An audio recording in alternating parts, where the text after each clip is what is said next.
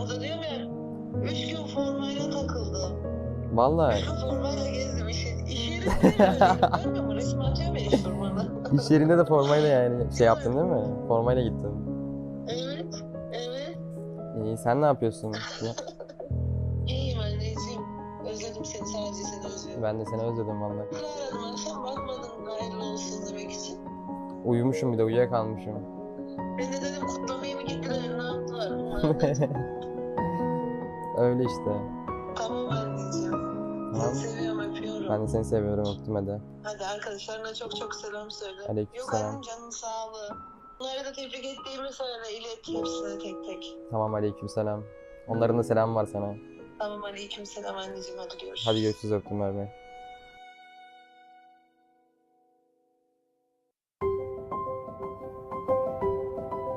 Merhabalar, ben Berke Sayras Çetin. Esports'ta Erangel konumunda oynuyorum.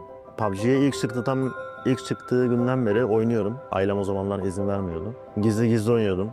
E-spor yoktu o zaman ama başka oyunların e-sporlarını takip ediyordum. Yani bir e-sporcu olmak istiyordum. PUBG Mobile'da buna açık. Who have won the title? RCB picked to the post in South Korea. D+Kia. Benim için geçmişe kaldı ama aklıma geliyor illaki tabii. Bazen geceleri, özellikle turnuva bittikten sonraki ilk aylar böyle geceleri editleri açıp falan izlerdim, yani bir duygulanırdım. Ama ileriye bakmak lazım yani bir yerden sonra. O yüzden o turnuvaya dair herhangi bir şey hissetmiyorum. İkincilikte sonuçta güzel bir başarı. Ama son maçtaki talihsiz alanlardan sonra nasip değildi. Belki bu sene olabilir yani. Yani bu sene güzel başladık. Yani WC'de daha iyi bir sonuç getirebilseydik bu sene benim senem değil, yani bizim senemiz diyebilirdim yani. Aslında daha yani çok uzun bir yolum var. Elimden geldiğince çok şey kazanıp kendimi tarihin güzel bir yerine yazmak istiyorum yani. Bu işi en iyi şekilde yapmak istiyorum. Dünyanın belki de en başarılı e-sporcularından biri olmak istiyorum kendi alanımda. Takım değiştirip de iyi olmamın sebebi de birazcık da disiplin ve tecrübeden kaynaklı. Servet amcam ve Çınar amcam kendi öz ailem dışında. Onlara çok teşekkür ediyorum. Eski takım arkadaşlarım dahil, yeni takım arkadaşlarım dahil, bütün bu ana kadar gelmiş geçmiş bütün takım arkadaşlarımla, onlar olmadan ben buraya gelemezdim. Onların emeği de çok etkiliyor takım oyunu olduğu için. Onlara da buradan çok teşekkür ediyorum. Ve beni destekleyen herkese de çok teşekkür ediyorum.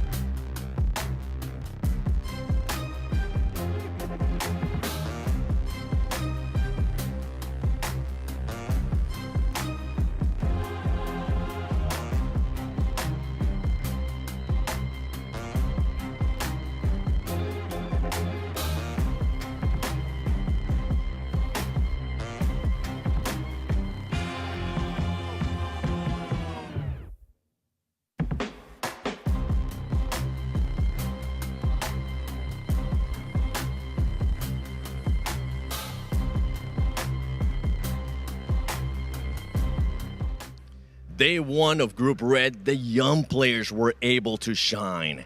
Day 2, the veterans climbed to the top. Welcome, ladies and gentlemen, to the PUBG Mobile Global Championship, the final day of Group Red. Today, it's gonna be more intense than ever because 5 teams will end up going home, 3 teams will secure a ticket to the Grand Finals, and 8 will get one last chance. You got True Rippers, you got Alliance, and Influence Rage, especially trying to make it to the top 3, trying to see if they can make 2 Brazilian teams in the finals. But wait a second, this isn't right. Are they sleeping right now on the final day? Are you kidding me? We got Team Flash, DRX, and Ringnum. This isn't right. Wake up, boys. They're trying to hunt you down. You got to start grinding. You want to be able to finish in the top 3 because this is the final day. The top 3 will get a chance to go to the Grand Finals. 5 will go home. 8 will go to last chance. Ladies and gentlemen, this is the final day of group stages. It only gets tougher from here. And I can't wait to see what other teams will be going to the Grand Finals at the end of today.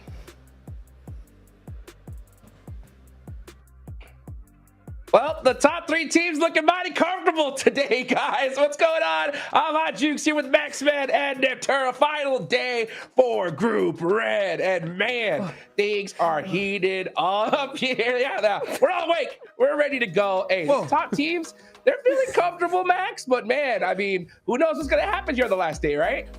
What do you say? I'm sleeping. Sorry, what? Is it group stage? Is it over? Is it the last day? It's Group Red, baby. Let's go. But no, it's very funny skits there from 7, but it's very, very exciting day here, Hot Chicks. I cannot wait to see which teams are going to the finals, but most importantly, because I'm evil, I can't wait to see who's going to be in the bottom 5. Ooh, who's going to be in the bottom 5? Indeed, Neptura. You can see right now, this is the schedule. We have 1 day off tomorrow, then 2 days of last chance action, and then we're in the Grand Finals. How you feeling, Neptura?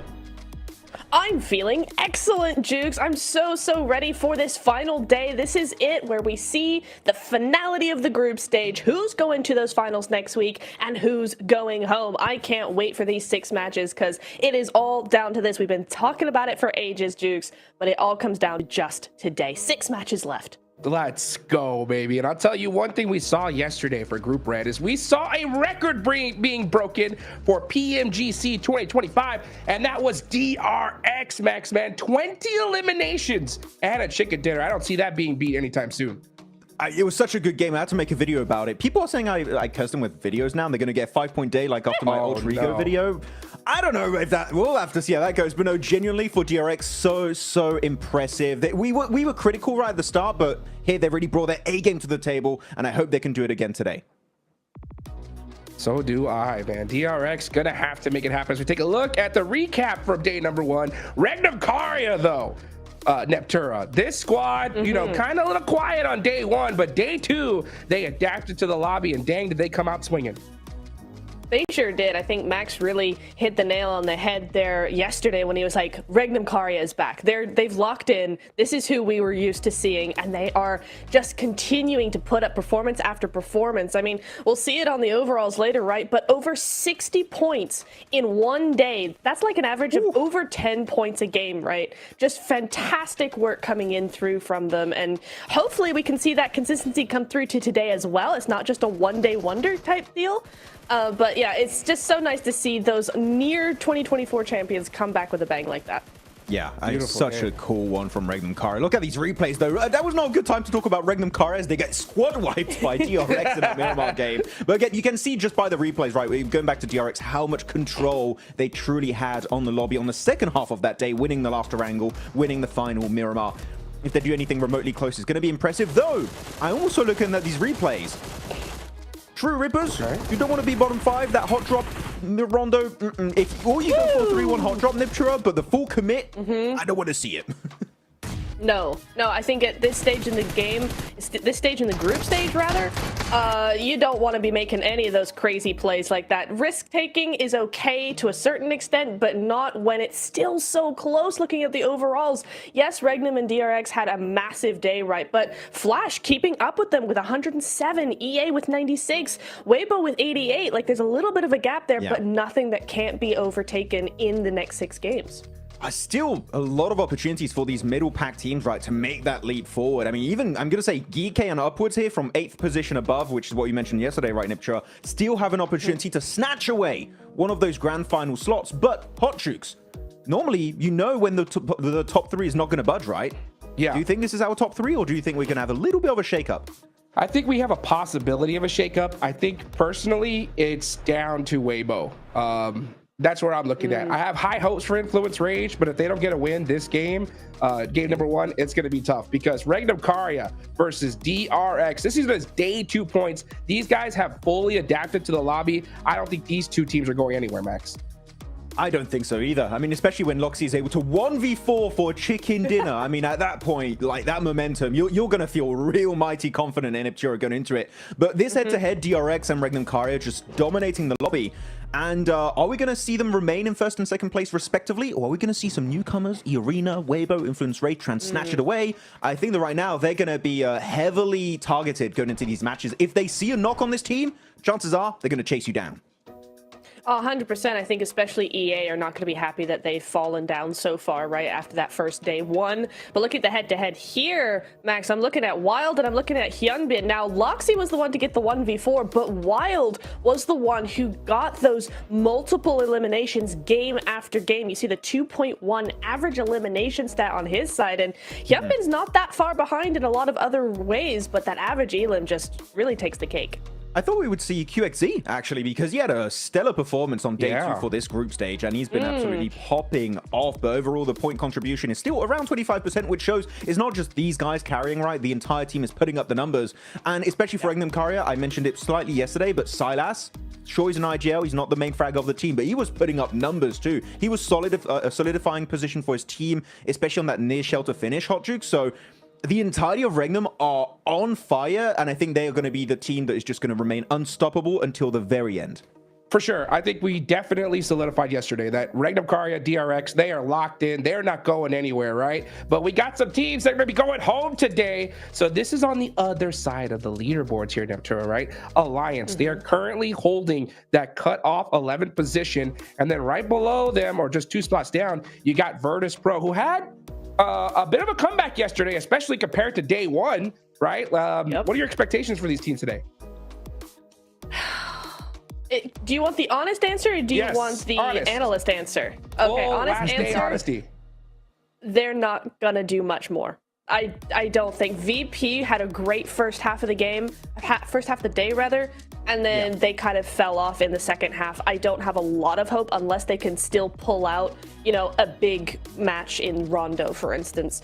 Alliance, I liked what they did. They adapted very quickly between the 1v4 versus doing things differently and actually splitting up a bit more, being less compact in the next game. But other than that little shift, we've not really seen much from them. I'm actually going to disagree onto Alliance saying they've done good stuff. I think they haven't done anything good because they had 7 eliminations yesterday total, but they got 2 second places. And normally when you get in at least a podium position, you should be getting some high elimination. They got 2nd place with 0 elims. Alliance, I don't care what you do today, keep surviving, but we need to see them get involved in these fights because, man, if they don't get any eliminations, bottom 5, it's going to be their position.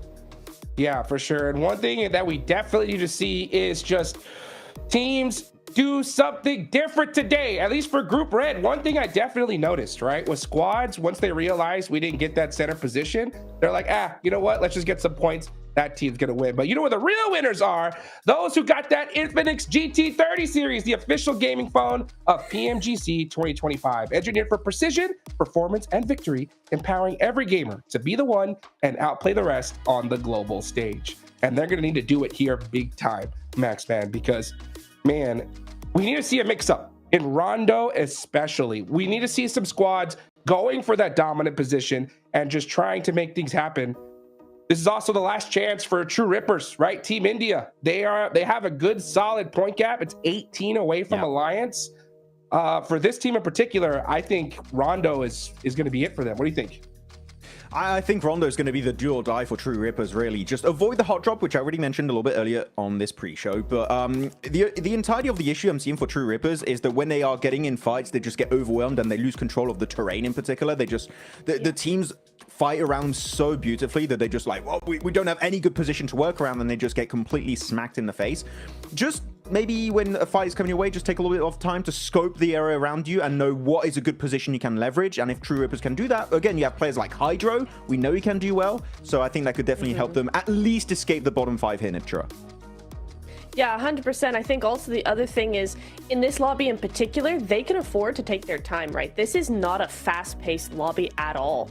And so when you do see those threats coming towards you, I think now is the time, or particularly this group is the perfect place where you can just relax a little bit. You can take your time, breathe, figure out your angles, figure out the info you want to use, and then go accordingly. You don't need to rush into a fight like we've seen them do. Ooh, well, I just got word in my ear, guys. The 7WG on the ground, boots on the ground, got some info for us, guys, all right? He's hearing from these players, and they are looking to be a lot more aggressive here in Rondo, Max, man. I love that, right? Because, I mean, teams have to realize, like, hey, if we don't make it here, I mean, it's 2026, a whole year we have to wait, right? So you got to put it on the battlefield right now. I like to hear that, Max. What do you think? I mean, I would like to see that happen, but I'll believe it when I see it. It's like one of those videos where you see a dog barking at another dog through a wall, you know, or like a window, and they open it and then they stop barking. I feel like that's what's going to happen. They're just going to go, oh, no, actually, it was a meme. But yeah, some teams, especially at the bottom or middle of the pack here, Niptura, full aggression. The 3-1 split, take a risk. Guess what? Even if you don't get any eliminations, you can go for the full recall. You can get a game going for yourself and play as per usual. So why not risk it? Go for it. 3-1 split is the way on Rondo. The only thing I'm going to say, or the only team that I think shouldn't use that strat, Max, is actually Virtus Pro, because I think they should actually wait to use their recalls for that first rotation like we saw a lot of teams in Group Green do. Because VP, we saw them do much, much better if they could just survive as a full squad into the later stages of the game, and they keep getting taken out on rotation. So putting 2 and 2 together, maybe they should just actually use those recalls for those rotations in case it fails, so they have a backup. I like that. I think that makes total sense here, Max, because we saw Virtus Pro. How many times did we see them full squad in a car just get deleted? Right? It's crazy. It's crazy. You know, like, I mean, this team, we know what they could do when they get their guns together and just focus. Like, I would rather see them just hang out on the edge and just push in with their gun skill rather than trying to make a crazy rotation through the middle of the map. These teams are playing so passive that if you try that, like, all eyes are on you. You're going to get deleted instantly. But you know what, guys? We're going to be right back after this break. Don't go anywhere. Group Red, day number 3, about to get started. Pro çok iyi oynadı. DX zaten I don't think any PMSL champion teams are stronger than us. ممكن اقول لرؤوف طور لعبك لانه حبي احنا جايين ندمرك.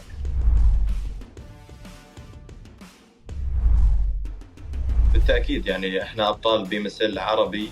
مينا ريجن من افضل الريجنات بالعالم. Chúng tôi khá là tự tin ạ, tại vì chúng tôi là đội kiên vô địch C nên chúng tôi không sợ. Chúng tôi đã đạt được 4 top 1 trong một ngày. Thì chúng tôi đến đây mục tiêu phá kỷ lục chúng tôi sẽ cố gắng sẽ được 6 top 1 trong một ngày. I think we will qualify straight to the final. إذا أنت بطل PMSL ممكن تكون محظوظ بجيم جيمين، أما إنك تكون محظوظ إنك تفوز بطولة هذا الشيء مستحيل. Bên Milan, tại vì họ là một đội mới nên họ sẽ có những tâm lý khá là bất thường. büyük ihtimal Wolves derdim. I think probably Virtus Pro just looks like that. Нельзя, блядь, сказать, что они удачи, что они нормально сыграли, там нет неудачных, ну, те, кто на удачу выиграл. Я посмотрел, типа, фавориты своих регионов выиграли. Wolves Esports, they have cups. Best player in the world in my opinion. Đội VP tại vì bên khu vực đấy khá là căng thẳng và họ chứng minh bản thân mình từ những ngày đầu tiên. İyiler, kötü değiller ama heyecanlı oynuyorlar. Я считаю, что из всех победителей PMSL мы являемся самой сильной командой. Virtus Pro çok iyi oynadı. DX zaten bu PUBG Mobile oynadığımdan beri hiç sevmiyorum oyun tarzlarını. Kendilerini seviyorum ama oyun tarzlarını hiç sevmiyorum. Yani bölgeleri güçsüz olduğu için ben MENA bölgesi demek istiyorum. Oradaki takımları biraz daha vurmak kolay diyebilirim. Main fight hariç. I don't think any PMSL champion teams are stronger than us. Я думаю, для нашей команды будет легче всего зарабатывать поинты на плюсах с Америки. ممكن اقول لرؤوف طور لعبك لانه حبي احنا جايين ندمرك. Em muốn một lần nhắc đến đội tuyển vô địch BMSL Milan là cách chơi của họ có thể là khá là ổn ở bên cuộc đấy, nhưng ra đây chúng tôi chưa chắc các bạn đã làm được.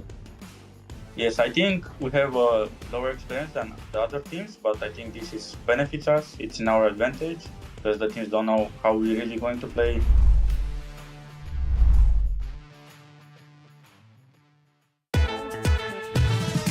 Takım içerisinde binada en beklenmedik pozisyonda kim oynuyor? Silas. Berken abi. Silas. İlk başta fight atarken kim ölüyor? Silas. Silas Foto. Ben. Fight içerisinde fight olarak değil de genel olarak Tamam. panik yapabilen kimdir? Panik mi? Arda mı? Wild tabii ki oğlum. Ha, tamam Arda, ben de onu Fight'ı ben değildir ben. Fight'ı bana gelmem. Mahmut olur ben. Mahmut'u seçiyorum. Ben panikli. En iyi karar veren Silas, en iyi aim de bence Hepimizin White'dır ya, aynen. CJ'den. evet yanlış yere geldi. En kötü kararı da koçun kitabını adam koydu. Takımda en iyi aim'e sahip olup da kötü kararlar verebilen Devam edelim ya kötü kararları. da IG'li hiç dinlemeyen, kendi kafasına göre hareket eden kim? Buna acil karar versin. Ben olabilirim. Sence kim? Gelsin acele karar versin. Ya kimse yok ya. Nolan. En fazla konuşan kimdir? Berken abi. Silas. Küçük kardeş statüsünde kim var? Wild. En küçük sensin olur. Takımda diğer oyuncuları en çok kim götürüyor? Wild. En fazla şikayetçi olan kim? Loxi. Mahmut. Loxi. Net Loxi bu arada. Bir şikayetimiz yok ya. En geç uyanan kim? Wild. En fazla yemek yiyen kim? Bu nasıl bir soru yani? Yani şöyle. Bizi izlediğiniz için teşekkür ediyoruz. Çok komik bir takımız. Görüşürüz.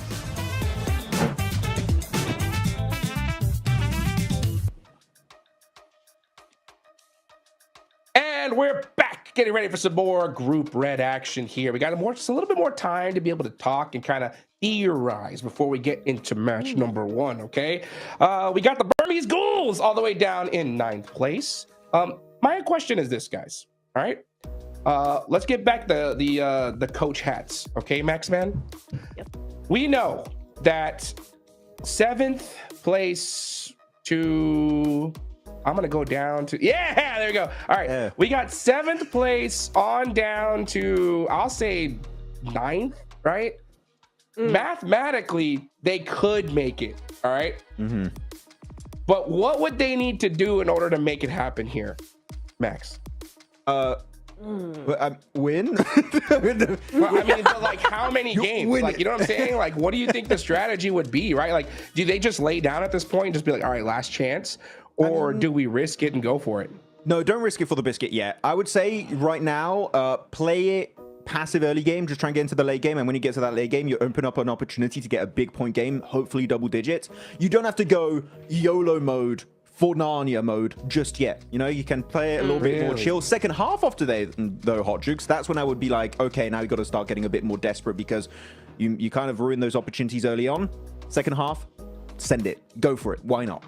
Yeah. Okay. You like that, Artur? What do you think? Yeah, I agree with that. I think kind of just down to 8th place, though. If we're talking about Arcred and Geeke, I think points-wise, they're the only ones who really have a significant chance of still trying to make it for the top 3. I think Burmese Ghouls and below are really just kind of...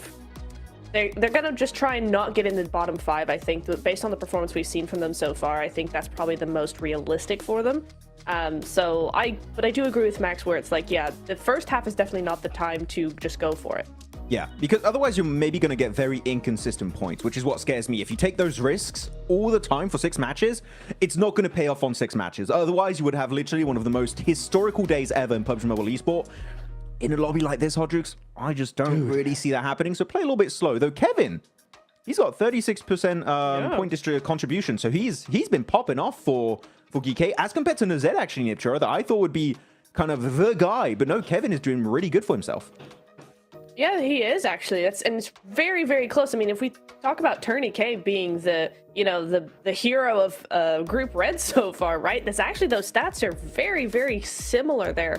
I did like what we saw from GK, to be honest, in yesterday's games, and of quite a few of them, they had some really nice splits. They were controlling a lot of the lobby in that mid phase, so I did like what we saw from them. We just want to see that on a more consistent basis, and I think that's kind of the same story for a lot of the teams in that middle spot, or the middle stage, or the middle bit of the leaderboards, for goodness sake, English. The middle bit. You know, I think that's I like that. the middle bit. Yeah, in the middle bit. Yeah, that's what we want to see. The middle bit. I just stopped on that. My brain stopped working. I'm not gonna lie. Here we go. Another head. No. Let's take a look at this head-to-head though. That's what it's all about here, Max Man. Weibo, one chicken dinner, tied with Arc Red, right? Good solid points for day 2, but Weibo, dude, day 1 when I saw them win that Erangel match, I was like, okay, this is it. Weibo, they're gonna go to the finals. They had full control of that whole lobby, right? And then day 2.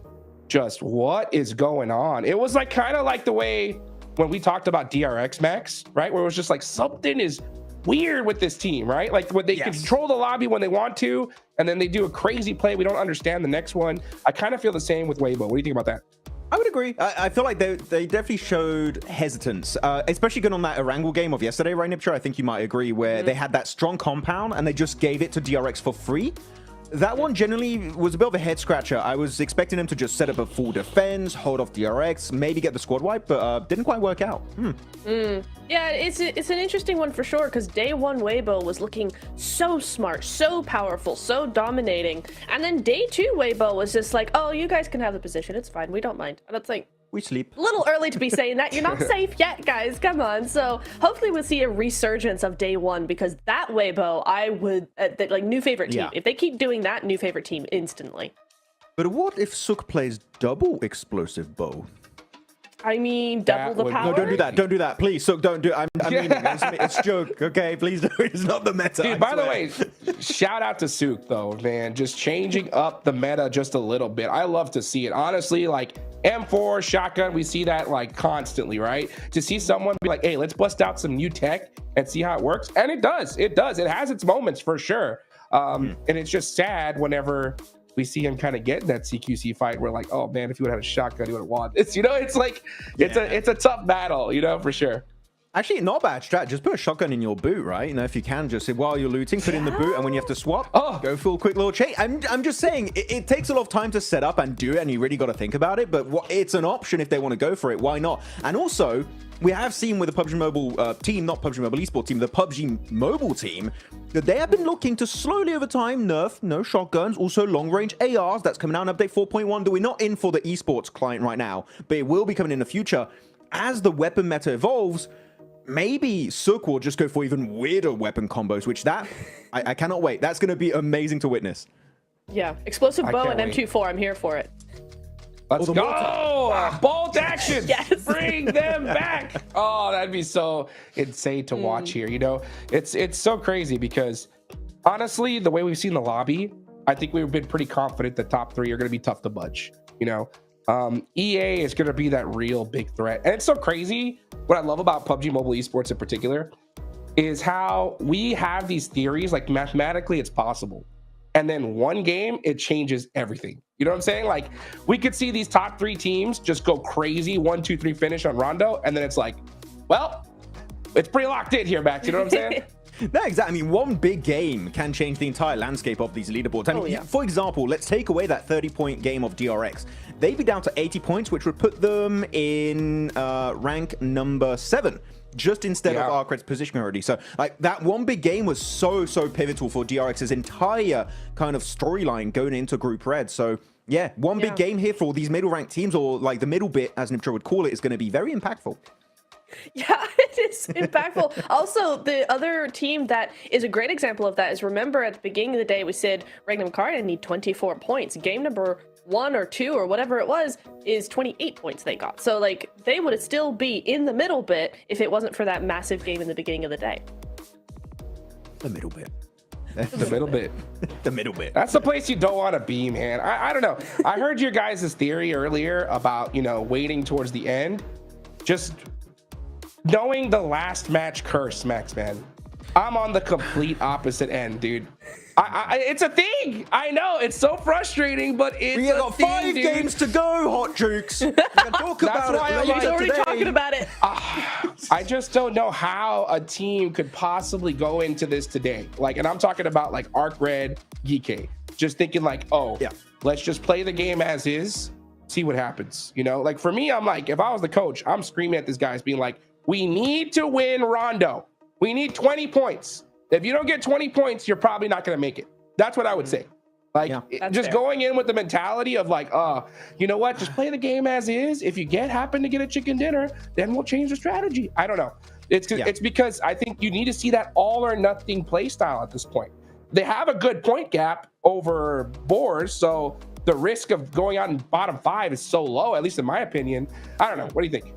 I mean, I'm actually really happy you're talking about Boars because they are a team on my radar as a squad that I think will get a possible big day. And the reason why is I'm looking at Rondo. And my theory is they are one of the best teams when it comes to the recall tower system. They used the recall tower in yesterday's game where Burmese Ghoul won to actually get high ground advantage onto a rooftop, which you do see that happening sometimes, but they were locked in on that angle. They lose some players, they go for the sneaky recall, and they send those 2 players on a roost, and it negates instantly all of the rotation potential of that team in the building. So I want to see more plays like that, where you're using the recall not only as a way to get your players back into the game, but also to gain somewhat of a terrain advantage. And I think Boars did that so well that I would love to see a Boars Rondo win here, Niptra, because that recall system they've used was really, really strong for themselves.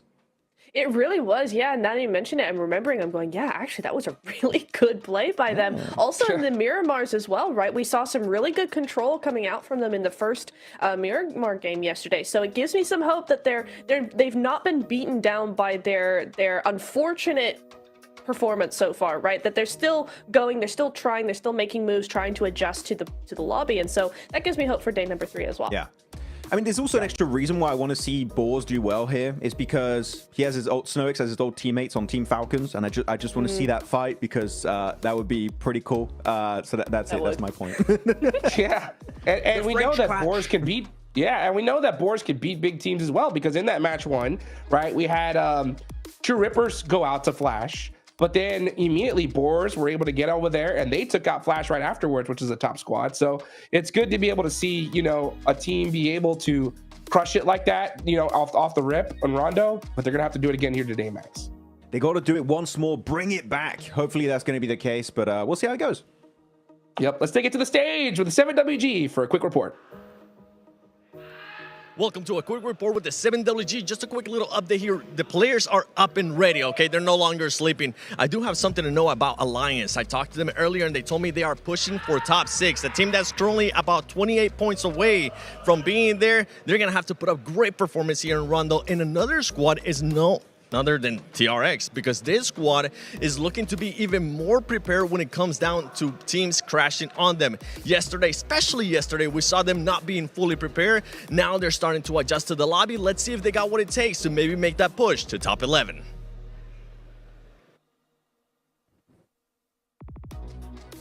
Well, you heard it. They're trying to make it into top 11. The last chance for Team India to be able to make it into at least the last chance stage here, Max, man. How do you feel about them? I mean, for me, when I'm looking at Team India or Team India, like plural, because we had Orangutan too that didn't make it in their respective group. For me, it was never about India winning PMGC. For me, it was like maybe them making it to the PMGC finals. That would have been a good achievement. But it's like taking that experience. And when you go back to your region, you're playing back your regional tournaments, you kind of spread that kind of experience to the rest of the lobby because you're going to be stepping up your own gameplay. And hopefully that's what I'm expecting next year, man. India could be looking so strong, Niptra, if they're able to really learn from these experiences and step up their gameplay. Yeah, as well as, when you're locked into your region, when you're only playing your region, this goes for any region globally, right? If you're consistently playing Americas, you're consistently playing CSA, and you don't get that global experience, you don't think outside the box as much, right? If you have an analyst or if you're analyzing for your team, yes, you do look at other regions and you go, we want to pull this, we want to pull that, and that's going to work for us, right? But you don't influence the rest of the lobby when you don't have that experience, yet you're actually able to play that experience. So coming here, playing with that experience, playing with these global teams, and then taking that back home is going to be so valuable for both these teams in particular and the lobby that they're playing in at home. So yeah, it's going to be a really, really good experience for them. So yeah, I agree, Max. We could see a completely different teams stepped up to the global stage next year. Yeah, it gets me excited to see which will be the teams to make it to the next events next year. Of course, we don't even know what the schedule is going to be looking like for next year. Yeah. The announcement from maybe James Yang during the finals. That's going to be exciting to see what 2026 is going to look like for PUBG Mobile Esports. But yeah, India, I think Hodgix is just a matter of time before we know they go back to those glory days of when we had TSM Entity or Orange Rocks. You know, those guys were definitely on point back then. For sure. It's so difficult, right, to be able to play at this stage for the first time. You got the nerves of it all. You got the entire country, right, rooting for you. It's so difficult. You're going against teams, okay, guys, who play 6 to 8 hours a day, right, in the same house with a coach staring at 4 monitors, looking at every mistake they make, right, and being like, how can we tweak this and get a little bit better, all right? And we got champions that have been here before. It's a tough thing to cross, right? I will make a claim, though, and I want to know if you guys agree with me. If OG was in Group Red, I think they would have made it at least the last chance. What do you think about that? I actually do think Orangutan is a bit stronger when it comes to macro, like rotations, Niptra. So actually, they would be way more suited for this group, and True Rippers maybe would do better in Group Green. Oh, that's an unfortunate run of events, isn't it? That is rough, yeah. What do you think about that, Niptra? I wholeheartedly agree. That would have worked out really, really well because I think Orangutan are able to adjust quite quickly. They are not a slow team in that regard. So if they did have some upsets on rotations and stuff in this group, they would have definitely adjusted to that and done quite well. So yeah, that is really unfortunate. Oh, I feel bad now because they are a good team. I like them. Now here's the deal. I'm gonna make another bold claim. I don't feel bad. I'm glad they were in Group Green. I'm glad they went out, right? And the reason why I say this, guys, is because I'm glad that they got to get a true essence of what it would be like to play in the finals. Okay? Yeah. Like they went in there and were like, this is different. Okay? Right? These teams are hyper aggressive. The gun skill is like ridiculous, right? So I'm glad that they were able to truly experience that. This is what I'm hoping, right? I'm hoping that they go home and just get hungrier, right? They're like, you know what? We're going to stick together as a 4-man. We're not going to do some crazy player swaps, and let's just put the work in because, right, Natara, I think they had some great macro, but at the same time, it's just tweaking that like flick of the switch aggression. If they can just tweak that, I think they could definitely be some big players here. Oh, absolutely. When I was studying them, I was like, this team is one of the strongest newcomer teams I've seen in terms of that macro because they play their macro like a global team. There's none of this regional bias to me. It was like, okay, they know exactly what they're doing. They're really quick with those rotations as well. They know their angles. It's just backing that up with a firepower on a global level is where they fell down for sure. So I definitely agree with that. It's like, yeah, this was such a good team. I think it's definitely one of the strongest teams we've seen come out of the region in a long time. Yeah. So I'm a bit sad they couldn't make it further because I would have loved to continue to watch them play.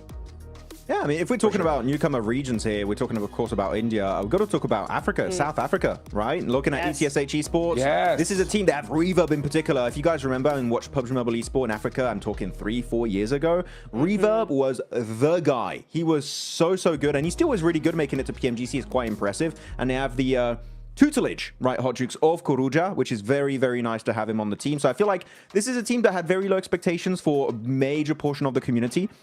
And this is going to be a big learning experience for them. So I'm sure the ETSH, some of the players at least, will see them come back in the future, even if they do not leave the bottom 5. Of course, that's going to be their hopes, right, for today. But even if they don't ETSH, I'm sure the players, they'll be back in some way, shape, or form in the future. Yeah, and I hope we see it, right? Because they've got Karuja, which is one of my favorite coaches in PUBG Mobile Esports. He was the previous coach for Alpha 7 whenever they won the PUBG Mobile World Cup not too long ago, right? So when you have such a storied veteran coach like that, it's going to definitely pay dividends.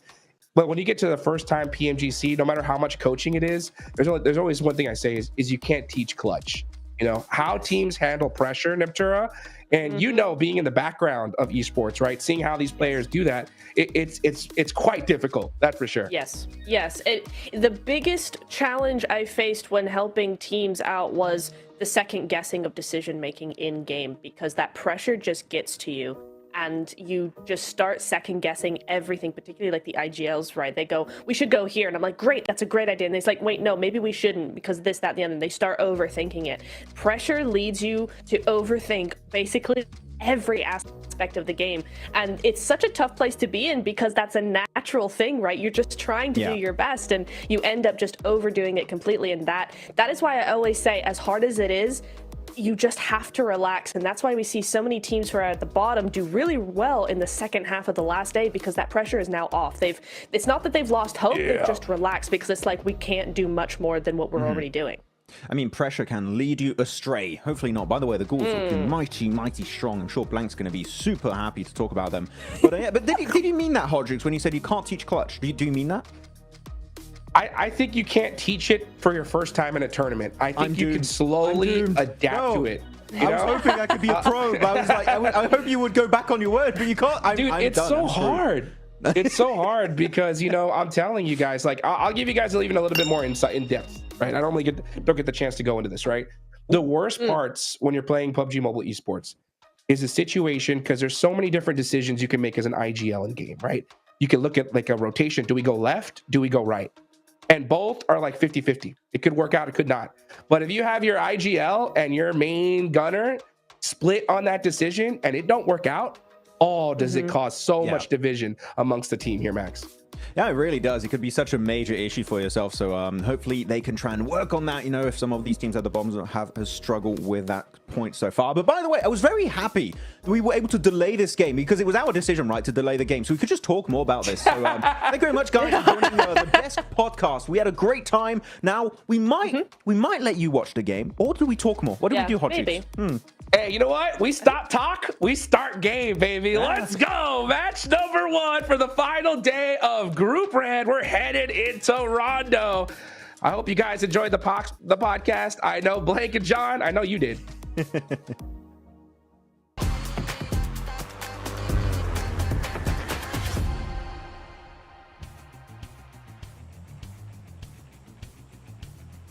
I mean, absolutely. We always love to kick off the day with a little potty C from the guys over on the desk. A brilliant kickoff to proceedings. We're heading on into match number 13 and our last rondo of the group stages. Blank. Our teams are going to get hot. They're going to get dropping, and they are going to get stuck in. It has been a little bit quieter, though, here than over in Group Green. I can't believe you dropped a potty C on the broadcast. I'm not happy about that. Map top performance is Sakura from day one. That one day, that one game that he did really well in. And since then, it's not really moved the needle too much from there. It's fair enough. That's a hard target to hit. Very hard target to hit. He's ahead of anyone else. The only person actually challenging him right now is his teammate, Tony K.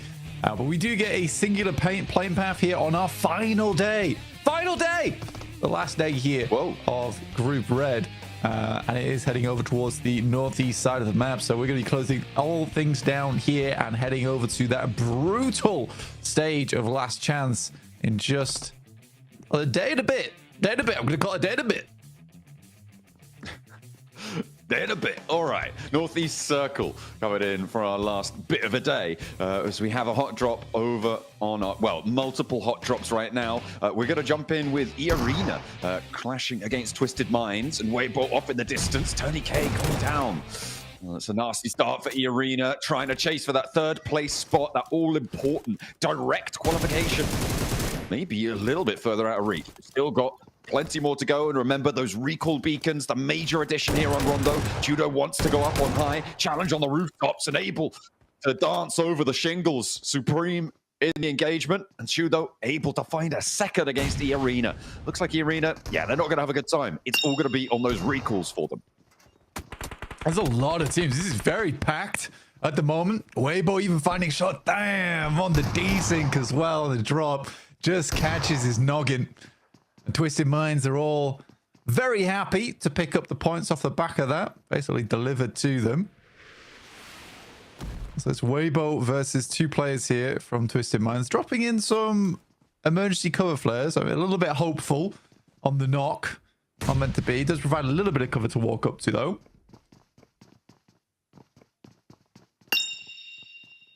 This is the earliest use of cover flares I think I've seen. I'm loving it. Maxman's loving it, I'm sure.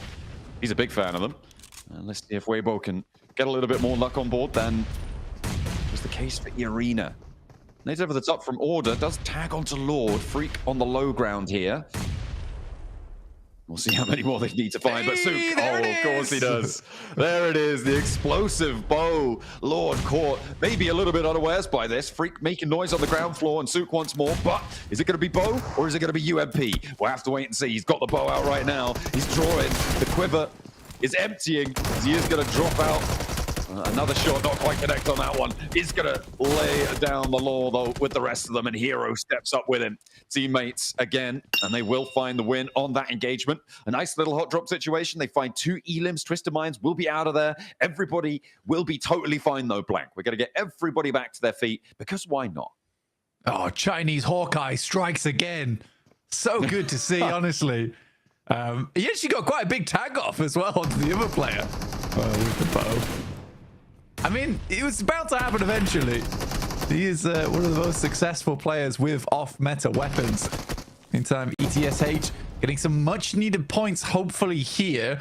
Currently in 15, but I do think that the road looks very dark ahead of them. 27 points. It's a bit rainy as well, actually. Ooh, nice little pre-fire there from Ragnarok. Knows that smoke likely to be the cover that they're going for. The recall beacon that this fight is basically next to might have been overcommitted to here by a few teams, but I think that ETSH, yeah, I think, okay, so Geek are actually now pulling up on the recall beacon in Jadina City on the south side with Nerzed, so they can get a little bit more aggressive with this one. I don't know if ETSH, yeah, no, they do also have an outpost. I'm seeing Baby actually very, very far north, much closer towards the circle. Might struggle to get toward the recall beacon up there, though. So for ETSH, holding this fight on lock is much more important. Absolutely. This is a case of basically being at a full disadvantage. Luckily, there is a wraparound, but now Geek moves in. And every single player goes down. It's a good setup there from Geek. 2 angles held, and you know what? They don't check their corners. They do not check their corners. Oh, that's nasty. Fortunately, though, Baby does manage to find his way through. This is all the way up in Heme Town. So what is this, like 4 kilometers away from that fight? He's been on the road for a while. Very looted, actually, so has been stopping off somewhere. But getting the rest of the team back up in Heme Town? I mean, this is a pretty quick rotation off the back of almost getting entirely squad wiped for ETSH. So not terrible, really, at all. And Heme Town unlooted. I guess you could call it a rotation, I suppose. It's pretty good, to be fair. You do completely circumvent all of the teams that are lined across that northeast side. What are VP doing? What's going on? Oh, I think I understand. I understand. No, I understand. They not call themselves so they can get the recall close towards the circle. That's the only thing that makes sense here to me. They did all knock themselves in Meiran, though, which is in the next circle. Yeah. And the last player's in the blue zone somewhere? No, VP I can't even is see them on the still... map. Wait, actually, wait, I don't understand. What has just happened to VP? They do recall. No way. They do recall. But where? I actually can't see them on the map. We've got our map feed up. You guys can pull up your map feeds as well at home. Maybe you can help us out because we're trying to spot them. They're normally green on the map feed. You can access the map feed over on the YouTube channel, certainly. But yeah, interesting decision there for Virtus Pro. Not sure what's going on with that one. Either way, we've got plenty of other teams making their way through. And I think the big news here, Blank, is that this Rondo is much more action-packed on the hot drops than we've seen from either of the other 2 Rondos on these starting positions. Absolutely. So weird. So weird. There is like there's a lot of things that go into that where, you know, you get the recall beacon off wherever they are, but also they got 3 elims, and I think they heard teams like barreling it down towards them, and they were worried to hold that position as 3. So they just, maybe they were low HP as well. Maybe they didn't have much loot on board. They're like, we can't really stay here. I don't know. You know what, Seven? Please talk to them. This is exactly what you're there for. That's what I need after this game. I need knowledge. What do you think you're doing, First Pro? That's the big question that's on everyone's minds right now, because they're now still out of the blue.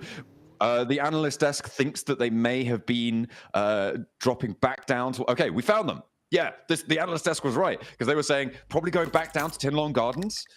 I mean, sure. I just think that you're in Mehran. That I don't think there was anyone really too close to you. You just loot up there. And then Well, move I mean, from there potentially. The thing was is that True Rippers and E Arena were both barreling towards it. So that's the only, like, that I'd somewhat, is what I was saying before, and I somewhat agree with Max there, where we're saying that maybe they were worried about third party, but still it's just a very strange maneuver to pull. You're trying to limit the amount of eliminations you give across. Your player's down towards Tinlong Garden anyway, so you just regroup as the 4-man rather than have him go out early and then risk getting the res later on. That's the only things I can think of. Again, it's stage 2, so you've got plenty of time to make that crossing back in with the circle moving down towards the south. They are quite fortunate in that regard. But yeah, either a brain fart moment or a real big brain blast. You know, the Baja blast brain moment right there. Feel a real Jimmy Neutron with that one. Goodness me. I mean, you don't need 3 of your own teammates and have the vehicle explode by accident, right? Like that's a purposeful decision. So yeah, that's really, really puzzled us. And maybe we should be focusing more on what's going on close to the center of the circle. We've got a couple of teams over on the north side. This is up by Heme Town, where we saw that recall come through from ETSH, but they're not engaging in this fight. This is a little bit of a standoff between ArcRed and Team Flash, 2 teams who, well, now after yesterday, ArcRed a little bit far behind from the bubble on 3rd place, but still within thinking distance of being able to catch up. What is that? 21 and 7, so 28 points behind Team Flash right now. Definitely achievable during a day to make up that gap, but they do need to start off with a big game. And of course, have all the other teams around them do pretty poorly as well. The river that sits down that north side that stretches down from Muhopan down towards Lo Huajing is going to be a difficult crossing for teams in the middle of this circle blank. Yeah, I think that, again, it's one of the areas of the map that has a lot of water involved. And this one is particularly nasty where it sort of dips down towards this valley on the riverside. So a lot of teams are going to try and confirm over towards the eastern arena of this map. But even then, it's still some uncomfortable zone to play in. This is what always is tough about Rondo, is that you do get parts of the map which are incredibly open. And that is sort of alleviated by the fact that you can create the craters with the nades, etc. Okay, Reverb. Again, ETSH taking a bit of a lesson from Geek and playing the corners themselves.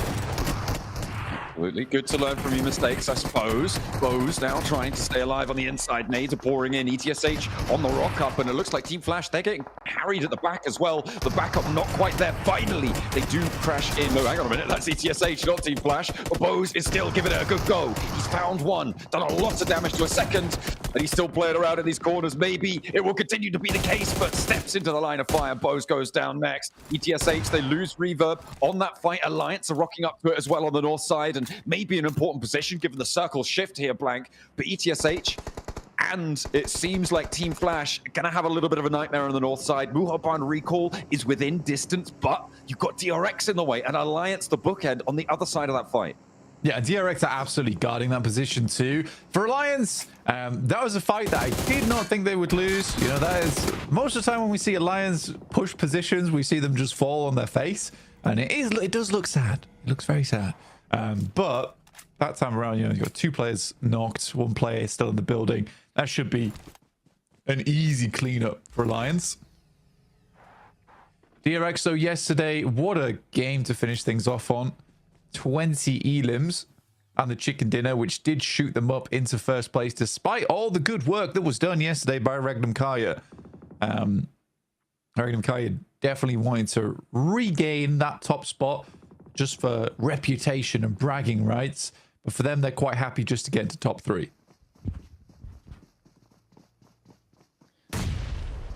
It'll be good enough.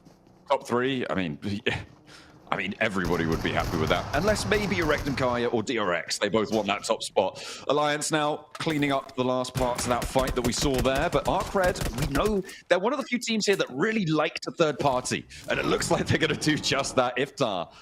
Oh, dear. Taking those knocks over towards Alliance. They fully committed to this building, and now Arc Red are going to get ahead of this one. I like this rotation coming through from Arc Red, not necessarily crashing directly onto the building, littered with vehicles on the approach. Look at that one. Goodness me, a veritable scrapyard. But instead, playing further in and encircling Alliance, forcing them into this fight. The downside is that DRX can third party this as well. Yeah, but I think DRX still needs to hold out over towards North, and they do. They take down final player from the Flash there, which is good news. Balls are also making their way in, so I think DRX will turn attention. That is such a clean sweep. It's like the balls are coming. Oh, the balls are now knocked and all dead. Well played, DRX. Goodness me. I'm a little bit sad that Alliance didn't leave Jimmy out on an off angle. In that instance, I would have much rather they got that res off and had that opportunity to take some shots from the sidelines over towards Arc Red. You get an opening knock, and from there your life gets a lot easier. But like you say, now you sort of penned into this one building. Yeah, it's a little bit of a stopgap. Nice nade on in, and 2 players are Alliance full. That should be this fight done and dusted. These recall beacons, yeah, you're not even going to think about getting them. Easy for Bad Boy. Does step out though, and a little bit too bold. Doesn't clear that last player, but DRX might do it for him. Oh dear. Alliance. He's checking. I mean, he did check the corner. That's exactly what you need to be doing. Glory, wait, not so lucky. I mean, this whole fight. Wait, GK? No. Look, somehow Snowick's got the res off for Boars. And back up to 4, dropping on top of DRX again. Oh my goodness. This is getting crazy on the north side. Geeke are rocking up into this fight as well. Alliance last player is doing a lot against Arc Red with the assistance of Geeke. And as you just said, Boars are back up at 4, fighting off against DRX. We thought that was going to be a huge point bonus for them. But no, maybe not. They're going to still cling on for dear life. Another nade comes in. Oh, it's Verse Pro. They're in the circle blank against Arena. Yeah, they've made it. They've made it. It was an interesting decision they made earlier, but now they need to deal with Arena, who are currently down on 3 players. But these initial nades are fantastic, and now Malloy has a lot to do here as a solo. But real tall order, Malloy gets the first though. That's how you want to start. 3rd of HP gone, and will take the rest from the knock coming through from Turney K, and that is VP down and out. They get 4 points. But they have really captured our minds in the first part of this match. We'll have to reconvene with them later on. I'm sure Seven's going to grab them, pull them aside by the scruff of their neck and say, what do you think you're doing? We'll have to wait for the answers there. Boars back up into the fight against DRX, and seemingly DRX looking to struggle a little bit. With that recall coming on through, they may be able to farm a couple more points, but the Boars turning it around. Now they are. I mean, for DRX, the thing in my mind is a case of, oh, they let it go through so they can farm more points on the lobby. I imagine you never want to let that happen, because now they've got to get further in. A nade over the top from So Easy doesn't quite tag on. But yeah, I mean, the loot is pretty limited for the Boars after they dropped in. You get whatever kit you're given. Boars now last player remaining. Not able to quite find that shot though, and that leaves So Easy down. They should be able to clean house though. Either way, 8 elims, not bad. Hey, that's how you want to do it. At the moment, Erangel Kaya have not been able to get anything so far. They've been quiet on the western side, one of the few teams to stay west of this river blank, and they have been keeping out of things. So at the moment, DRX take the top spot. Question is, how survivable will it be from that northern side?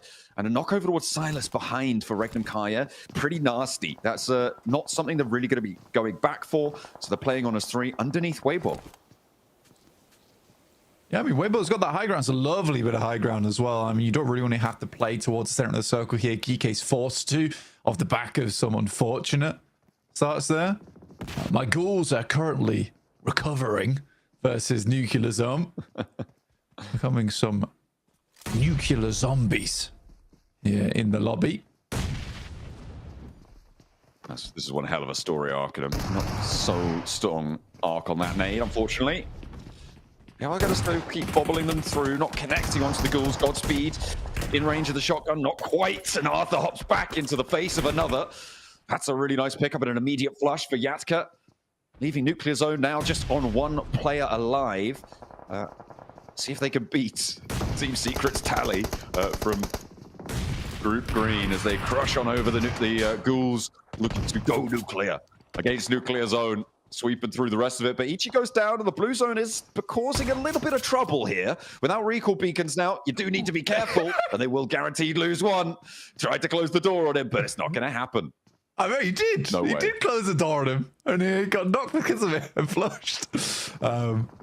Radioactive ghouls now looking to finish things off, but Fajita is a little bit of a strong member on the side of Nuclear Zone. Could clutch this out, but it's Kaikse from DRX actually to move on in. And the Burmese ghouls will have to do something about this. Luckily, there's some shots from the sidelines to immediately take him down. And DRX are down to 1 with that as well. They've only got QXZ out down further south here. Burmese ghouls, they've been double third party to keep them alive as 3 and allow them to get some healing on board, but they are really lacking on that healing. No first aids remaining, no nades really there. DRX dropping that deployable cover, wanting to guard out the Burmese ghouls on this northeastern side. Regnum Kaya yet to push in. Weibo actually the team to go proactively through. And the cover flares start to establish some cover moving in. Burmese ghouls making their move. I've blessed the ghouls with some gravestones to hide behind here. Hopefully they can make their way through the marshes over towards DRX. But True Rippers actually have a strong spot over on the eastern side. They're consistently taking shots over towards the west. Weibo did take a fair bit of damage coming through from Influence Rage. You can't really ever count Influence Rage out. All those players are incredibly good. And I'm a bit disappointed that they're not in the top 3 after their strong start of Group Red.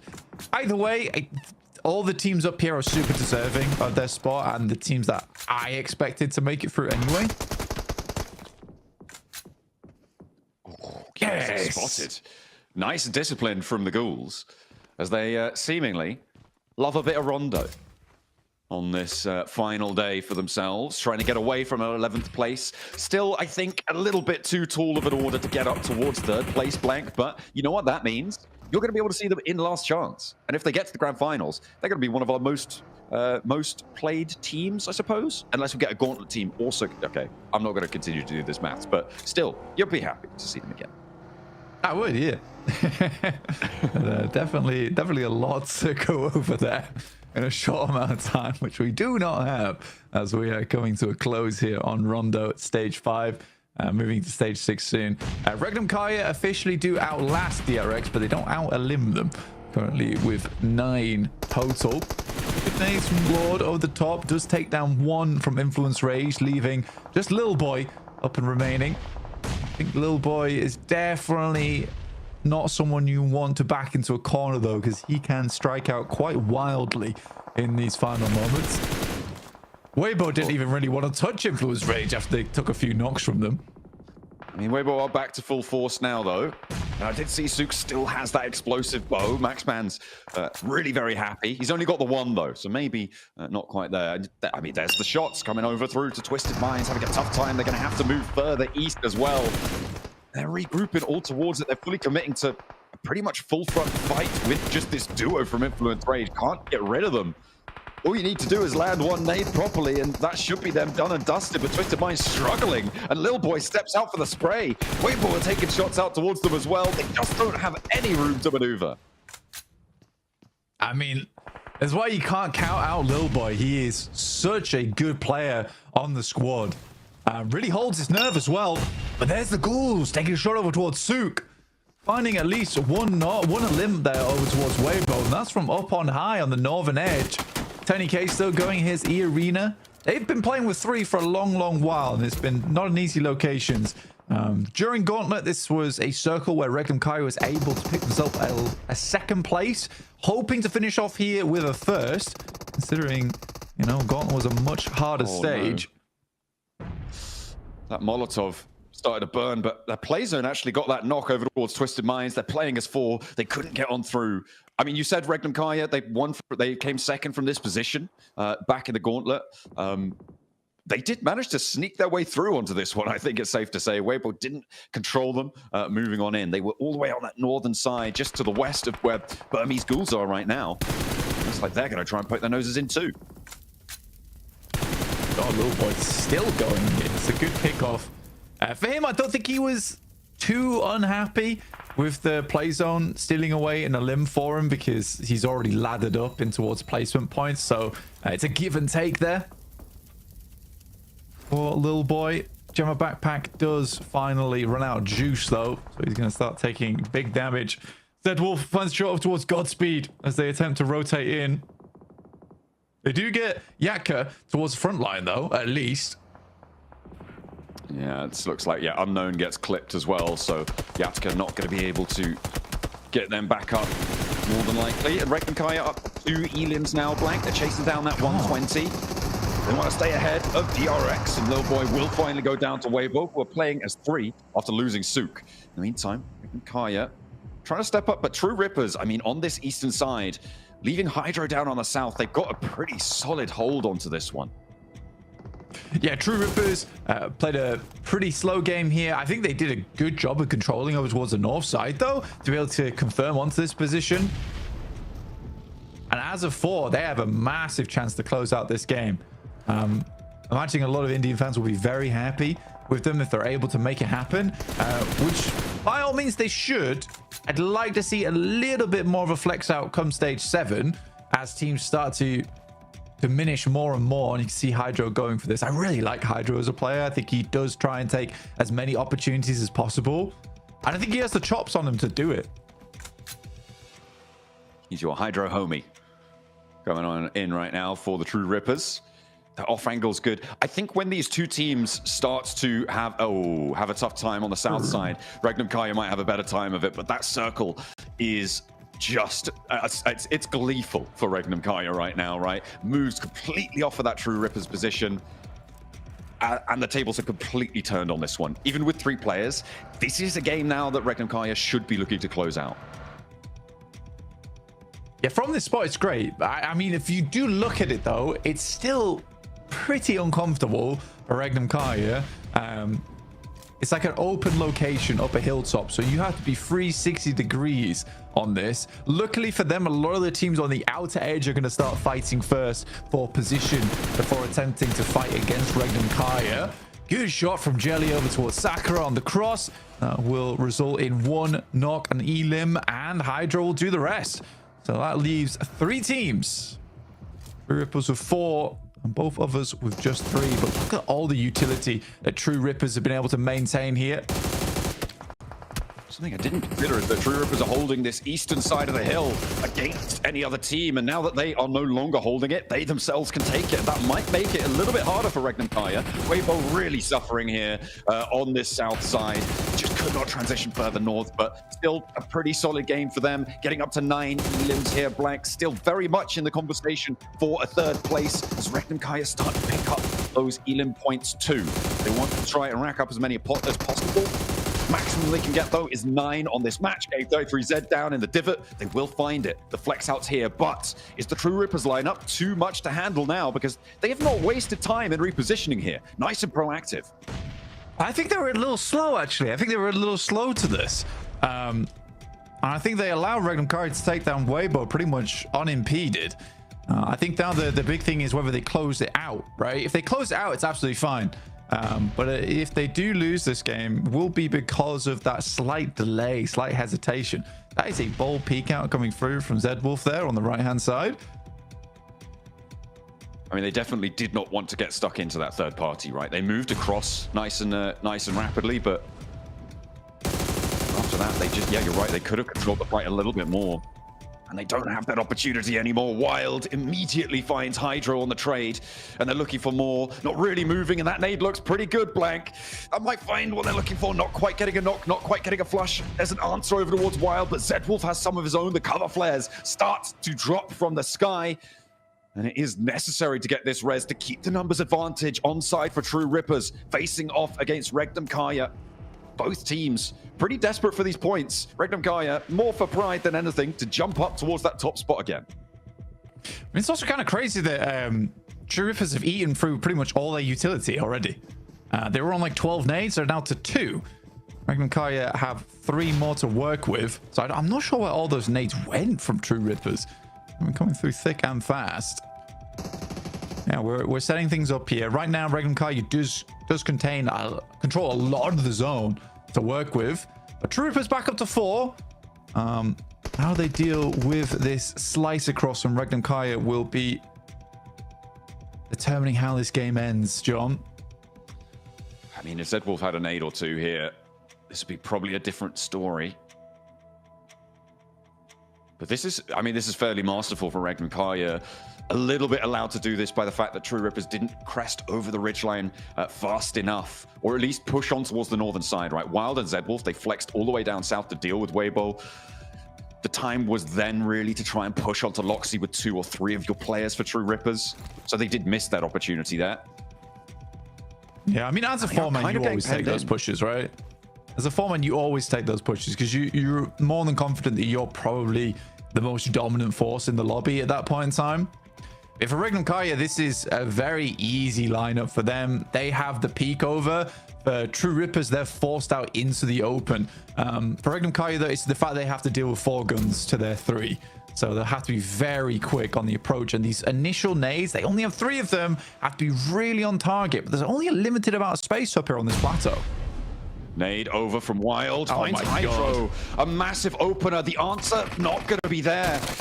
A little bit off target, unfortunately. Jelly's trying to flank around and find Loxy, allow them to get a little bit further forward. Another nade expended, and it's not going to find the value. Wilds does again. Burns Hydro's health bar down, and I don't think you're going to commit for this res. Maybe you look for it, but the blue zone is pushing. Another nade in, and Jelly and Loxy's fight on the northern side is popping off. You can see that fight in the picture-in-picture down below. Jelly not finding the angle they were looking for, and his position now is known. Hydro back to his feet.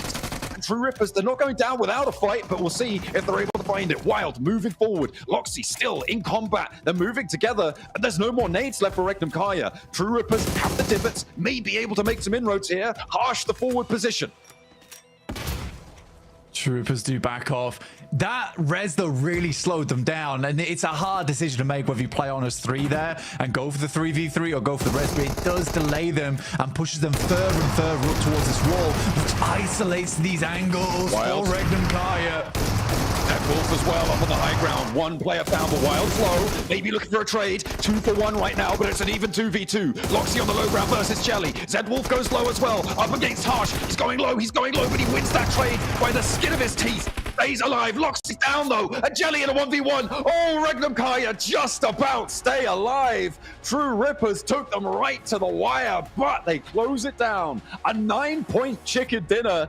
The True Rippers gave them the fright of their life, and I think they had a total of 2 HP at the end of that fight blank. But nonetheless, that will be enough. The True Rippers could not get through the blockade from Regnum Kaya. Yeah, very, very well played from Regnum Kaya. But again, it is that situation where you lose that player in the end game. I think that the aggressive and the correct play would be to go on as 3 and try and get a little bit more momentum over towards that front side. Even better than that was 5 minutes ago when Regnum Kaya was fighting against Weibo. Push up towards the ridge, control that high ground. Don't allow Regnum Kaya to get that lineup across there. It's an annoying one because I think True Rippers do have the aggression required. They do have the gun skill. I mean, they were going fairly toe-to-toe there with Regnum Kaya, right? But they just don't push quite quick enough.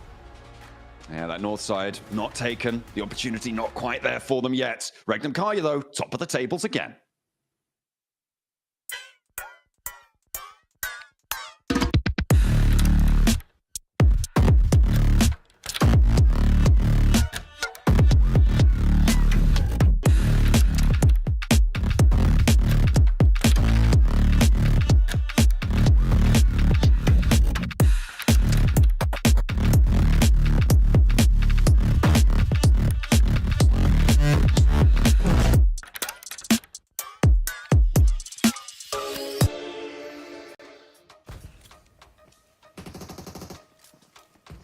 And with that chicken dinner, Ragnar Karya, welcome to the PUBG Mobile Global Championship Grand Finals. Man, there's only a couple spots left after this. Ragnar Karya clutching up the 3v4 in the end game here, Max. Well, yeah, I think there's only 2 ranks left going into the finals here. Yeah. With a performance like this, Ragnar Karya nail in the coffin, it seems like it. True Rippers, you know, good play onto the Eastern Edge, playing it slow, calm, cool, collected. Maybe a bit slow on the approach of this fight, but I mean, come on. Z-Wolf, the spray with the UMP was down to 4 bullets onto the M4. Oh. This guy was a menace here on Rondo Neptura, and really, again, showing up why he is a perfect pickup for Ragnar Karya.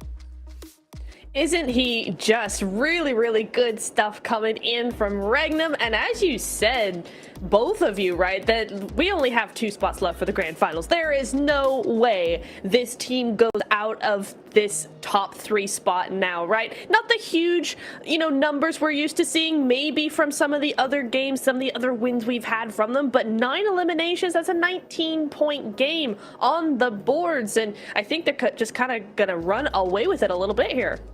They are. Oh yeah, it's there's no way no one's catching them. I mean, they've got this lobby locked down here, Max. Yeah, it's a done deal, in my opinion, when it comes to Ragnar Karya. No, really solid game. And keep in mind, by the way, we had this exact circle during the Gauntlet stage. It was won by Thunder Talk, but Ragnar Karya, they're like, no, not again. We ain't missing out on a free win right now, and they played it really well. I especially liked how they made sure to hold the angle and stop Weber from pushing in onto them. They were so controlling of that ridgeline Niptura, and that setup in the mid to late game transition was literally what won them this entire match on Rondo. Yeah, it was really nice as well to see that there was no hesitancy once they got those initial knocks onto Weibo, right, to just go ahead, push it, spread out in a really controlled sort of way, very calm, very collected. I think as we said in the, while we were watching it, right, super calm, super... Ah, no! What? Okay, like, Nitra, I know you wanted to talk about it. Why? Yes. Just, okay, I want to see them in finals just so that I can talk. VP, I just want to talk. I just want to talk. That's it. Definitely not anything else. Let me tell you something. What are you doing? You were already in zone. I'm so confused by that play. Like, it makes sense. I thought they were going to, maybe do that for the solo that was still out in the blue and then just try and recall him, bring him back into the circle. Great. 10,000 IQ play. Not to go back. You're regressing. Go forward in the game. Don't go back and then they come in. They're like, oh, we've made it to zone. Into EA's arms. Okay, just give the points over. It's fine. VP. No. You know, we need help. YouTube chat. I invoke you. Tell us, put us your best theory in the comments because I am lost. I have no idea what the game plan was. As we go through the finishing moments, they can see how hyped Ragnar Karya were. And of course, as we already said, Hot Jukes, pretty much locking in their position for the Grand Finals. 19 points is definitely going to do that for you, but Weibo getting 14 points. They were in the middle of the pack, and DRX were in second place. They also get 10 points. Most of them on boards, if I'm not mistaken, after the recall. So DRX, big farming up north. Oh, yeah. I think DRX are settling down in that second place position as well, putting up some points. Honestly, though, the big mover and shaker for me, it's got to be Weibo. This game here, I think, really sets them up for that possible top 3 finish, especially because we know how well they could do it Erangel and Niptura. Yeah, I agree. I would have liked to see maybe a little bit more proactiveness when it came to maybe sweeping the edges and clearing out more space for themselves in this game. But for a first game of the day, it's a really solid start. 14 points on the board, you know, when the leaderboards are still so close, that I think it's a really good setup for a confident next game when we get onto Erangel. You got also 2 very important points here. Is that True Rippers get 9 points, which is great, but E-Arena get 9 points. Team Flash, 1 point. I believe they're going to be very close to one another in the leaderboards. I don't think E-Arena jump in third just yet, but literally just a good game, depending on how Team Flash perform, and they will be the new top 3 squad. As MVP is wild. Are we surprised, Niptura? No.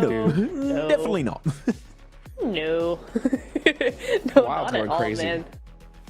He is going crazy, and he continues to go crazy. Isn't that insane? Isn't that wild, guys? Isn't that wild that he continues to be super consistent? Day 2, now coming into day 3. Love this for him. Wild. That was good. It's true. Yeah. It is true. It's pretty, hey, that end game was pretty wild. That's a fact there. You know what, guys? I want to know what you guys think. All right. Was True Rippers just late on that third party? or did they just believe in a fair fight and that's why they stayed back? What do you think, Max? I wouldn't say late. I think the timing was good. It's just no willingness to commit once they did make that push. They slowed down significantly. But here we go. Leaderboards. No movement from 9th position and above. It's stale. It's stagnant. It's not moving. But yeah, True Ripper's back on them. I do think that here, just once you especially find that you have the man advantage, I feel like that point, Niptro, they would have full committed, because if they get a big game, chances are maybe they would be over the side of ball and just barely able to make in top 11.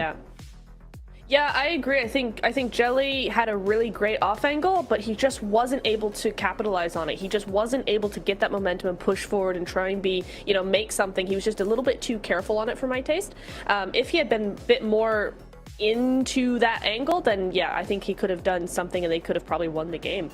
But Regnum won the game, and Regnum get 130 points. DRX are at 120. We're starting to see a little bit of a point gap here, guys, because Flash with 108, it's not undoable, of course. EA with 105. I mean, we got several teams now with 100 points, but it's starting to be run away with. If Regnum can get some top 5 finishes or just some high elim games, they're going to stay well ahead of the rest of the pack. And we saw Weibo popping off with the explosive bow on that hot drop, right? If he does it again, hey, 6 more points if Flash gets 0 points, and he could be our new podium squad. Weibo looking really solid. Influence Rage, though, Hot Jukes, where are they gone? Yeah. Had a stellar start here on day 1 for Group Red, and ever since, they kind of fizzled out completely, not able to really bring too much to the table, except for Lil Boy, though. This game, he was destroying Twisted Minds on the western side. Great plays, but a solo is not going to redeem this tournament for you so far.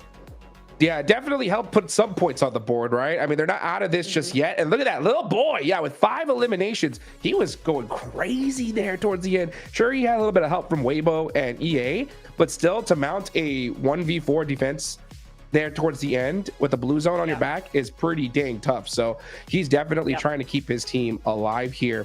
Now, we didn't see like changes in the rankings, Niptura, but we did see that, Weibo was behind Flash 19 points going into today. Now it's down to 7. So that gap is getting closer than ever here. Ooh, it really is. And if you're Flash, you're starting to get a little bit nervous, right? And I really hope that means that they're not, that doesn't mean that they're going to get super pressured, right? Because they've been having a really good Group Red stage, right? It's been so easy for them just because of that first day. They were able to just pop off and get all the points they needed. Now the other teams are starting to wake up, starting to go, oh, it's day 3, we better do something. You've got some big teams right behind you.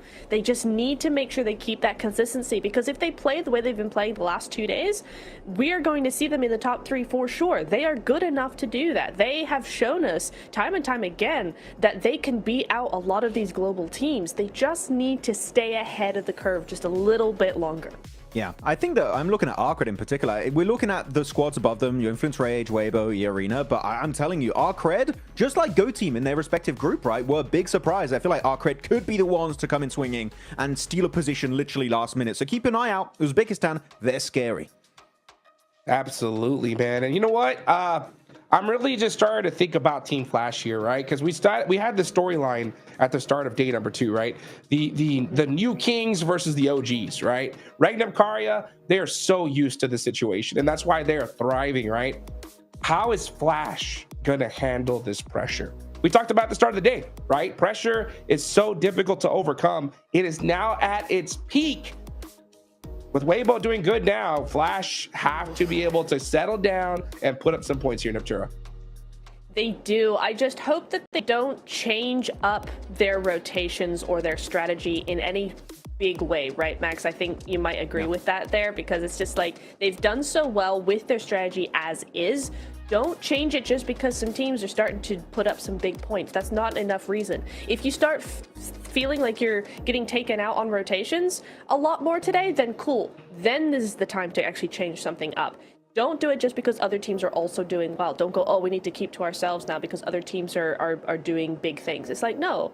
Make sure that you have presence as well. Make sure that you have what you want to do, and actually say to the other teams, you can't bully us out of our top 3 position. We've come here, we've earned it so far, we will continue to earn it, and that's the confidence they need to keep up.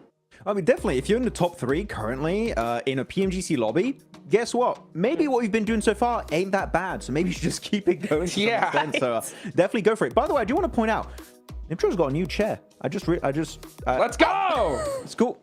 Upgraded PMGC chair. I didn't realize. I just saw it. Congrats on the chair. Yeah. Great desk. It's Great very analysis. comfy. That's what I'm talking about. Yeah, you got that eye, Max, man. You can see that chair rotation real quick, right? You know what? And it's so crazy when we talk about these top squads. You know, one thing that's interesting that stood out to me, because it just kind of just hit me like a light bulb moment. You know, the fact that Sook from Weibo uses that explosive blow, the bow, right? It's so good because it just blows up everything and you can kind of get some really good things happening there for you. But what it also does is it's a dead giveaway of who you're fighting. You know what I'm saying?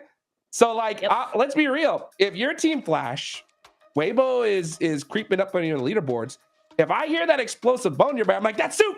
Weibo, they're right there. Let's go. Right. So I mean, there is something that could come into play a little bit. What do you think, Max? Are we going to see some Sook impersonators? Just like, what if I fake being Sook? They'll think we're Weibo and they might run away.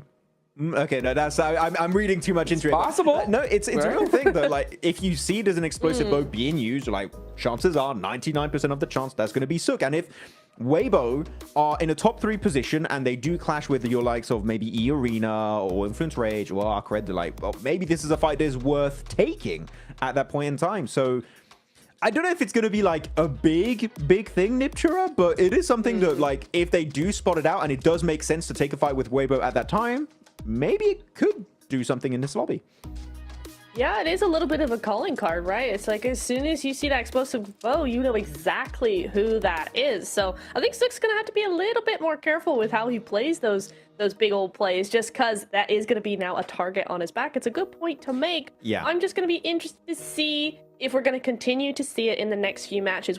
I mean, any time is good as now, right? Because he did get that first Elim with the explosive bow, that knock with the explosive bow on Rondo. We saw it for the first time after 2 days, so maybe that's just his sign to just keep on going with it.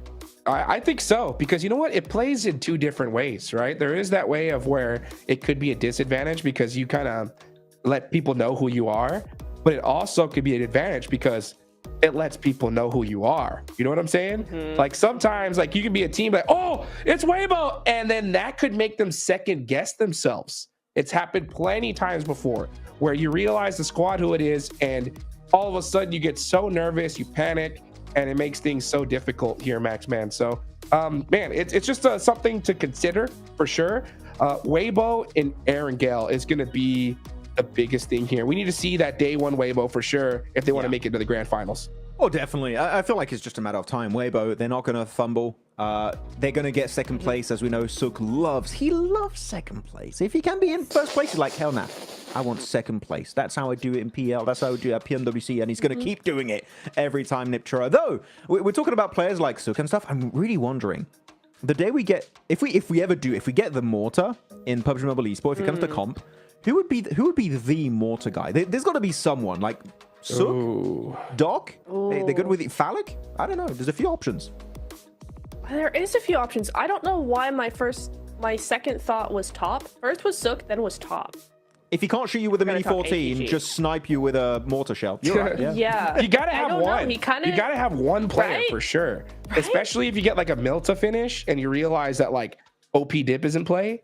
Because I think when mortars come out, guys, OP Dip is dead as a spot. Like completely. Oh yeah. If it does, it is OP. I don't know if it ever will. If it does though, it will be cool. I think it was OP. I think it was, but now teams have got, like, they know that's every crevice of that spot. So it's so weak from the backside. People just drive up, throw nades, and then it's just chaos, right? I think it's a strong spot towards like the absolute late game, but taking it early now, I mean, we've seen like in this lobby, teams like third party, fourth party, and it's just craziness there. It is hectic. I mean, I was talking about the mortar, but I get your point also. Yeah, OP Dip is quite interesting as a position on Erangel, the grassy pastures. But yeah, now onto Erangel. Curious to see who's going to be able to step up to the plate, Niptra. I mean, are we going to see Blank's Ghouls do something? Are they going to win an Erangel? I'm still waiting to see a big Erangel game from the Ghouls. Yeah, I would like to see that. That would be very interesting because, you know, we did see them get that win on Rondo. Now we need to see them get the win on Erangel if they're going to do anything, right? Because they are a team that needs to do something here. 9th place overall, still a safe enough position for them to get into last chance, but if they really want to make sure that they've got that spot, yeah, a win I think would be the best option for them. Of course, a win I mean, a win's going to be the best option for any team, right? But for them in particular to solidify that chance and make sure that they're not feeling as pressured for the rest of the day, you know, you want to get that win as soon as possible. I know I've been repeating myself, but we need to continue the Yangon Galacticos Myanmar legacy to some extent. We've got to keep it going, okay? I was very sad when they didn't qualify through PMCL. But here, of course, they're trying to hold the hopes high for the entire Myanmar region in PUBG Mobile Esports, which is growing rapidly, by the way. I'm very, very curious to see how they're going to be performing as a region going into 2026. Because, yeah, it's so cool to see these regions rise up at Hodgix, right? So, like, this year was the year of clearly Myanmar with PMWC. Last year, in my opinion, was the year of Japan. The best year Japan ever had, winning PMGO second place. It's too soon. Into PMWC at the halfway point that was eventually won by Alpha 7. I'm wondering which region will be the new rising region of PUBG Mobile Esports in 2026. There's so many good options, man. Yeah, so many indeed. You know, it made me sick to see that we're not going to see Team Japan in the Grand Finals here this year. You know what I'm saying? But you know what? It's back and forth, right? The lobby changes. We notice that teams like level up every single year, and you got to definitely just be prepared for that. You know, I'm looking at the back at the leaderboards here at Neptura. For me personally, it's really interesting because we're seeing such dominance. This is what I predict. We're going to see Regnum Karya, DRX just run with the rest of the lobby. I think they're in a position just like where it's just going to keep on happening. So you got one slot available. It's still possible for teams like GK and Arc Red to make it happen, but I think it's all on this first Erangel. I think they have to win it. If they don't, there's no shot. What do you think? I would agree with that. I think if you're not going to get the win, then you need to get a really controlling, strong game with a lot of eliminations, top 3, top 5, something like that, right? I think top 3. A win is always going to be your best shot, but I think for Arcade and Geek, you know, they're kind of 20, 30 points away. For the first game, I'd be very happy with just seeing their macro, seeing them trying to control portions of the zone, trying to see them, you know, sweep edges, get as many elims as possible. If they don't get the win, that's okay. I just want to see that momentum starting to build from a team in this first Erangel. Max, you agree? Yeah, I would agree with that overall. I'm just looking at the leaderboards. I'm looking like, what's the cutoff right now? Has it changed? It hasn't really changed right now. It's still 8th position and above. Maybe Burmese Ghouls can still do a jump up. They got 73 points. Technically, it is in reach of a 3rd ranked place from Team Flash. Yeah. So it's still doable for Burmese Ghouls. They can make it happen. You know what? We got to hear from True Rippers, right? After that last fight with Regnum Karya. Jelly is on the stage with the 7WG. Let's go and hear what this guy has to say. Welcome to a quick report with the 7WG. I'm joined by Hydro from True Rippers, a team that finished in 2nd place. They definitely could have gotten the win, if I'm being completely honest. Why was True Rippers not willing to be more proactive against Regnum Karya, especially when there was a fight going on between them and another team? उस time पे हमारे पास right का information नहीं था just हमारी left side वाली area हमने clear किया था एंड हमारे पास लूट की कमी थी तो उस टाइम पे हमारे लूट और उस सब में थोड़ा सा दिमाग चला गया था एंड जैसे ही हमें राइट का इन्फॉर्मेशन आया कि राइट क्लियर है and there is only 1 team left तो उस टाइम पे हमने लेफ़्ट का प्ले बनाने का ट्राई किया बट वहाँ पर थोड़ा बहुत हमारा चोक हुआ उसकी वजह से हमारा मैच थ्रो हो गया but we will work on that एंड ये वापस ना हो यही विश करते हैं They are saying that they didn't have a proper info about right side, and when they got the info about the right side, they were so late at that moment, and so they thought of making a play from left side only, and at the end they choked, and they are accepting that mistake, and they are going to come back next stronger. I appreciate the honesty. I appreciate that you even used the word choke because that's definitely what it was, but it is all about timing here at PMGC. I can't wait to see what you guys will be looking to do. You're continuing to learn, you're continuing to improve, and I'm hoping you make it to last chance. Shukriya, bye. Back to y'all. Well, you heard it. You heard it from the man himself, right? They knew that this was a their game to win, and they lost it, right? You could see the look on their faces. I always am interested whenever we get these player camps. We saw it a little earlier. You could see the frustration in them talking to each other, but they seem to be focused, which is good because they need to focus up here big time if they want to make it the last chance, Max. Yeah, I mean, they're going to try and make their best. It's good to see, at least during the interview, they know what was the main mistake, so they can try and learn from that and build upon it. Yeah, well, you know what, guys? We got the next game coming up soon. I appreciate everybody for being patient with us right here because, man, it's so dang close. You know, personally, when it comes to like that mid pack of trying to make it a top 3, I think you got to go for it, like without a shadow of a doubt. I think this is the game because personally, from what I've seen so far, Arc Red, Geek, I don't know if they're going to make it in Last Chance, guys, considering that. You know what I'm saying? Yeah. It's Last Chance is going to be so dang stacked. It's only 2 days and only 2 teams are moving forward, right? So if you consider all that, you got to kind of look at this as like, hey, this is it, right? If we want to make it to the Grand Finals, we got to pull something out here. So I don't want to see them play show at all. I think they got to go nuts, Max. Yeah, I mean, I feel like there's only 1 slot remaining here. I think Team Flash might be the one to fall. DRX right now are looking mighty scary, so only 1 team can make that comeback happen.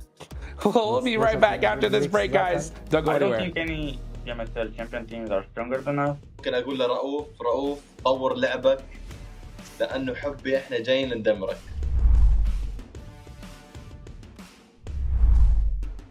بالتاكيد يعني احنا ابطال PMSL عربي. MENA region من افضل الريجنات بالعالم. Chúng tôi khá là tự tin ạ, tại vì chúng tôi là đương kim vô địch C nên chúng tôi không sợ. Chúng tôi đã đạt được 4 top 1 trong một ngày thì chúng tôi đến đây với mục tiêu phá kỷ lục. Chúng tôi sẽ cố gắng sẽ đạt 6 top 1 trong một ngày. I think we will qualify straight to the final. إذا أنت بطل PMSL ممكن تكون محظوظ بجيم جيمين، أما إنك تكون محظوظ إنك تفوز بطولة هذا الشيء مستحيل. Bên Milan tại vì họ là một đội mới nên họ sẽ có những tâm lý khá là bất thường. Büyük ihtimal Wolves derdim. I think probably Virtus Pro just looks like that. Нельзя, блядь, сказать, что они удачи, что они нормально сыграли. Там нет неудач, ну, те, кто на удачу выиграл. Я посмотрел, типа, фавориты своих регионов выиграли. Wolves Esports.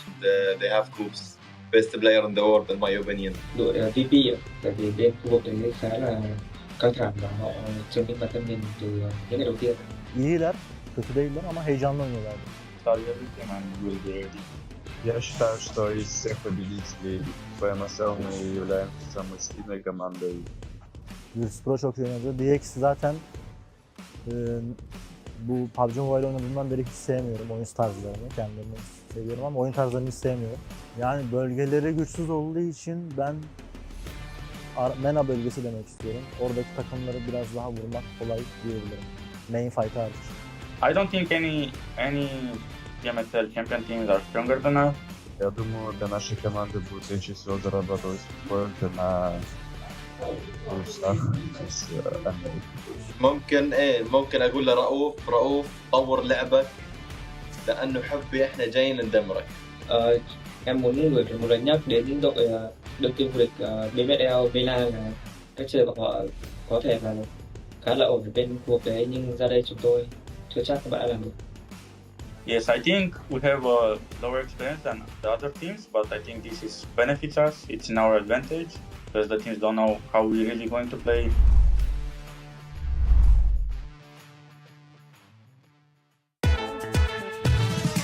Takım içerisinde binada en beklenmedik pozisyonda kim oynuyor? Silas. Berkin abi. Silas. İlk başta fight atarken kim ölüyor? Silas. Silas hata. Ben. Fight içerisinde fight olarak değil de genel olarak panik yapabilen kimdir? Panik mi? Arda mı? Wild tabii ki o. Ha, tamam Arda, ben de onu Fight'ı ben değildir. Fight'ı bana gelmem. Mahmut olur ben. Mahmut'u seçeceğim. Evet, farklı. En iyi karar veren Silas, en iyi aim de bence Hepimizin White'dır ya, aynen. CJ'den. evet, yanlış yere geldi. En kötü kararı bir koşu kitabını adam koydu. Takımda en iyi aim'e sahip olup da kötü kararlar verebilen Devam edelim ya kötü kararları. Benim. da IG'li, hiç dinlemeyen, kendi kafasına göre hareket eden kim? Buna acil karar versin. Ben olabilirim. Sence kim? Gelsin acil karar versin. Ya kimse yok ya. No one. En fazla konuşan kimdir? Berkin abi. Silas. Küçük kardeş statüsünde kim var? Wild. En küçük sensin olur. Takımda diğer oyuncuları en çok kim götürüyor? Wild. En fazla şikayetçi olan kim? Loxi. Mahmut. Loxi. Net Loxi bu arada. Yani bir şikayetimiz yok ya. En geç uyanan kim? Wild. En fazla yemek yiyen kim? Aynen, bu nasıl bir soru yani? Yani şöyle. Bizi izlediğiniz için teşekkür ediyoruz. Çok komik bir takımız. Görüşürüz.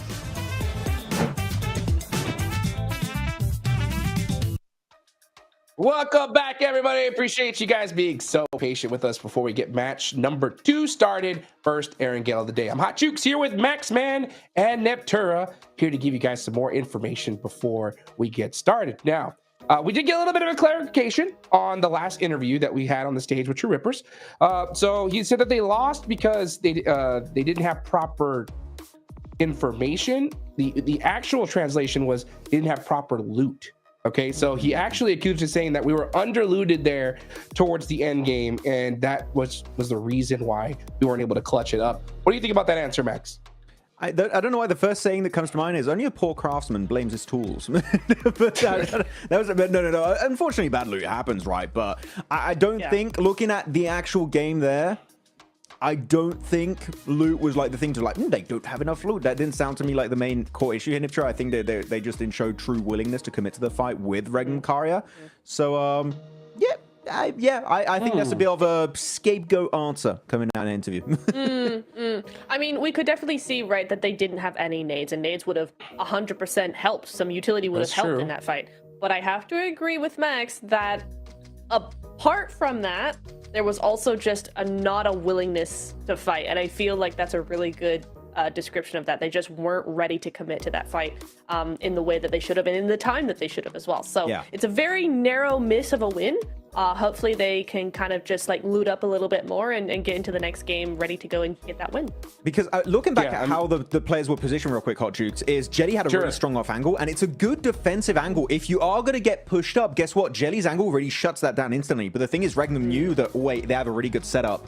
If we push, we're just going to get completely fed into the meat grinder. So let's play it slow. And they played it so slow. In fact, the circle pushed all of the, I was going to say Thunder Talk, all of True Rippers out of position, and they'll just force in a really bad spot that can easily be used in favor of Regnum Karya. So in this case, it was a good one. If the circle was slightly pulling their way, but it wasn't, the blue forced them in a really bad spot, made them make a mistake, and Regnum were just like, yeah, that was such an easy way to abuse the circle as their own weapon, kinda, and take home the win. So still a really good setup, I think, from True Rippers, but the circle didn't quite work greatly into that plan, and that's why the fumble did happen in my eyes.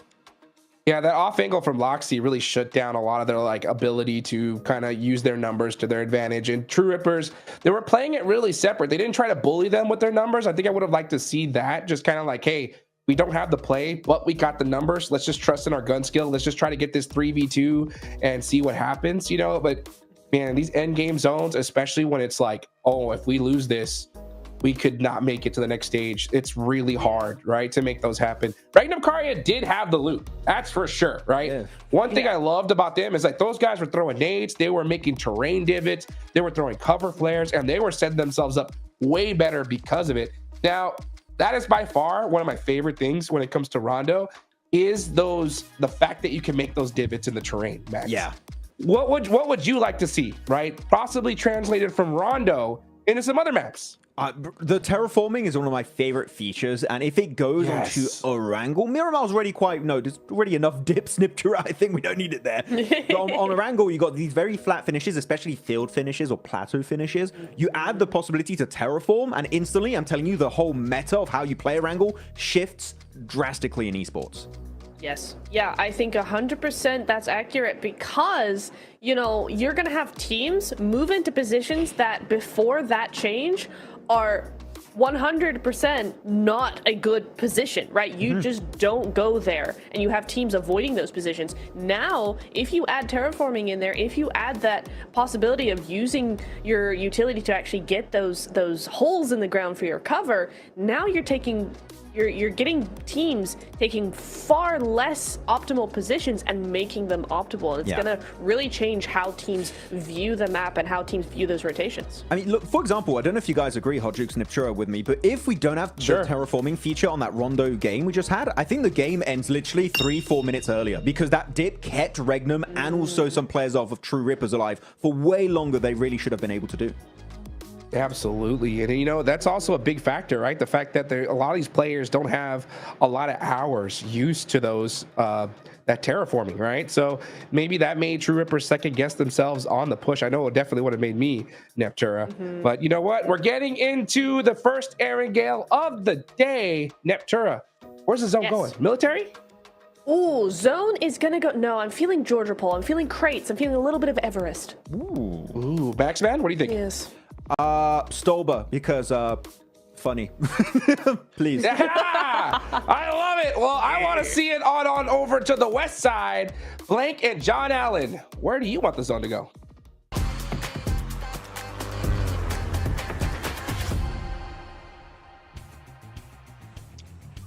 Where do I want the zone to go? I mean, that's always a difficult question. In terms of excitement, I mean, military islands are always fun, but we've seen quite a few of those now. We haven't even had a back-to-back one. I mean, we nearly had a Zaki circle, so that could be quite interesting to go back on towards.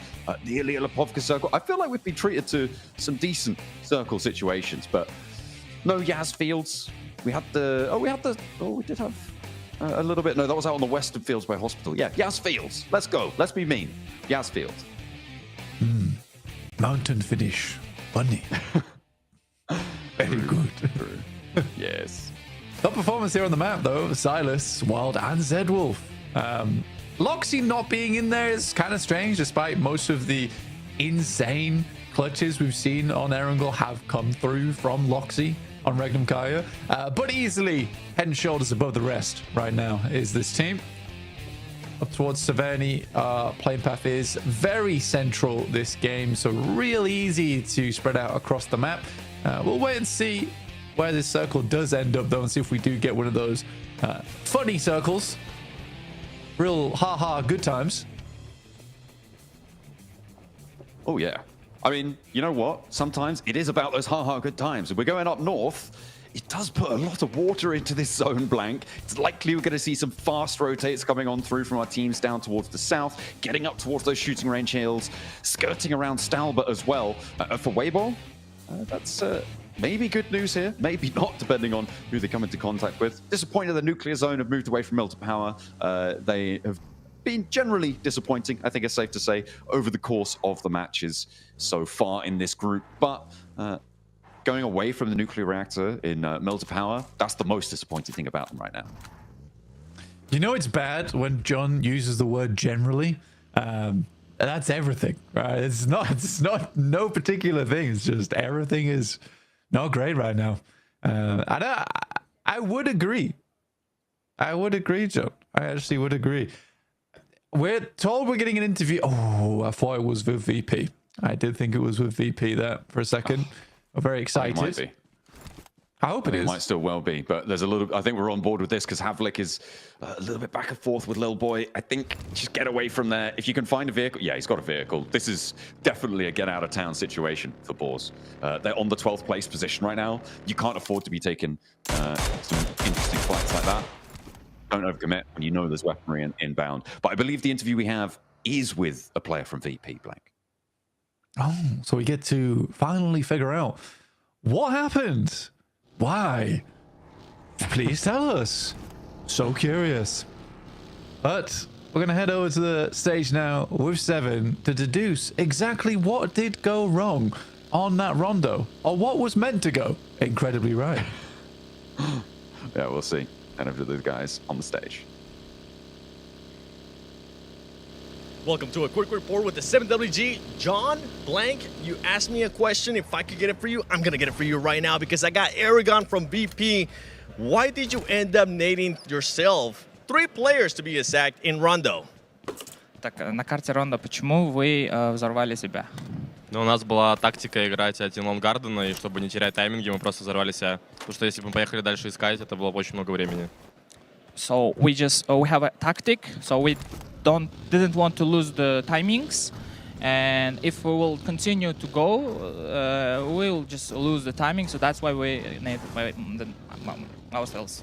Okay, well, hey, that makes total sense. A tactical decision to be able to do it. Now, talking about tactical decisions that you might have to make during the day, you're currently 18 points away from 11th place. If that starts getting a little bit further away, are you willing to hunt down 11th place to stop them from getting points?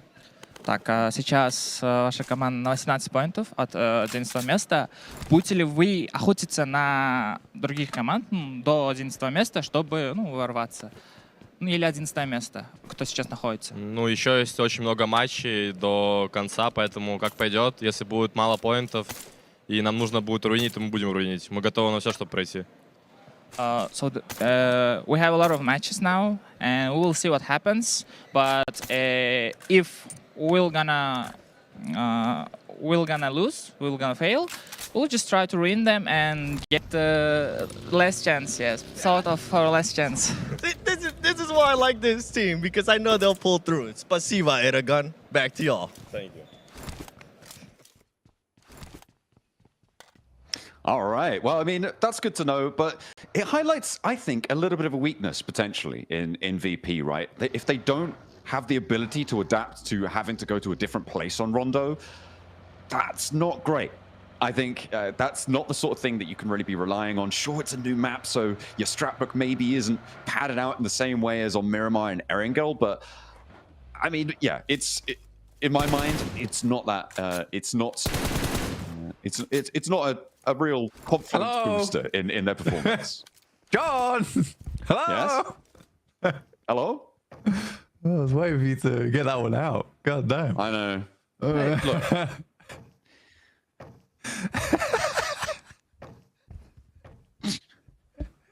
Can I have a necromancer, please? Because I'm dead. I'm sorry. I'm sorry. Can you necromancer me, please? I'll rise, John. Rise. But yeah, I think honestly, your point was good though, and I think that it is important to think about a little bit, because I think for VP, I think the key word for me there was the timings were wrong. So it sounds like to me that VP has like a very rigorous playbook. That's not always the best thing. And I think you're right. If you can't play outside of the norm, then you don't get into those late game situations where you're able to pick up a chicken dinner that comes off from an odd rotation or an interesting start to your game. I mean, there's situations where you're able to cut out two teams from the Western side off of some fortuitous fights. At that point, you need to start controlling a lot of area. But for VP, that sounds more like they're just continue with their original plan, which I think needs to change. And it does explain a lot of why VP looks so great towards these end games. Because if everything has gone right up until the 24th minute, then they'll let off the leash a little bit and they can play a little bit more freeform. And that's where they can close out the game strong. But I think, you know, hoping that your plan goes correctly all the way up towards the end is the wrong idea, because it's the age-old sentiment of, you know, fail to plan to fail. But if you prepare a plan and don't prepare for that plan to fail, you're equally going to lose out. So yeah, I think VP needs to have a little bit more freedom to make plays in that mid game. Yeah, you can't be relying on just the single strat. Sometimes it's just not going to be realistic. And I mean, we saw them say, oh, we really wanted to stick to our strat. We thought it was really good. Well, they didn't do that well in Rondo. They didn't get very far at all. So maybe needs further rethinking there on that front. Let's hop over to the North Shooting Range Hills, though, because teams now have started to group up. Blank. We're on Geeke on those Shooting Range Hills. They've got Nuclear Zone, who started all the way up north, very close to them. And further north than that, you've got DRX out to the west side of Severny.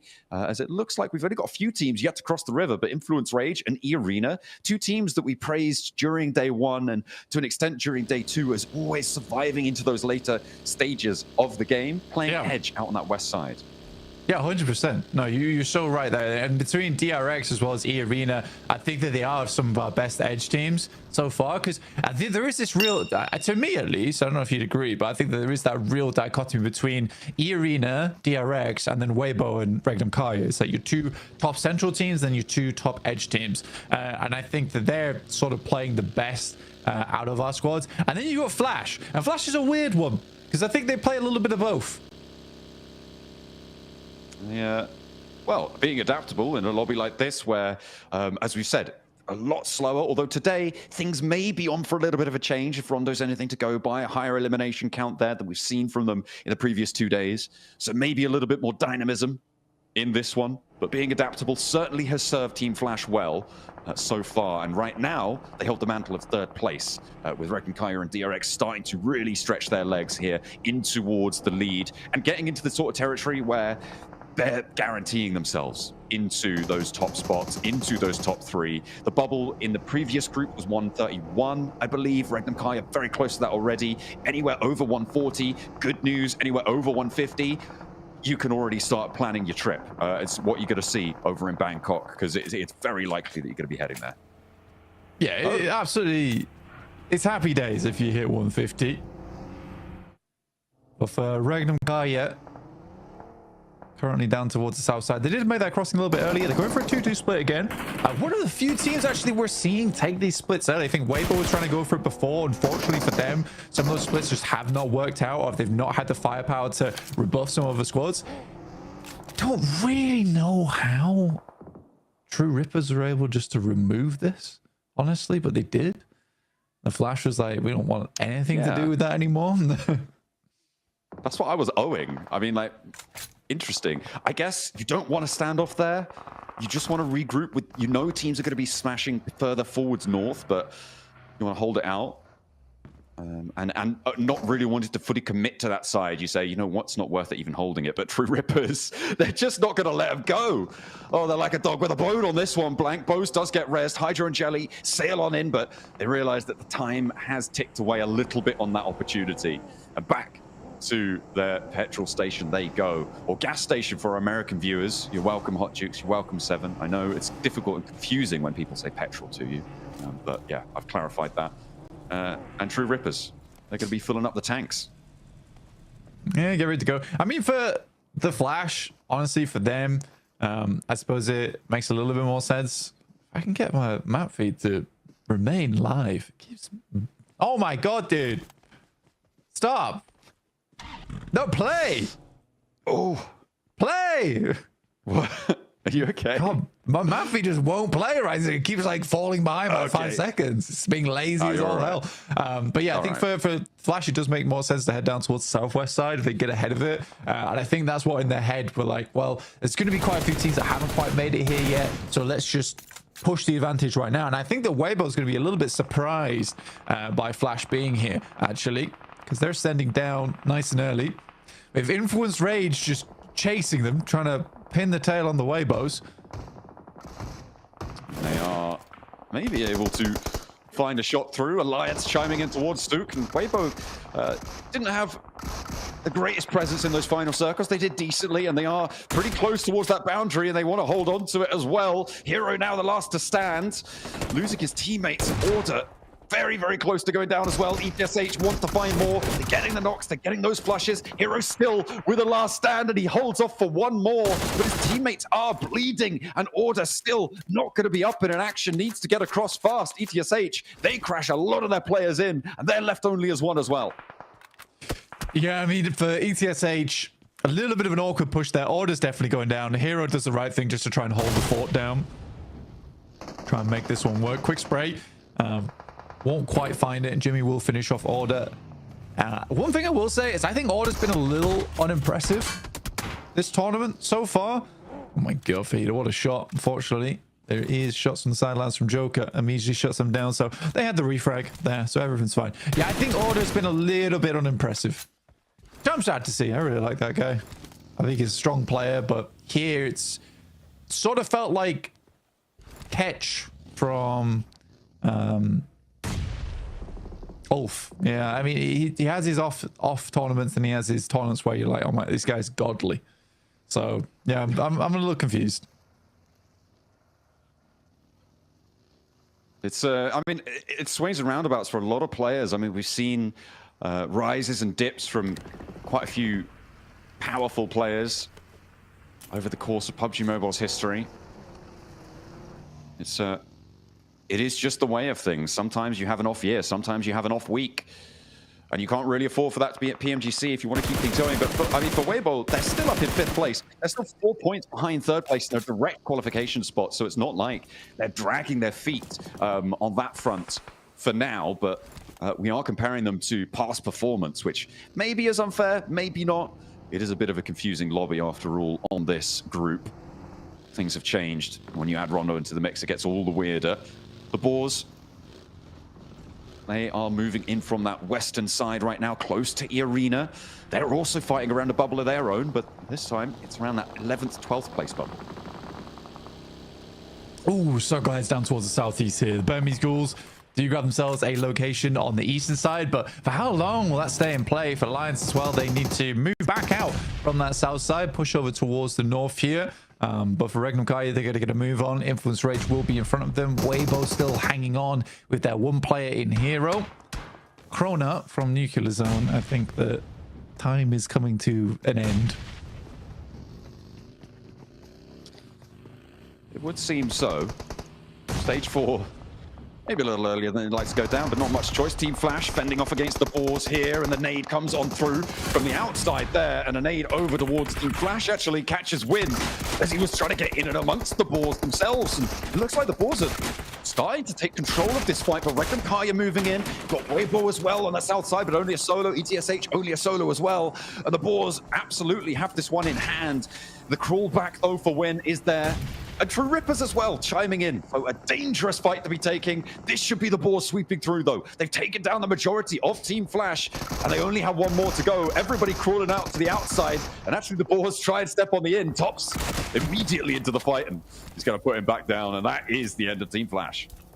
It's good play from True Rip as well. I really like this. You know, this time I like the slow approach. You see that Regnum Kai is also pushing in, so you don't want to go for this engagement, but you slowly pull yourself further down towards the south side. You gain more control over towards this area, and you can get a shoe in because eventually Regnum Kai is going to have to push something, and True Rippers is going to be ready when that does come through. So this actually was a nice play from True Rippers. I respected the discipline on that.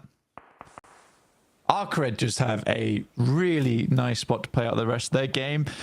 Some teams would maybe rather be down towards the south side so they can play out those ridges when it comes to the late game. But that does require the circle to push south as well. So it's definitely not a fun one here, John. There's a lot of ifs and buts when we come through to stage 5 and 6.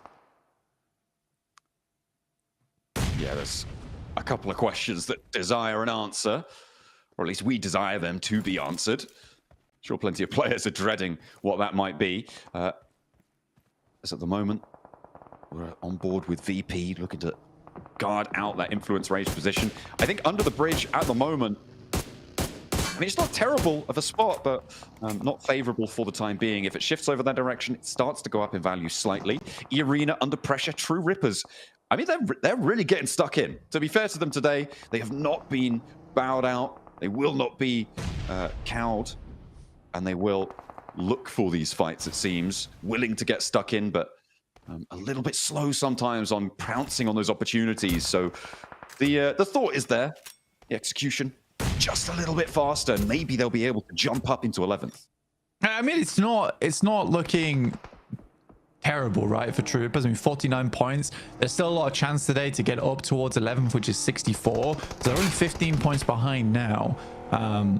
I think it's definitely possible for True Rippers. I think they are learning quite quickly. And even if that last match, like, that's a big adjustment right there, even then, on that engagement of how they played it out. They pushed down. They were like, we need to take advantage of this moment.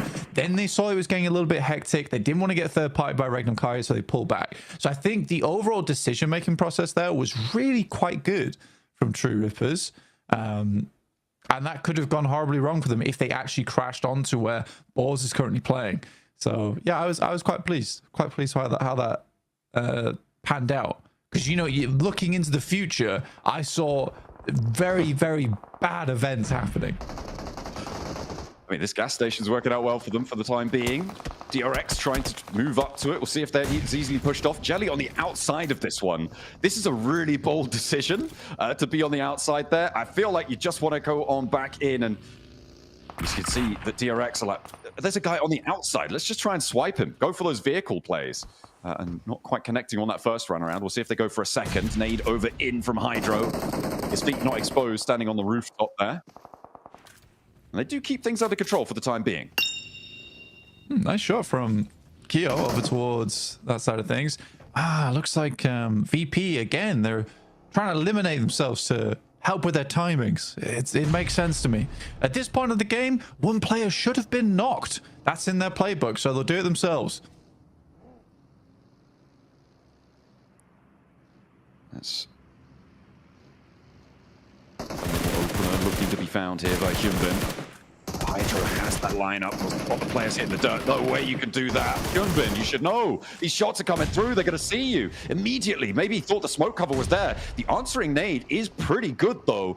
And Hydro will get knocked. Now it's just Keo on the off angle, and his cover's moving away from him. Jelly's knocked on the flip side as well. On the swivel, hits the deck, stays alive, looks for the flush as well, and Soez goes down too. Now it's just up the kite safe for DRX on the approach. Can't stand up. There's Harp, there's Keo, and they handle DRX on the approach. Held their nerve in the face of it. Hydro goes down, but DRX are taken out. Regnum Kaya looking to rise above.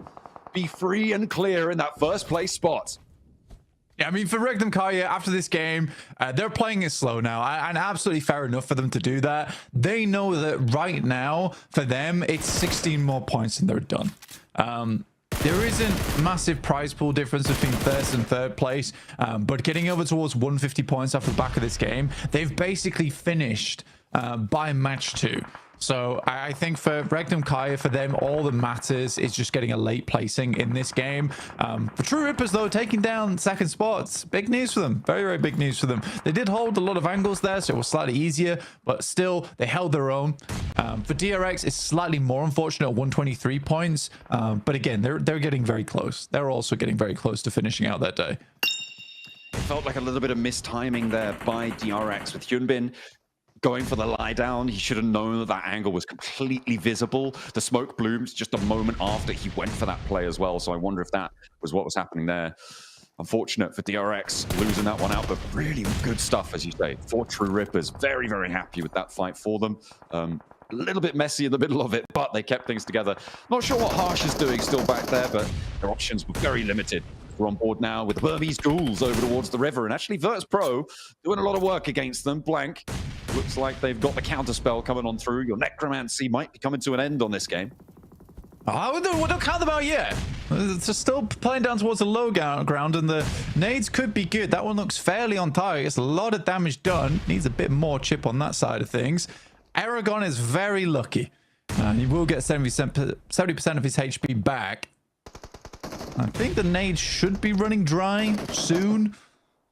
What the hell? Burmese Ghouls still have some back in pocket. I mean, Ichi's still got one more.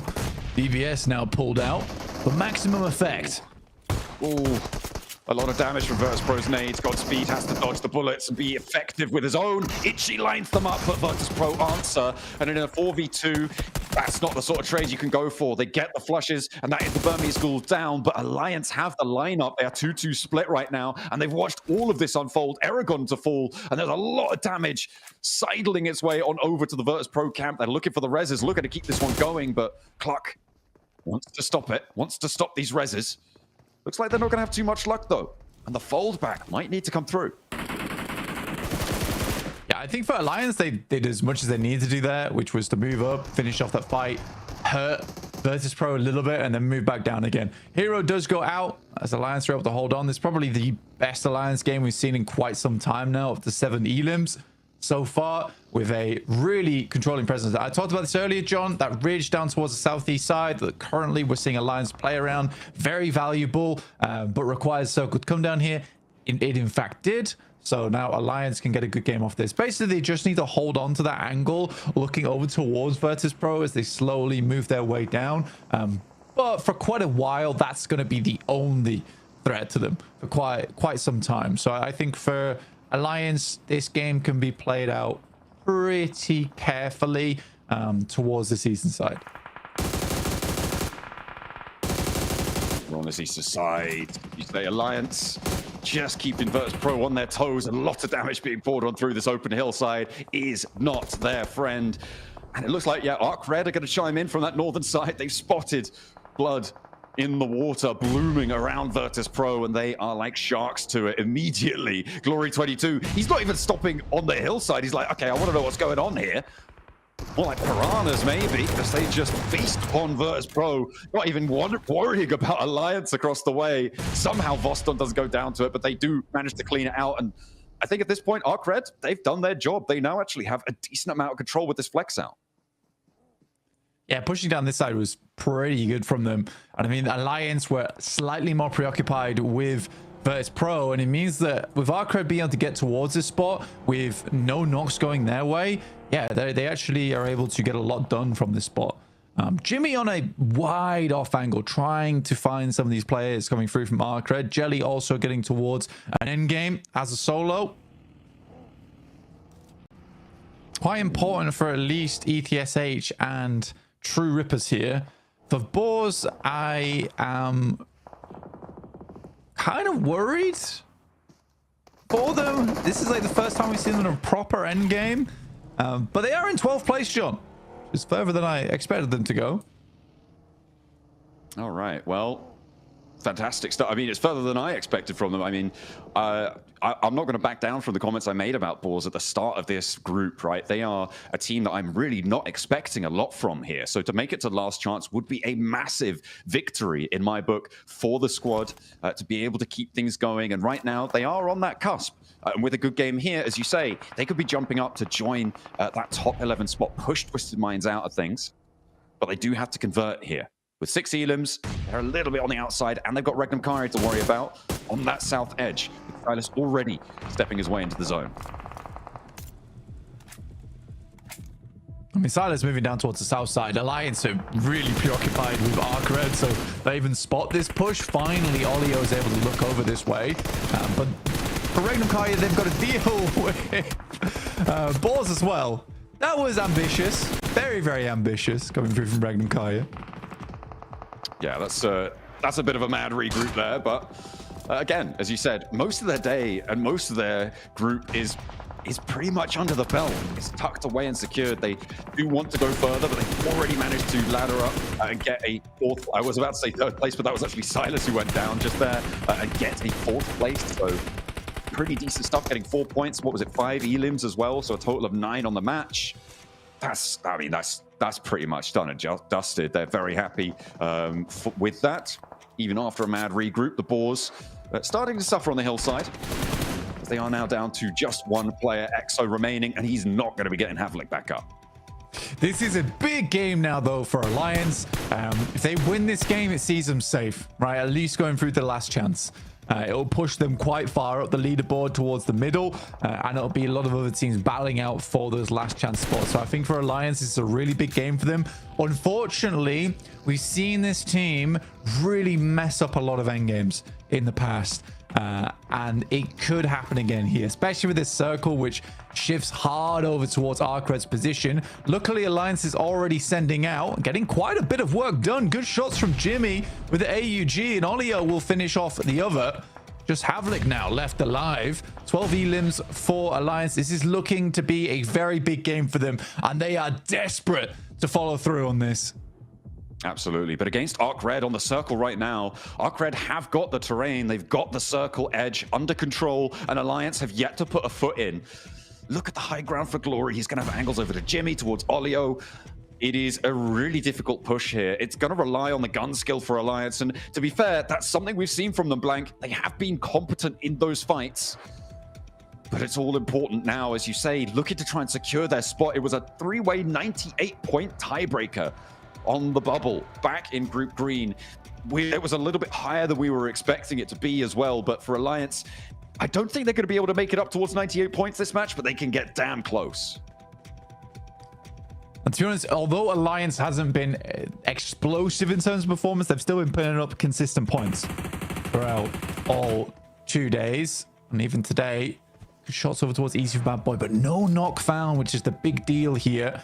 Glory also is always a worrying aspect. He has some of the slickest off angles we've seen so far from any team, and he could really be a thorn in the side. Currently, the algorithm's giving it by 0.10% over towards ArcRed. but it is going back and forth. I mean, it's getting closer by the second. Oh, Cluck not going down there is huge news. Glory desperately wants that nade to find it. So much needed, and he will be able to connect. Cluck going down there is disastrous. Holding that position would have been brilliant. That's why I was so excited for them to be able to stay up and alive there, because it's unlikely you can go for that res and immediately Arcred pounce. They're moving around. The Piranhas of the lobby moving through, and it's all coming crashing down for Alliance. Immediately 2 more knocks found, and it is not to be denied. The Piranhas swarm, and Iftar, the last to stand against them, looks to try and find one, get a point on board, but from the high ground, it's shut down. It is Arcred. Alliance just cannot play endgames. It's sad to say, but it is the damn truth. They cannot play an endgame to save their lives. Closing games out is just not a possibility. For Arcred, this does push them quite far up the tables, though. And I'd be excited to see what the desk have to say about it, because I wasn't quite following exactly how far they were going up the tables there, but I do think that it puts them in striking distance, at least. Yeah, absolutely. It's still a good game for Alliance, right? On that match, they were able to earn a lot of points and get deeper into the middle of the tables, which is where you want to be for those last chance prospects. For Arcred as well, see where that ends up sitting them. It's getting nice and close still around that 3rd place bubble, but really, at this point, it seems like maybe only one position is malleable in those top 3, with DRX, with Reckon Kaya starting to lock down those top 2. Yeah, DRX position is pretty solid. I think it's the only one that you could really take a pickaxe to. For Regnum Kaya, it is impossible to catch them up now. But some of the other teams, they are still absolutely pushing for that 3rd place.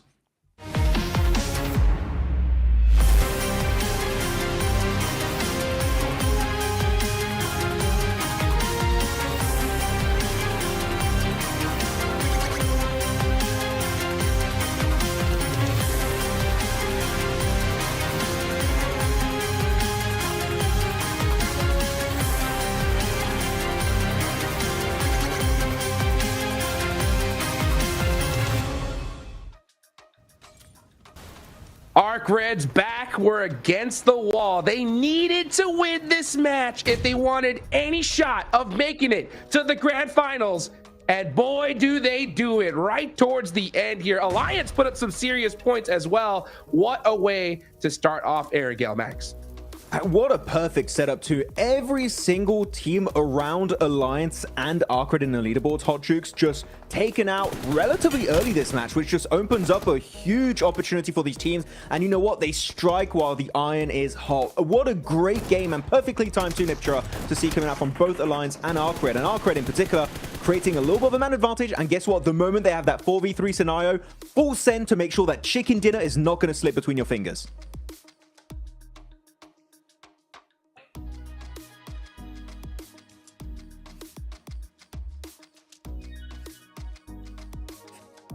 An open mic. They definitely need to have an open mic. That would be fantastic. For goodness sake. No, I think it's really, really nice what they did here. They had, like you said, the perfect setup with all the teams around them going out. And we were talking about it before this game, right? That this team, both of these teams in the top 2, Alliance and Arcred, they needed to get a win here and now in this game if they wanted any sort of chance of moving forward in a different position at the end of the day. So really happy that both these teams were able to do just that, Max. Yeah, sorry for laughing at your muted mic there. No, it's fine. It's fair. It's fair. But no, Alliance, I'm very excited. I think that you in particular, Niptra, are going to want to break down their map rotation for Alliance, because they had some very interesting setups for them to be able to get to the late game. So we'll go a bit deeper in that at some point in time. Let's get ready for some highlights. And man, the mid-game stage had so many crashes. Hodgix, I think we're finally at that point where teams are like, okay, we got to do something. We need to go for these big plays, and the crashes are beautiful.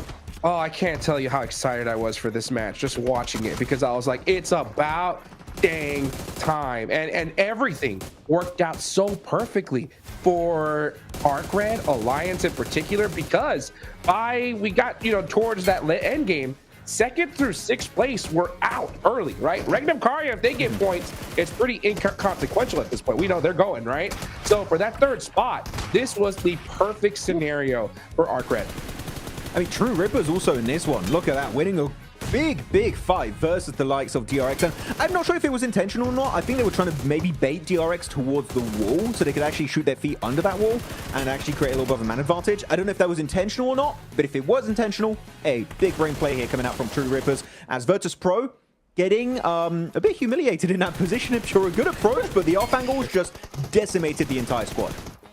Yeah, they got off-angled to smithereens, I think is really appropriate to say here. And it was unfortunate. They tried to do something with it, but again, we're just not seeing that confidence in their plays. We're not seeing that full sweep that we need to see, especially in that zone. But we are going to go over to these team rotations. I love this graphic so much. And you can see here that the Boars and Alliance, both of those teams had to go into the zone, right? The biggest rotations coming in from them. But you see here Alliance, look at that spread over Garden, right? Really controlling that south side, making sure teams can't really cross that bridge until Alliance have had their share of it, right? Until they're done with it. But they move across the bridge, taking advantage of the fights that were happening on the north side, right? Taking advantage of those fights to actually move in, not to get elims, but just to move their own position forward. So you see them make that full rotation across the bridge. And then here is what I love to see. This next zone shift, you see two go over towards VP's position, controlling that area. Arcred do the same thing, to be honest, and well played there, right?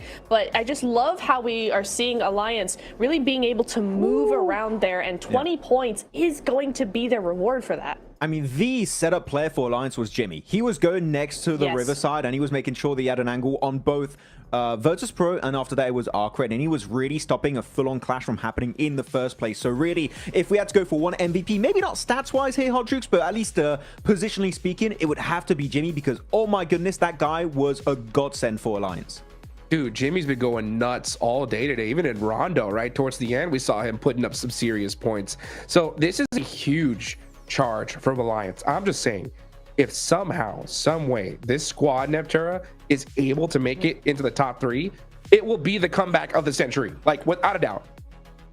Oh, it has to be, right? Because it's the final day. It's you're down in the middle, in the mid bit, right? In the middle bit of the lobby, and then you come in with all those points. I mean, this is exactly the springboard they need to make that, Max. But that would be such a storyline. I would love that. Sorry, I'm a little bit cringy because Flash got 0 points. Yup. I don't like seeing Flash getting 0 points. They might be slipping out of the top 3 after that performance. Here we go, though. Arcade Glory gonna be our glorious MVP for this match, with a total of 3 eliminations. But yeah, the negative, Team Flash losing steam, losing momentum, that confidence, that presence in the late game scenarios is just not there for the squad. Win might have to rename to losing, because right now he's not taking the dubs. Let's take a look at the leaderboards here, and oh my goodness, that 3rd place position is now looking scarier than ever. Arc Red are not that far away, only 6 points away now. Flash just haven't been able to put up anything here. And now, I mean, even Alliance, they go from 11th all the way to 8th, Max. This is getting crazy. I mean, they're lucky that the arena only got 1 point, is all I'm going to say for Team Flash. They got a little bit lucky in that scenario. But yeah, looking at that, Arcred able to jump up, finally escaping these middle ranks and able to slowly begin the ascent. Here, just behind Weibo, 3 points away. Arcred, they could pull a go. They could be the surprise factor, Niptura, and just snatch away a final slot literally in the last few matches of day 3. I mean, I'm really scared for Flash. When you think about, we have 4 matches left. I mean, Arcred starting this momentum so early on in the day, so decisively as well. Like, it wasn't just the zone was handed to them or anything like that. Yeah, they held a compound for a long time, but as soon as they had to push, they pushed. They pushed in style. They had the big split over the rest of the circle. They were moving for that control. They were trying to move other teams around as well. So for Arcred, there's a lot of mentality there that I see in them, that it's like they are confident in that push. And so this game is very scary for Flash. Also strong performance from Alliance, as we already said, right? Able to jump up 2 ranks from 10th position up to 8th. And Boars escaping the red zone at the bottom of the rankings. Boars definitely going to be over the moon about this performance. So really, really happy with them. Havlik actually being a top performer. We know this guy's an absolute OG in his region. And Havlik kind of, we know, can bring some big numbers on any kind of stage, especially the global stage. As Olio, though, sneaky angle right, Neptura, able to get that huge spray from like, what, 150 meters, 200 meters under the buggy. That was insane accuracy from this player. Yeah, insane clutch indeed, and that's gonna contribute to one of his 5 eliminations coming into this game. And you talk about, you know, how we were saying, I think yesterday it was, that a 2.5 average elimination is insane, right? We don't talk enough about how insane it is to get a 5 elim game for one player. Like, especially in that zone where you're looking at a lot of other teams as full squads trying to get all the sneaky angles. And so for Olio, for Jimmy, to get 4 eliminations is pretty crazy. Like, there's a lot that's going on there. You got to be real quick with those peaks as well. Yeah. Like, some really, really good skill coming in from these players. I'm sure Sakura from E-Arena's like, yeah, but I got 11, so, like, you know, you're bad. Me, Sakura. Sakura, you had a mountain. Come on now. Rondo. Yeah. What a crazy game. You guys want to hear some crazy stats? Yes. Let's do it. Yes, please. All right. So, at the start of the day here, Alliance, they were in 11th place. All right. In order for them to make it to 3rd, that was a 49-point difference. Okay. A mountain to climb. After these first 2 games, they have closed that gap down to 23 with 4 matches left to go. It is possible, folks. And the only reason why this is even possible is because in the first 2 matches, Flash have only gained 1 single point. So, oh no. Yeah, that lead that they had, it is gone at this point. It's do or die. They have to perform here. There are now so many squads that are a huge threat here in Neptura. Oh no, that is really troubling to hear, because I feel like if any team deserves to be in that top 3, it's got to be Flash, right? Because they've been so consistent over 2 days. They've come in with a massive day 1, and then we're consistent day 2. But for day 3, for them to fall off day 3 would be so heartbreaking for them, Jakes. Man, this is getting crazy. I'm so excited. I mean, DRX too. DRX need to start making a little bit of movement because they've only gained a handful of points as well. I mean, I'm looking at the numbers right here.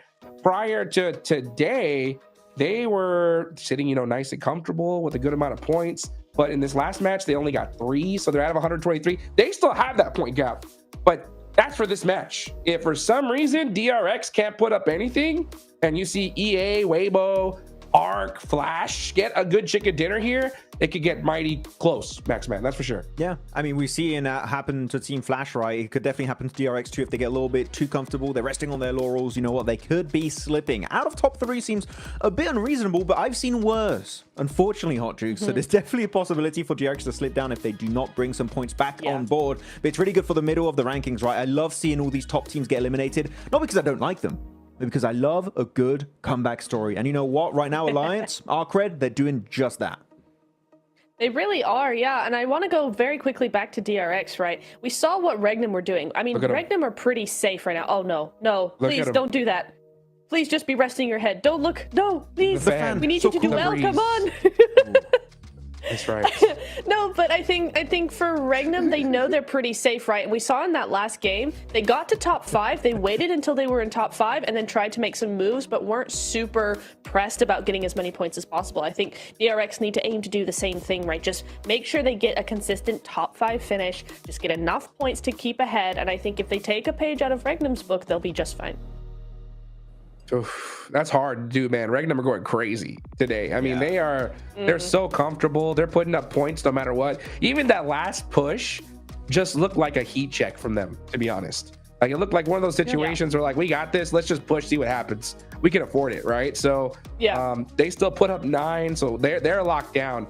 I mean, I doubt it. I still think DRX are a lock because we know what they can do. There's still a lot of matches left to go, but it is a little concerning when you see a team jump up so much, right? Like, they need to perform. They need to put something up for sure here. If they pull an alter ego, which if you guys don't know what that means a 5-point day on day 3 of Group Green, then they could slip. And that's after I made a video on alter ego, and I did make a video on DRX. So again, I got some interesting messages, but no, they're fine. I'm just memeing. They're going to be okay. But no, going back onto your point, Regnum Kara, right? They're looking really, really comfortable. I don't know if you guys would agree, but they just look to me like they're playing, and the way they're playing is effortless. They're just, it's our game. It's such a good way to play the game that even a PMGC lobby just crumbles at the sheer thought of playing against us. And right now, Regnum Kara, they're just cruising. I'm telling you, this is the easiest performance I've seen them do so far. Regnum, they're big chilling. Yeah, I think honestly, they're just sitting so comfortable now. Yeah, they are, and it's all down to them slowing down. We said it yesterday, right? They just slowed down their pace a little bit because they weren't doing too well. I mean, let's remember day one, they were struggling big time here. But then second day they went, oh, what we need to do is just play slowly, and they were able to just flip the switch just like that. So today I think they've really found their mojo. They've really found what they need to do, and Max, they're looking so good for this next game. We had the APG prank. But that was the Regnum prank, and it's done now. The prank's over. It's done. It's done. Well, here we go into match number 3, Erangel. Which team is going to make that rise like we just saw from Alliance? Maybe Burmese Ghouls, Mike? It's time for them to arise.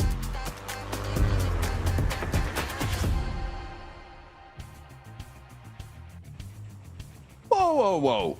He's stealing your bit there, Blank. That can't be right. That can't be right.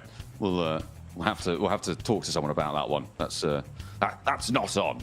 We'll head into this game though with that setting of it being so close around the third place bubble, because that is what teams are going to be paying attention to. Yeah, I mean, for Burmese Ghouls, they need to rise again here in this game if they want to get something done. I am a little bit concerned though, and my necromancy powers aren't quite coming through.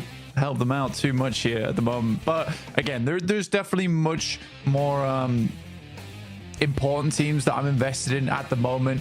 I think for Regnum Karya, we can probably stop talking about them altogether at this point in time, John, considering they are currently in first place, and with the amount of points they've been able to get, and I think Erangel is just such a strong map for them overall anyway, it's likely that they should be able to get through towards top 3 now with no problem at all. We're looking at DRX to finish out the race, finish the job, and our third place team to make themselves known.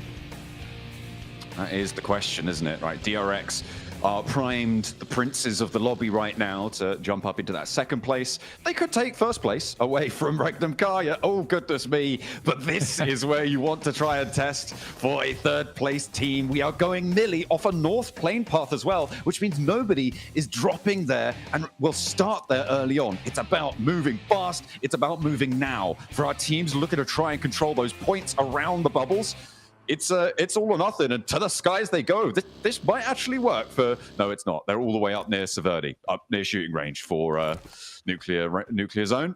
That is a long flight. It is a very, very long flight to go for, unfortunately for them. But we'll see how they make it happen. We have no teams in South Africa, John, which is crazy to me. Absolutely crazy.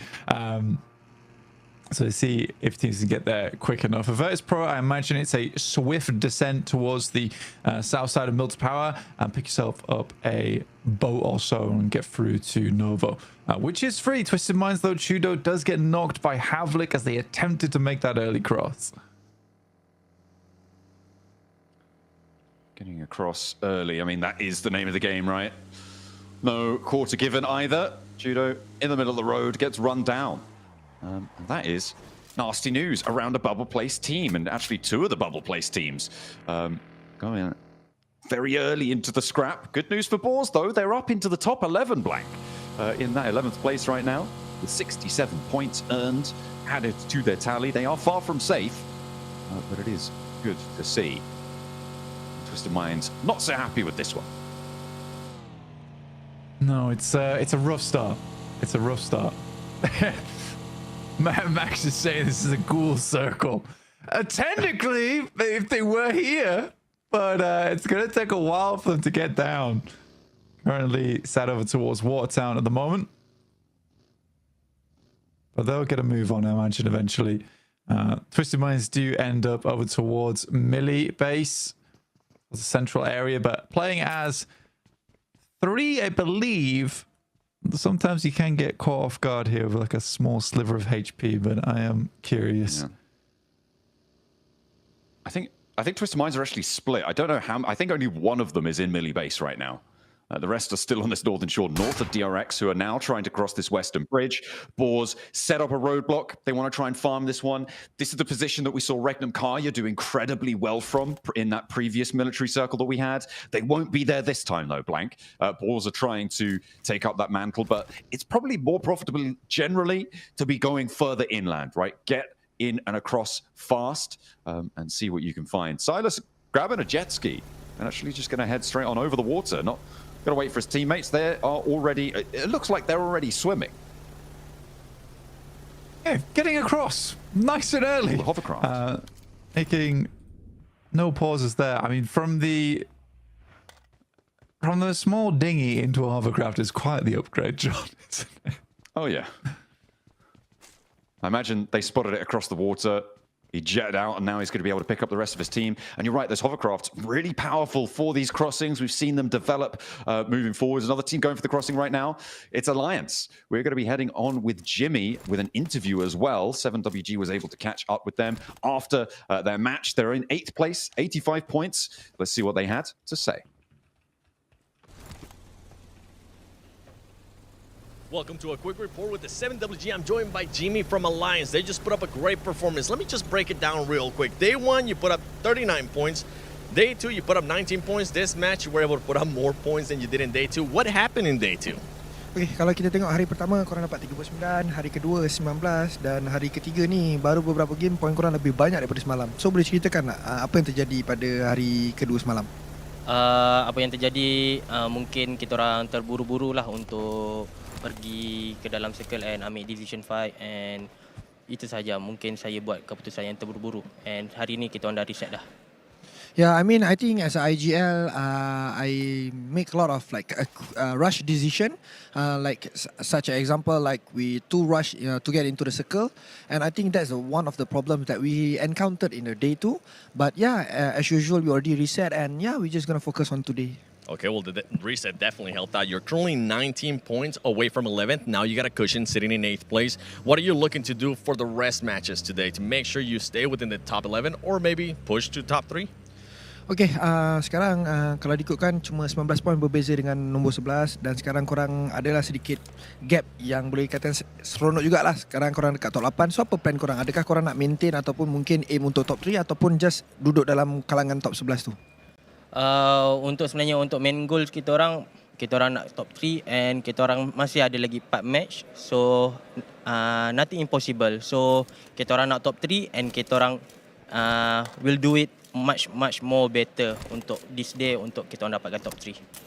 Okay, of course. I mean, the aim is still top 3. I mean, there's still 4 games, and I think it's achievable. And I'm very confident that we're gonna try to climb to the top. And yeah, we're just gonna do much better. According to me. I like the reset. I like the confidence. Terima kasih, and also Salamat Hari Jadi, Melvin. Back to you all. Let's see what Malaysia can do today. All right, keep that confidence going. Keep that power trucking. See what they can do for Alliance's side for Malaysia. The Twisted Minds, they did manage to get Lord across, and the Boars are trying to hunt him down, do even more damage to them.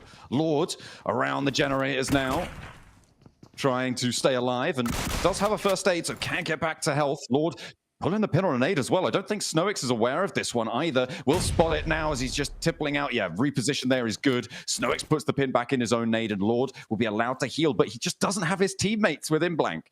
The other two, they're still on that northern shore.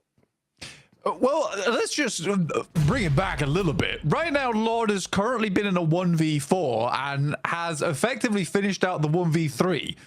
Now there's only Snowix to deal with. So Lord has actually made a play of a lifetime right here in Millibase without the rest of his team. So, yeah, I think this is insanely cool coming through from Twisted Minds, or at least Lord. And this would be an insane anchor point for the rest of the team to regroup on. The shift goes over to Millibase as well, and you're right, if they can get there, it might be pretty profitable, but we'll have to wait and see, because Snowix is still alive, and I think they're looking to disengage from one another. Lord doesn't want to bite off more than he could chew, but he has been plenty violent on the inside there against the Boars, and I mean, we missed a lot of it behind that interview, but able to stand tall and actually take back that 11th place spot from the Boars, who took it from them on a neck-and-neck tiebreaker right now on 67 points.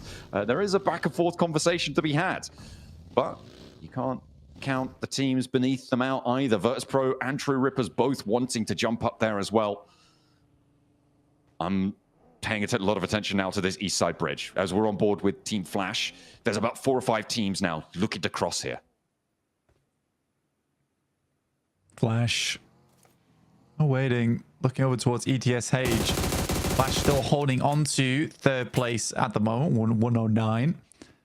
Arena far out in the blue, currently still trying to push in towards the circle. They're around hospital at the moment, so it's a long journey. Same for Weibo, but Weibo's just coming out from the blue now, around shelter. None of these shots hitting for the Flash over towards ETSH, which does make their cross now a little bit more difficult, though they are assisted by Arcred, who are hand in hand right now with the Flash. Well, for the time being, at least. Looking to try and keep things going against ETSH, and both of them, Arcred and Team Flash, looking for that 3rd place spot.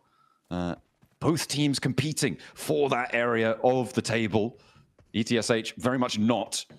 They'd be happy with anything really at this stage, and we'll see what they can find. Going for a little bit of a run across. This is the last player, I believe, for ETSH to actually regroup and might be able to get away with this. Twisted Minds do regroup as we hop back over to the military base. Snowix on his own. No recall beacons here in Erangel. And Twisted Minds with 3 actually making it through in a way that maybe nobody expected.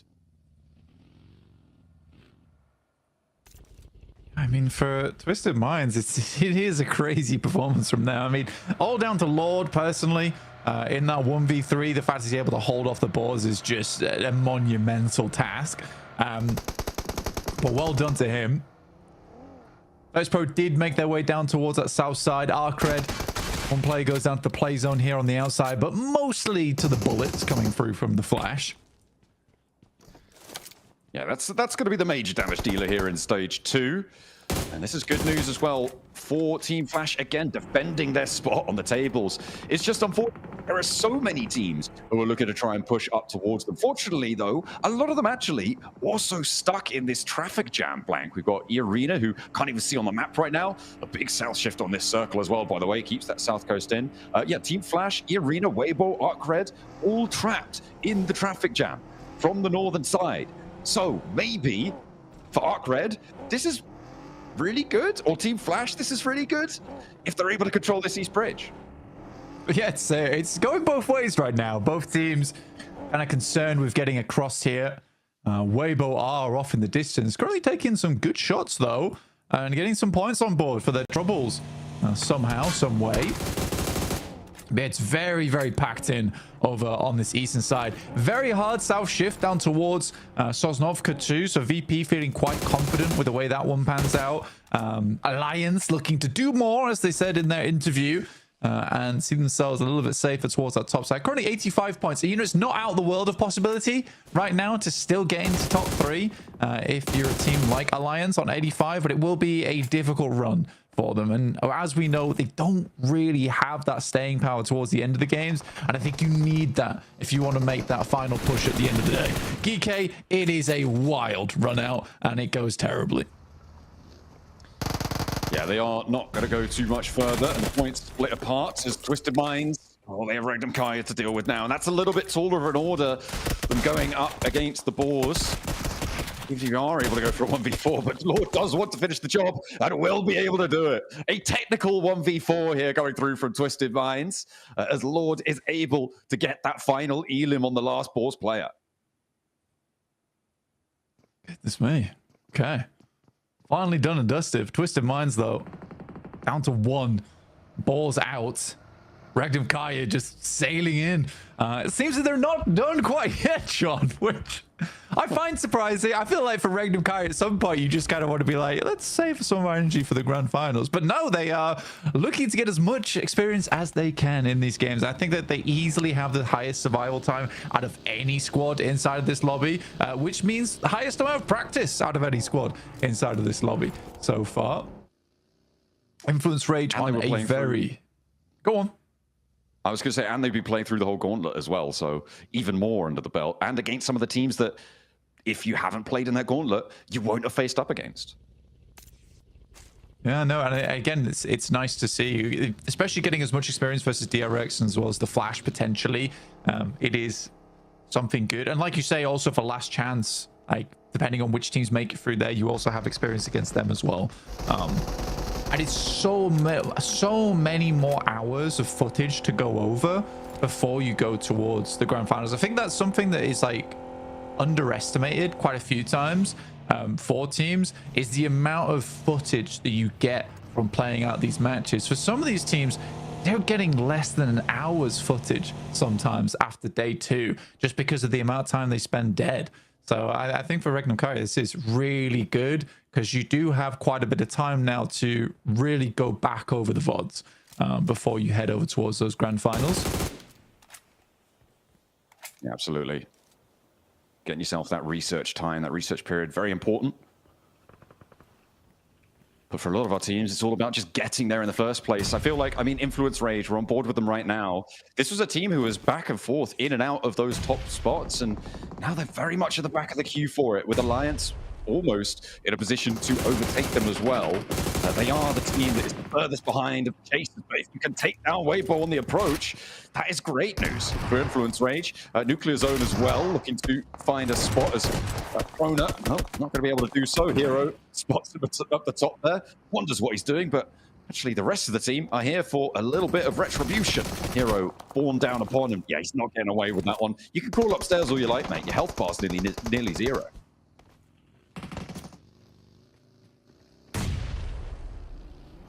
These nades are kind of going off target slightly. But Influence Rage is trying to live onwards. Again, it's just a kind of a difficult area of the map to play, in my opinion, John, which is why they are quite split. We have seen some big wins from that location, but at the moment with it heading down towards the south side, really uncomfortable area of the map to work with. But Alliance are in this end zone. They're looking to push that momentum even further. Keep on going, keep that momentum going for Malaysia on that south side. Keep it under control, but as you said before, it's those late games that seemingly Alliance sometimes struggle with. And this seems like a bit of a late game position to be taking up, right? All the way on that south side, playing inside the compound.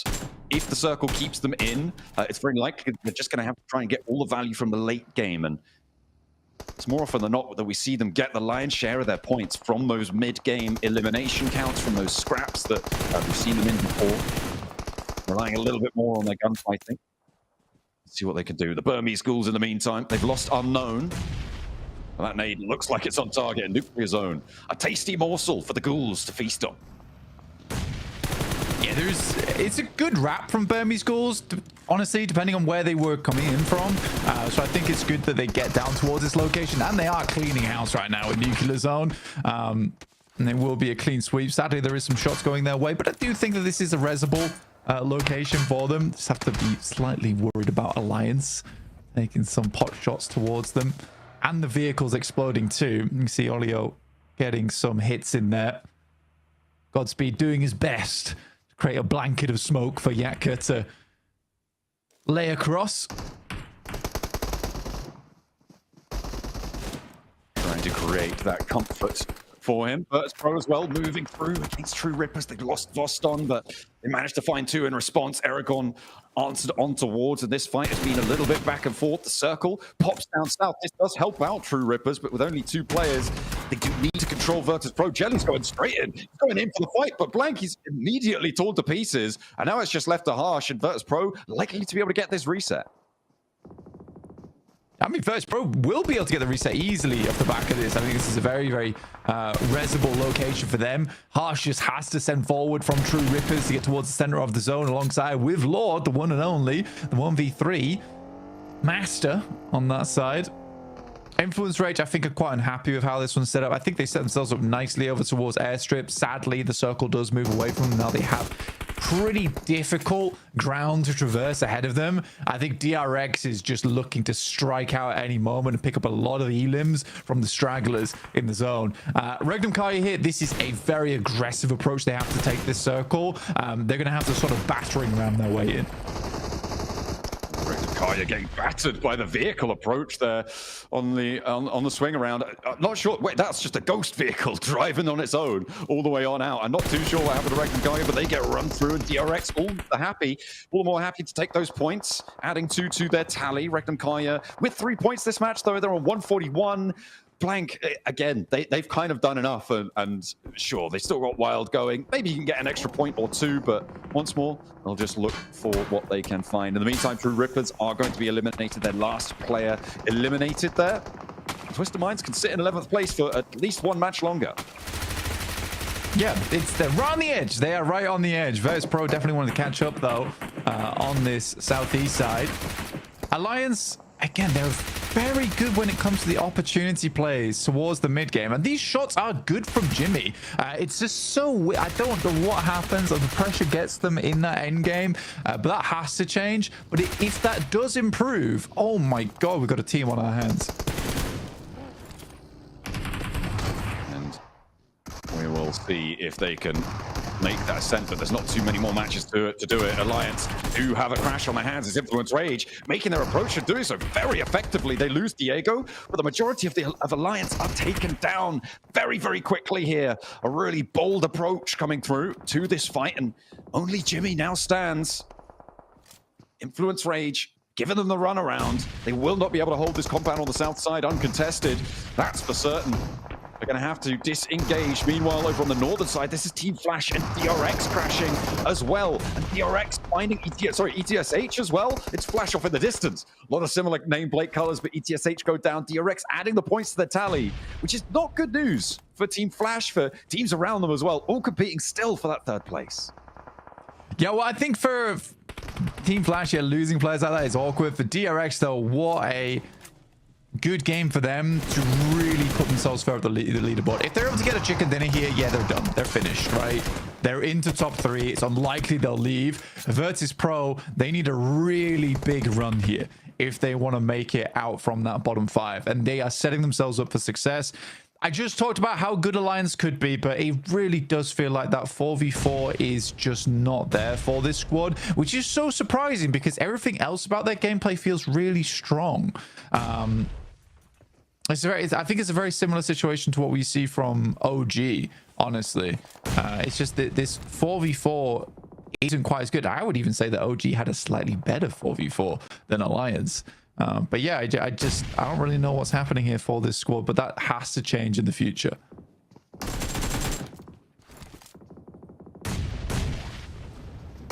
Players still alive though for Alliance. They got fun this match, solidifying themselves. Remember that 98-point 3-way tiebreaker bubble on 11th place. They're getting pretty close to that now. With still 3 more matches to play after this, including another Erangel. It should be okay. So Influence Rage, but Influence Rage wanted to jump up a lot further. E-Arena, I mean, a lot of these teams in that 3rd place competition have had a tough game here. E-Arena will be going down here as well.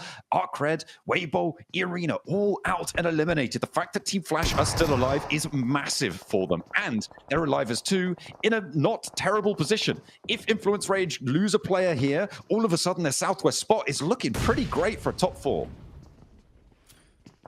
Yeah, I think so. I think Influence Rage looking just to clear out the rest of Alliance and then potentially push over towards the roadside. The roadside is going to be the most difficult spot. Max brings up a really great point as well, is that the hovercraft here that DRX, I think they have on board, is going to be huge in this zone because it is quite open, and having that massive bit of cover, which is essentially a wall towards the end game, is really useful. Not only that, it's a wall that you can maneuver. So I think for DRX, like we say, if they're able to close out this game, that's their run done, and they're in the top 3. For Virtus Pro, it's all the more scary for them because they are in the bottom 5. They're at risk of going out. So although for DRX it would be lovely to finish off the day right now, for VP it means all that more for them. Rage, find another more, goes for the spray and immediately goes for the flush. They clean it out and they don't take too much damage. So Can they transition now for Influence Rage over towards the center side of this circle, because they've got the two players in the way from Team Flash, and DRX covering the run out. Finding the shots over to DRX would be huge, but Lorison doesn't quite connect fully on the spray down there against QXZ. The vehicles might be going up in smoke, and DRX maybe overexerting themselves over on that northern side. They'll have to bide their time for a little bit longer. Erangel gets delivered. A little drop, but I don't think he's going to be able to stretch his legs far enough to be able to go for it. I mean, he's already got the ghillie suit. What more could you ask for? In this kind of zone, it is a really big blessing. Groza up in front inside that loot crate, which will be nice for an endgame. Honestly, extremely potent weapon. I imagine he'd immediately switch it. Oh no, I think he's, yeah, maybe he's just happy to have the 3x on the M4 for the long range. I guess with the shotgun as well, you sort of do want to hold on to that, because the Groza does kick a lot. It might be something, especially with this circuit, it might be something he switches towards later on when players get closer to him. How does Influence Rage do this? This is a really tough approach.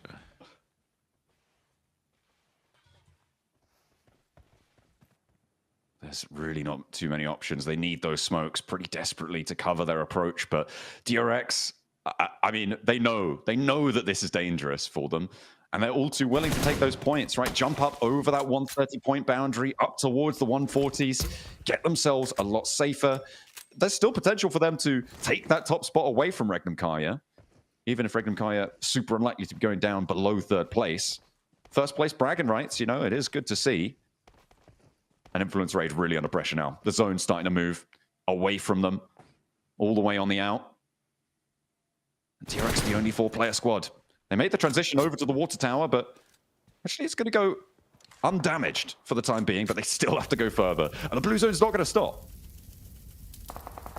No, it won't. I think for Influence Rage, they're just kind of relying on other teams taking shots towards one another, but these are some slick shots from So Easy. Really accurate too. Lord is trying to get a little bit of an investment off the back of that. Flash wins, actually taking a lot of those elims away. And as a 2-man, if they can get up towards the top 3, John, it is very, very good for the top 3. I mean, getting those points as well, that's really huge stuff. A 3-way 108-point tie right now sits in 4th, 5th, and 6th.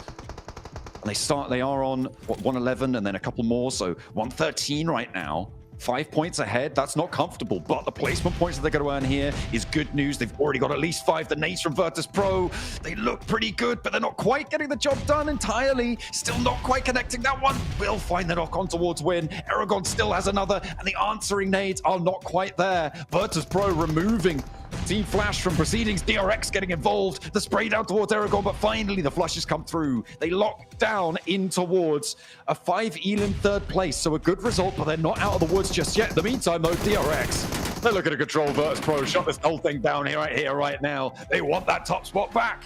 Regnum Kaya have challenges, but our top 2, blank, they are pretty much guaranteed here. Regnum Kaya and DRX are going to be in Bangkok. Yeah, it's a good finish there for Virtus Pro, but you are right. For DRX as well as Regnum Kaya, we secure our top 2 spots in Game 3, which is fairly insane, honestly.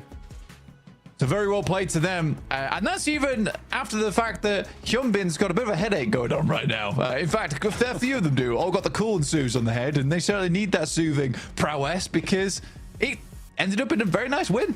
It was a soothing win. The leaderboards as well. And there you go. I mean, the top 3 is the 3rd place 3 spot of them. is still the 3rd place spot is still very much hotly contested right now. There's still the same 4 teams going for it. Influence Rage as well, jumping up a little bit closer. The 11th place all to play for the second half of the day. It's going to be exciting. Stay tuned.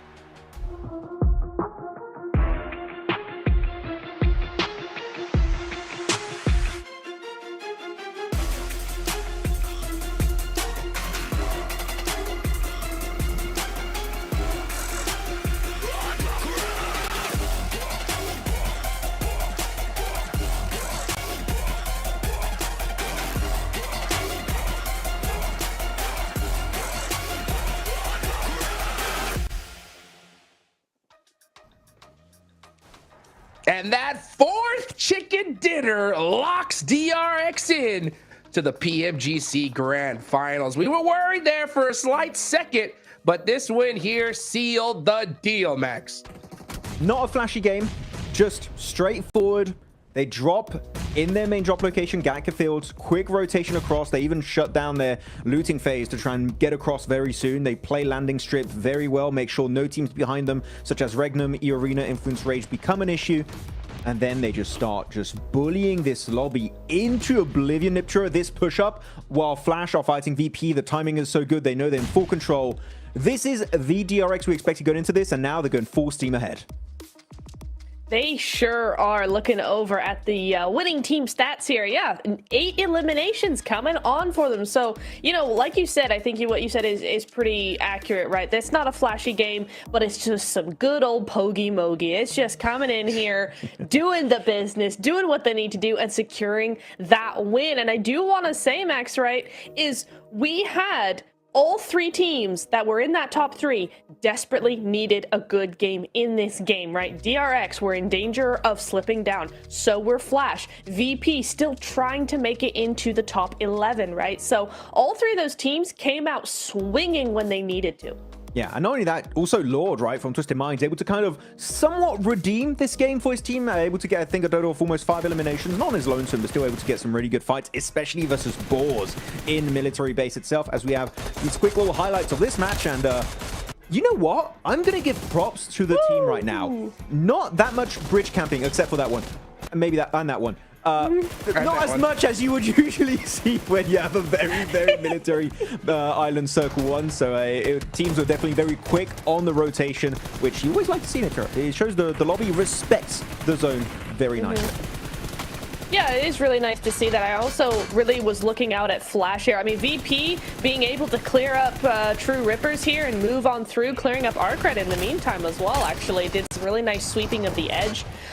But for me, Flash really stood out because we talked about them slipping and we were hoping that that pressure wasn't getting to them, and they just came into this game fighting. They knew what they had to do in this game, and this game alone, they went, we have to do something, and we're going to do a top 3. It was like a lot of eliminations as well, so some great stuff coming in from Flash. They really impressed me in this game. It still doesn't feel like the Flash we saw at the start, right, of this group stage for Group Red. They definitely feel a little bit slower, a little bit more passive, so I'm still waiting to see that little oomph from Flash that we used to see back in the past as you go over these rotations. And look at DRX, as I said, their looting stage was just cut short. They instantly make that transition to make sure there's not going to be an issue. They even go and cross over the wart itself, over the likes of Ferry Pier, Western Coast, play landing strip, play that very strong dip. And on the meantime, we saw in that rotation near Ferry Pier, Niptura, they took the hovercraft that we saw was just making that move from landing strip into the open fields onto ETSH so much smoother to execute. Yeah, they really did. And I also want to point out, well, first of all, Flash, very late rotation through the blue there. But VP as well, I appreciate them spreading out like they did in the end game. That's a little bit more like the VP we're used to seeing. I just would like to see them do a little bit more with the rotations that they have, right? I feel like they always play catch up in these circles rather than waiting for teams to come to them and having that layer of control. I really do wish they would actually just be a little bit more proactive, but they redeemed themselves in that final game, or in the final stages of that game. 14 points for VP is huge, but it is going to be DRX who takes the chicken dinner and the most points as well with 18, Max. Ooh, now, okay, so we had Regnum popping off, Hot Jukes. Yes. DRX 18-point game. You know where I'm going with this. Flash 10-point game. Is the top 3 going to even move today? Because as of right now, it's not budging by 2. Well, it hasn't budged at all, actually. So, what are the middle pack teams doing? Come on, take them down. Hot drops. Make it's it a bit happen. risky, but could be cool. This game was the game of just like keeping yourself alive, in my opinion, right? You got Flash putting up 10 points. That kept them in the game here. You got Virtus Pro putting up some serious points. That keeps them in the game. It's still not over yet. We still got a few matches left here to go. But, I mean, man, it's so good to see DRX say, you know what? And it's so funny. They did this yesterday, right? Where we're kind of like worried. We're like, oh, man, you know, what's going on with this team? And then they shut us up. They do the same thing today. Lock it in. They've made it.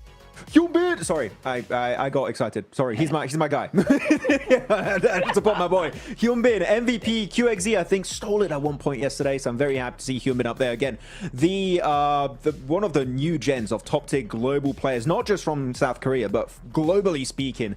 So good to see him get 4 eliminations on board here, Niptura, and this guy, I'm telling you, I said it multiple times, and I'm going to repeat myself because I'm a bloody broken record. He will be global MVP one day, as the leaderboards here, DRX are standing strong in 2nd place. 1 point behind Regnum. Oh my god. Wow. Wow. With 4 chickens, Neptura. With 4 chickens and they're in 2nd place. That's crazy. 4. That is insane. I love to see that from him. GG. And it just makes for a very, very spicy next couple of games coming in here, because those two will probably be battling it out. Oh man, there's gonna be an absolute war coming up, guys. We still got 3 more matches left to go. Get your drinks, get all nice set up and cozy, because we got some serious action coming up right after this short break.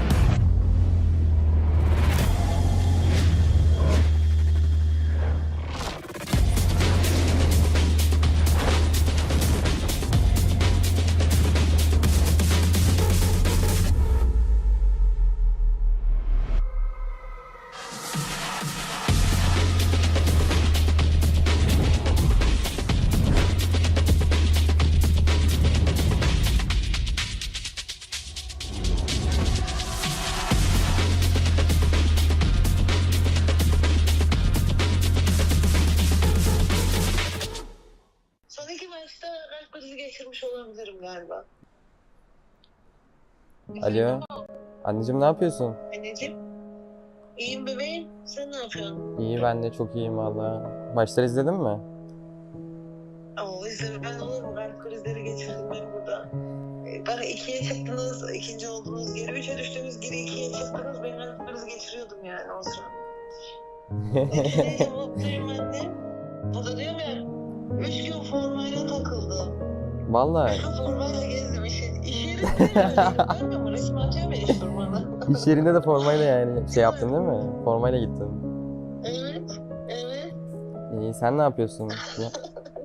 İyiyim anneciğim. Özledim seni, sadece seni özledim. Ben de seni özledim valla. Aradım akşam, bakmadın hayırlı olsun demek için. Uyumuşum, bir de uyuyakalmışım. Ben de dedim kutlamaya mı gittiler, ne yaptılar? Öyle işte. Tamam anneciğim. Tamam. Seni seviyorum, öpüyorum. Ben de seni seviyorum, öptüm hadi. Hadi arkadaşlarına çok çok selam söyle. Aleykümselam. Yok annem, canın sağlığı. Bunları da tebrik ettiğimi söyle, ilet hepsine tek tek. Tamam, aleykümselam. Onların da selamı var sana. Tamam, aleykümselam anneciğim, hadi görüşürüz. Hadi görüşürüz, öptüm, bay bay.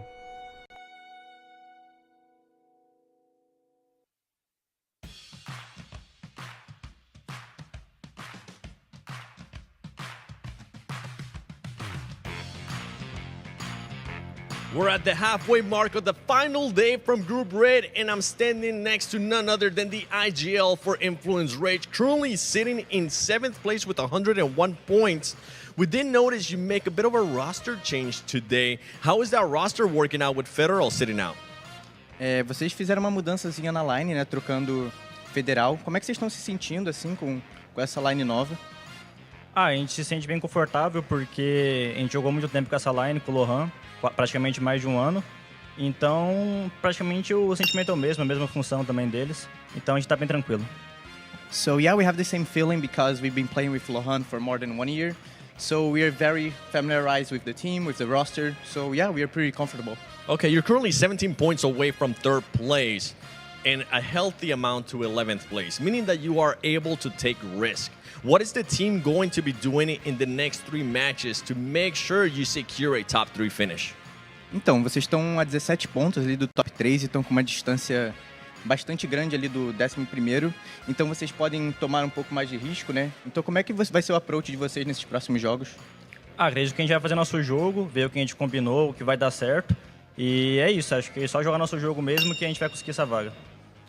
We're just gonna play in our play style, so we're gonna maintain our stuff, and yeah, we are pretty confident. With that said, I mean, going especially into the last 2 matches in Miramar, when teams realized that they have nothing to lose, which team do you think might try to target you in those last 2 matches? Então, nessas últimas 2 partidas de Miramar, vai ter muito time aí que vai vir pro tudo ou nada. Você acha que algum time específico pode querer focar vocês, alguma coisa assim? Eu não consigo prever nada agora, mas a gente vai estar preparado. A gente está trabalhando para isso e se vier, a gente vai estar preparado. So yeah, I'm not really thinking about like a certain team, but anyone who wants to fight us, they can try to get us. All right, well, I know the guns are going to be ready for y'all, so hopefully you will be ready. The other teams will be ready because it is the final 3 matches of Group Red. Let's see if Influence Rage got what it takes to get a direct ticket to the Grand Finals.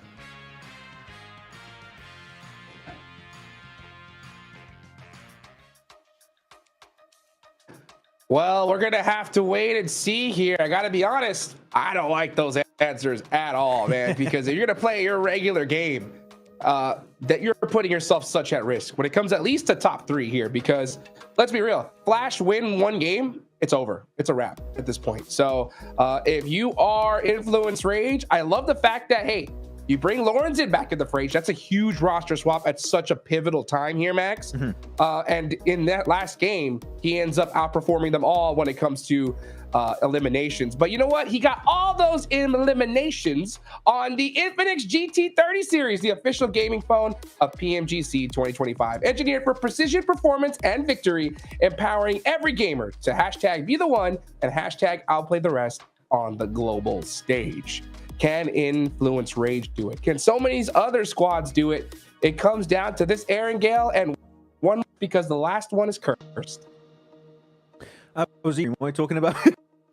Looking at this beautiful Infinix device. So sorry, I was just in absolute awe, just having a great ice cream right there. But it was a fun one for Influence Rage, seeing how they were doing it. But I am wondering, for Influence Rage, are they going to really keep playing their own game? Because if Random Car and DRX told me that, before going into this, I'd be like, yeah, that's fine, keep playing your game. Influence Rage, I'm like, if you're playing your own game that didn't work out, maybe we need a little bit of a change up. Just like Virtus Pro, that definitely changed it up on Rondo. That was a weird one. Yes. I still don't know how to be honest, but we're moving on. We're moving on. I could see, I like that we've got some confidence coming in from Influence, right? They're not going, oh, we're going to change some things. They're like, no, we're good. We're just going to keep playing our game. We're doing it right. And, they've only got 17 points to actually tie up with Flash. So with a good game here, even if they need to have a pretty good game, they're going to jump up those leaderboards very, very quickly. So I can understand their confidence coming into such a good position like that. They're still very close, but I do need to see a little bit more than what they've got so far today, at least, Max, before I go, yeah, they're definitely top 3 material. Yeah, no, I definitely understand your reasoning behind that. It does make a lot of sense. You can see the hype and excitement between these players and able to actually get a win. Or that Regnum, he's trying to desperately change seats in the car so he wouldn't get knocked down, but unfortunately, there's only so far that can really take you in these matches, and he was taken down eventually. But man, that push onto ETSH from DRX was just so clean, so instantaneous, and especially not giving a lot of gaps, Niptra, for players to get knocked and flushed. They were so closely packed that ETSH, even if they do find knocks, which they did, you just can't really capitalize on it. So DRX, these engagements, when they're fully committed, man, oh man, are they scary. Yeah, it is indeed. But hang on a second, we still got coming on in with 18 throwables used, so using a lot of utility for EA, and you can see Law there as well with 14 as well. So a lot of utility through here, and that's really the kind of thing you want to be seeing when you have a zone like that, right? So flat, so gotta use those utilities as best you can. I mean, I think we've been harping on about VP for a long time here, Max, just because VP we're used to seeing, but I will give them, they played that end game pretty darn well. They saw a little bit of a ridge in the middle of their circle and they took it. They were able to defend it well there, and just DR able to sweep on through the north side. Just didn't really do much else, especially as a duo. But honestly, this is exactly what they needed. Hopefully next game it can be a little bit more than that. It was a bit messy over to the side, actually, for VP versus, I believe it was True Rippers. That fight, they were clearly pro engagement, but once they go for the res, they back up as a 3-man lose 1, but they were still having 3 players alive at that point. They really are pushing away. I think it was Team Flash in particular tried to take some of that real estate on the high ground away from them, but no, they instantly shut that down, said like, no, this is our high ground position. They kind of chased them away with the cars, which I really appreciated from VP. The mass spec in that Erangel lobby, and that was enough for themselves a decent finish. Not quite the win, but you know what, still some points on board. And when you are so close here, Hot Jukes, from the bottom 5, those points could be so important, but they still are in the bottom 5. I'm gonna say it, VP, I need a win for you to show me that you have potential to do well in the last chance. It's the last Erangel of the day. Honestly, if you're gonna get it, you need it right here. But that's the thing, is that the later we get on into this day, the harder it gets to get that win, because there are so many teams desperate for it, right? I mean, even Alliance, 92 points, a win in this one could put them in that chance for top 3. If they don't get it, it's over, right? So there are so many squads desperate at this point. It makes things harder. That's why I was talking about that last game curse. It's going to be crazy to see coming up. But, Influence Rage had a nice push onto Alliance in that last game, Niptura, right? They were able to take them all out. If Influence Rage wants to make it a top 3, they need to do the same thing, but to Flash, right? Yes, offset. They need to do it exactly to Flash. And the other teams that I'm looking at for this next game in particular, Jukes, is going to be Arcred, Weibo, and EA, because they're all tied right now. 4 through 6 have 108 points currently, 10 points away from Flash. So any one of those teams have a really good game here, and we could see a new top 3. Totally possible. Totally possible. Well, last Erangel of the group stage, folks. It's all up to Flash. If they win this game, that could punch their ticket. Let's see what happens here for match number 4.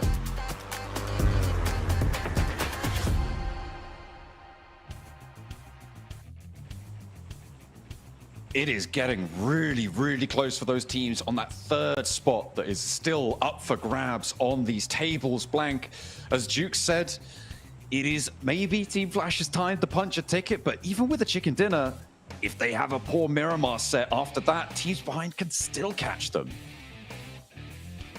It's very much a possibility, John. Very much a possibility. I think that it is slowly and surely becoming more and more concrete towards the top of the tables. A few, I wouldn't even say a few, I'd say right now is where you need to make that breakout performance, right? And to do it on this playing path is so unfun. It's a really awkward start for a lot of our teams, a lot of our squads, a lot of squads forced to head down towards Sosnovka. We know there are a couple of squads that don't really like going down here in the first place, but Burmese Ghouls get a good start off the back of this one. Geek is going to play a Novo and then rotate back over on that eastern bridge. But yeah, this really does cut a lot of teams close together.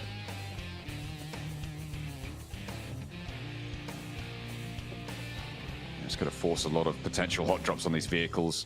On this south side, I'm seeing Influence Rage and Irina both out near Primorsk. I mean, we've seen Irina. Oh, my goodness me. Blank.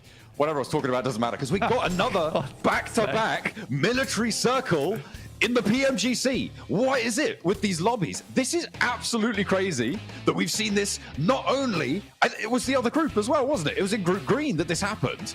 And now it's happening in Group Red. The teams are having a nightmare. And it's a Southside Circle. And Blank, the Ghouls are on the island. It is actually ridiculous. And it is a Ghoul Circle. For real this time. It actually is. They got to drop here. This is their time to rise. Rise up, my Ghouls. And win this game, potentially. I'm casting with Song Jin Woo here, bro. It's absolutely crazy.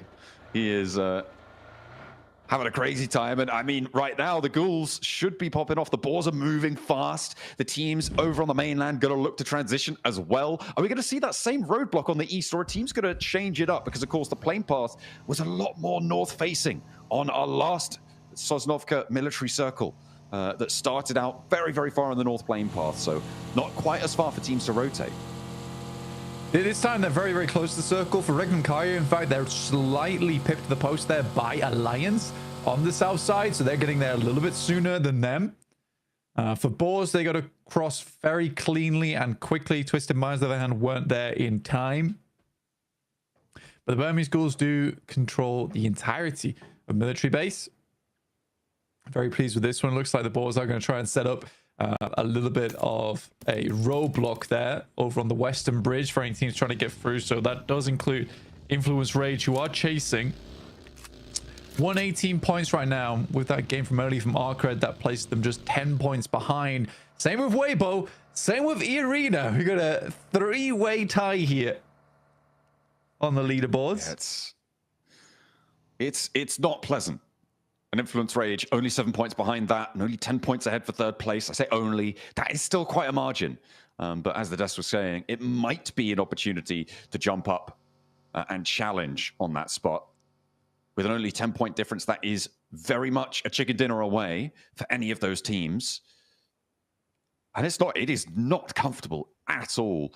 It is really back and forth. And this is the sort of circle that you hate to see, right, when you're in this scenario, because all of them got caught in the traffic jam before. Every single one of those teams got caught in the traffic jam on the east side bridge that were all chasing for that third place. So not much movement. Max wanted to see movement. Maybe he's not going to see any more here either if they all get stuck in again. It's so tough. I mean, having this be your last Erangel of the day too. Oh my goodness me. The shots out from the back of the glider towards Milky Way. Inside the hovercraft is going to put a bit of a dent in the time of this. Good shots from Erangel from VP. Will take down Corona at least. Oh, and the hovercraft has exploded. That's a big deal. That's a very big deal. That was the major transitional vehicle for Virtus Pro, and not being able to have that under control. I mean, you're right. It is a big, big deal, right? Because otherwise they would have been able to wrap around to the south, try and move their way up, but they don't have that tool anymore, so they've got to figure something else out. That's actually one of the cooler plays today, is taking that glider and just being a nuisance over towards the hovercraft. I mean, denying that really does cause problems now for Nuclear Zone, for Virtus Pro, sorry. It almost feels cruel from Nuclear Zone, honestly, because they've still got to get their way into the circle now. And posting up those Nova up noise is not going to be easy with Geeke being there. That's real aerial combat coming on through. 2 gliders, in fact, in convoy. Oh, a little bit of a replay. Okay. So Voston spotted this on the takeoff and did get a knock.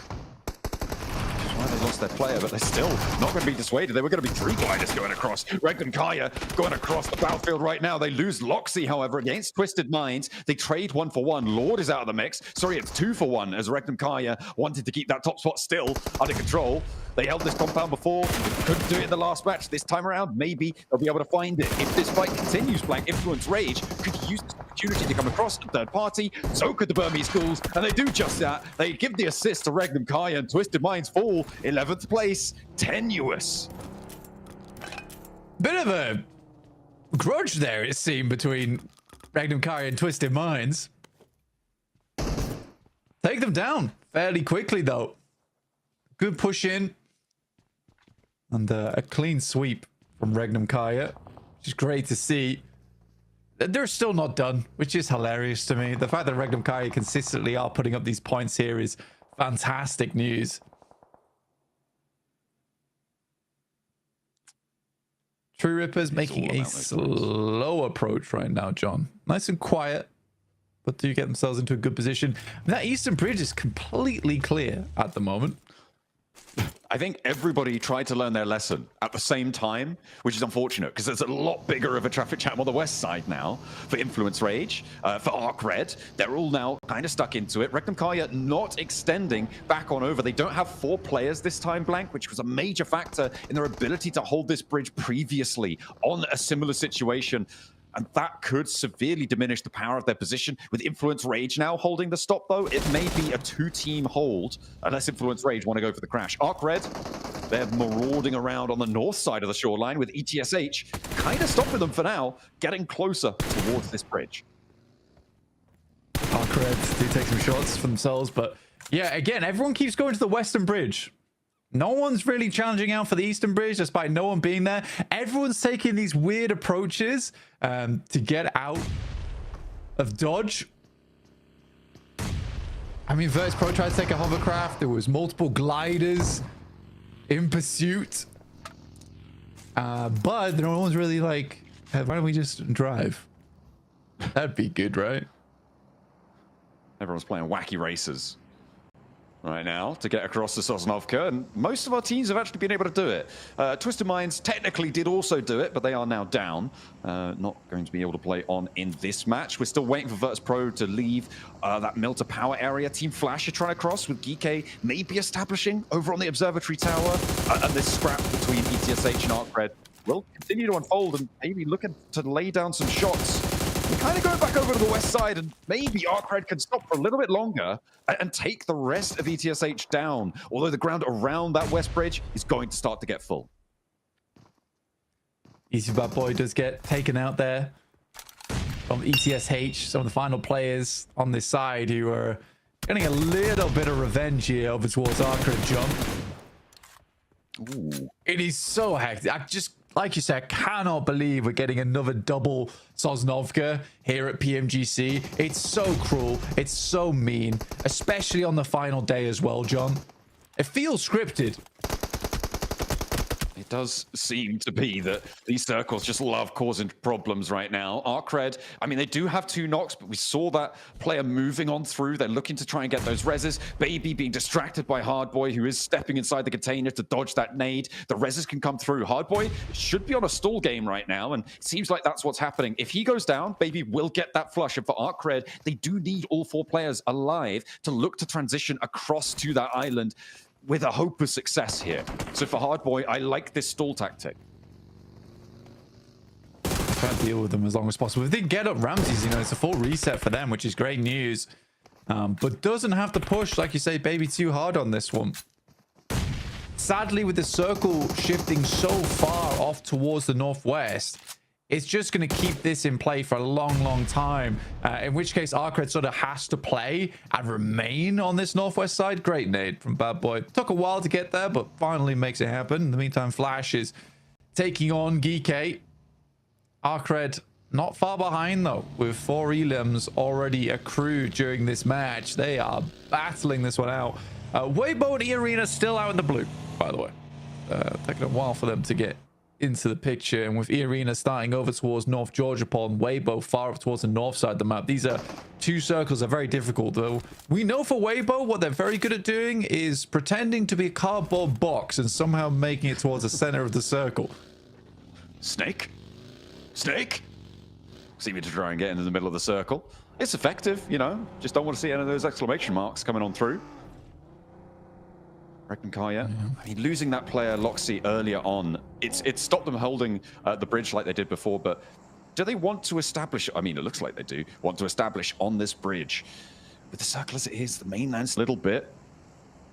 Could it go back to the mainland? I don't think so. But that, I think that would be the craziest, right? It could go bridge. Yeah, it could go bridge. I think going bridge is probably the more likely thing here. Which would be gross and disgusting, but it would require another hard northeast shift, northwest shift, sorry, at the second one in the row, which is still quite unlikely, and instead does send them back up towards that south side. So that's going to take a little bit more time for Arcred. Then again, it does keep the bridge in, so they can continue to hold here, which is bad news for E-Arena. I think E-Arena would have much rather this moved away over towards the eastern side. Instead, because it holds in, they know they've got a fight coming. Yeah, it's going to be a tough time moving into this northern side. It is a little bit close to that bridge. Easy for Bad Boy. Ooh, takes a lot of damage, but I mean, he's got the bandages. Should be able to heal that one up. E-Arena stood behind them. Arcred and E-Arena, again, 2 of those teams chasing right now for that 3rd place. With Team Flash already across, they're going to challenge out against EK.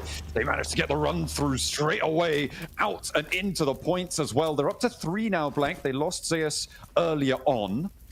And on the Shackle, the northern side, I mean, they might just be able to hold this one out, but their power to impact this circle is going to be severely diminished by playing this area. They want to scout further. You can see them moving players out wide to get a little bit closer to it, but that is really tricky stuff. Yeah, very much so. You're always gonna have difficulty on this kind of circle, on this kind of position. It's never fun, and it's never confirmed either, John, on this sort of circle.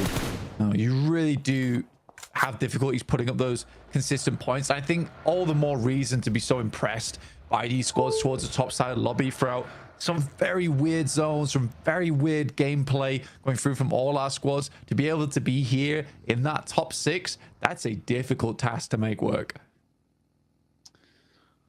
Very tricky stuff. I mean, these top 6, I mean, the top 7 really. 3rd down to 7 really is that bracket that we're looking at to push on in. Right now, 2 of them are trapped out in the blue zone. E-Arena on a wide wraparound, moving over to the east bridge. They couldn't get through Arcred, or rather didn't want to try.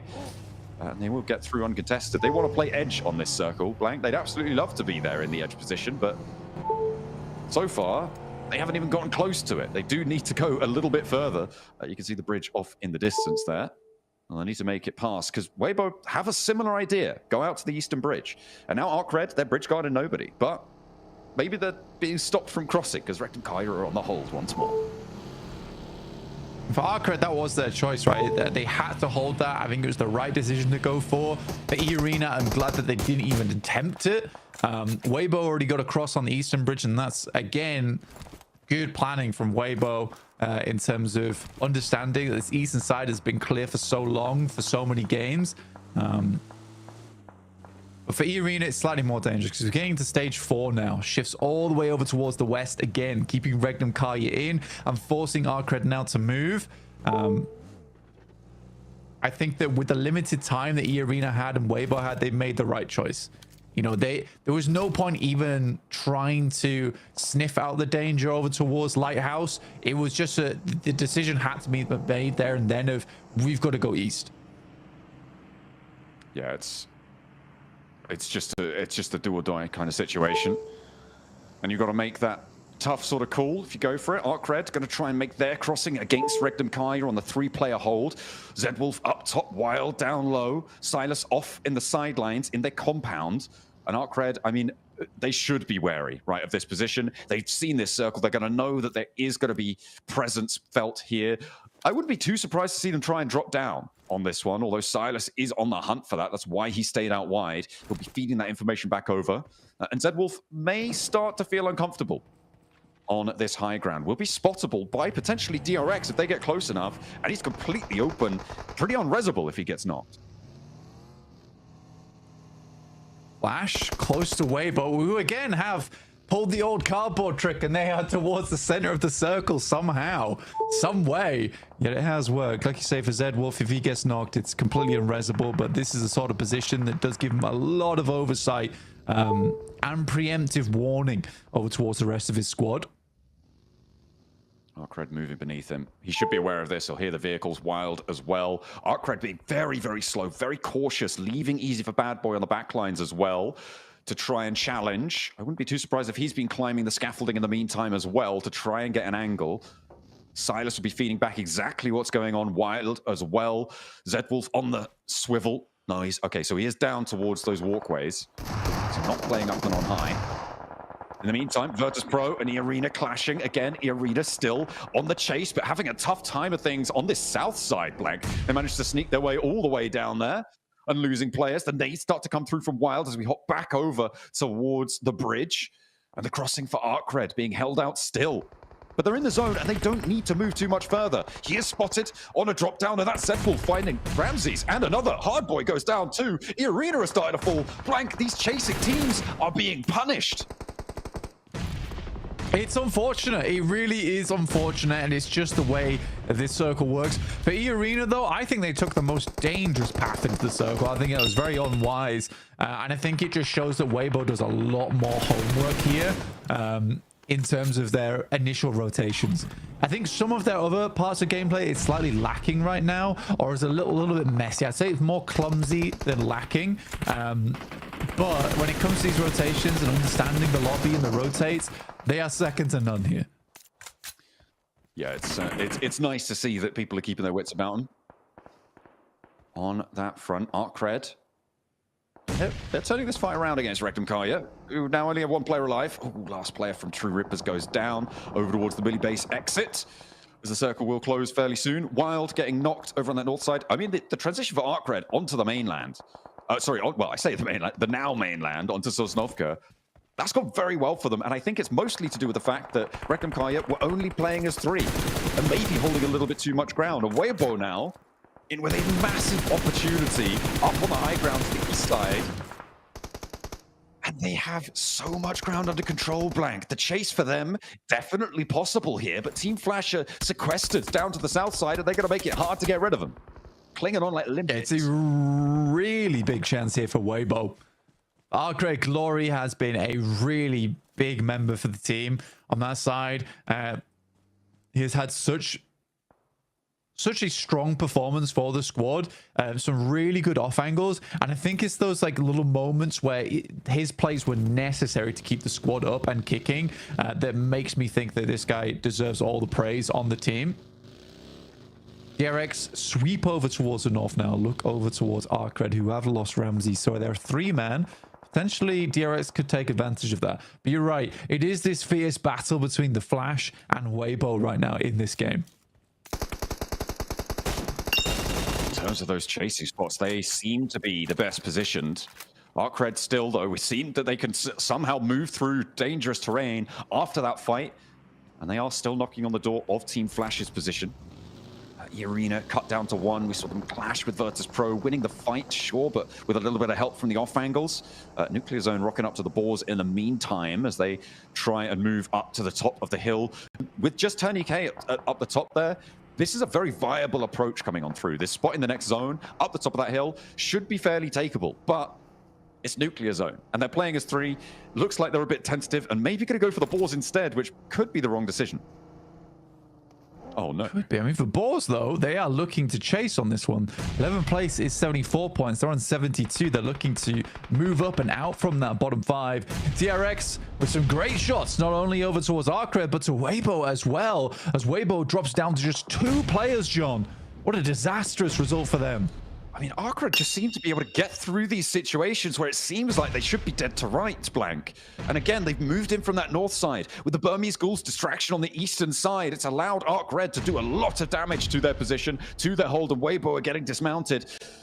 Nuclear Zone really not able to do a lot against the Boars here. They're just not going for it. They're not going for the fight. They're not taking these peaks, not taking these fights under control. And it is going down around them. Further up to the north, you've got Influence Rage as well, who sit in this compound out to this northwest side. And maybe they are going to be the team to be able to take this one down. But, oh, Blank, you've got DRX to deal with on the north, who are now in first place. Yeah, they do accelerate ahead. And you're right, first place for them with the chicken dinners. They were able to get on board. Lovely stuff. Arcred able to find 33Z with a well-placed Molotov. It's Order up against Hardboy. Finally, he does come in clutch. Got to find a player from Arcred that finally is going to bust them down to size. Humble them slightly, but easy for Bad Boys still live and kicking, and they are really pushing on the Elim count now, Blank. If Team Flash don't survive for too much longer, if they keep being quiet as well, they're getting very, very close. Very, very close to things indeed. Oh, easy for Bad Boy goes in, and he hops out to the side passenger seat, and again, the swivel round, the swift takedown, and Weibo not going to be able to chase. 9 eliminations found for Arcred, but they're not quite drawn level, and they will be drawn short. 4th place earned, but how far can Team Flash go? And beyond that, how far can Influence Rage find themselves? For Team Flash, this is a big opportunity now. It's a huge opportunity. With 3 players alive, quite a few other members in the lobby still up. There's a huge amount of limbs in this lobby to gain. Sadly, there are sharks in the water with DRX who have gone from strength to strength, which is usually the South Korean way, it seems, right? Where they start off a little bit slow and then just get stronger as time goes on. So it's a team that they're just teams that are really, really, you want to keep them down early on and you want to get ahead early on before they start to power up, essentially. Alliance trying to move past the Burmese Ghouls, but they are getting shredded as they go. Just Jimmy remains, and from the long-range shot of who goes down himself almost immediately, is going to be a bit of a catastrophic turn for Alliance. They full force will go down. Burmese Ghouls lose 1 on the approach. The south side fight is popping off in the picture-in-picture. Nuclear Zone, Boars, and Influence Rage all getting stuck in down there. The Burmese Ghouls are balling up now, Blank, to try and arise to the top of this hill. Yatka leads the charge. Kaitse trying to control it, but can't quite have the effect that he's looking for. Ichi unknown, both needing to heal up a little bit. So distraction coming through, and the nade not on target for Hyunbin. The res is out, and DRX are back to 4. Yeah, so easy back up again, which is very awkward, and being at the bottom of this hillside is very difficult for the Burmese Ghouls. We'll see how they want to play this one out. The Flash really have had no impact on this game. They've been playing this one very, very slow. The Burmese Ghouls, on the other hand, consistently trying to push in from this northeast edge, but as soon as DRX took this high ground, their lives became so difficult. It's a nice shot from Havlik at long range, but they're not giving up easily. Been so low on this trade. 4 players still for DRX, and Yatka not in a position to refrag it. Unknown is down. The Burmese Ghouls are waning. Like, this is a big game for Boars as well. They're in 12th place right now. Placements will see them over Twisted Minds, but it's about establishing those buffers going into our final 2 matches. From the south side, Boars are chasing. Influence Rage desperate to clamber their way up to challenge Team Flash, but in a 4th place now. With 4 Elims, Team Flash are still just sailing away off over the horizon from our chasing teams. It's just kind of crazy how good South Korea is.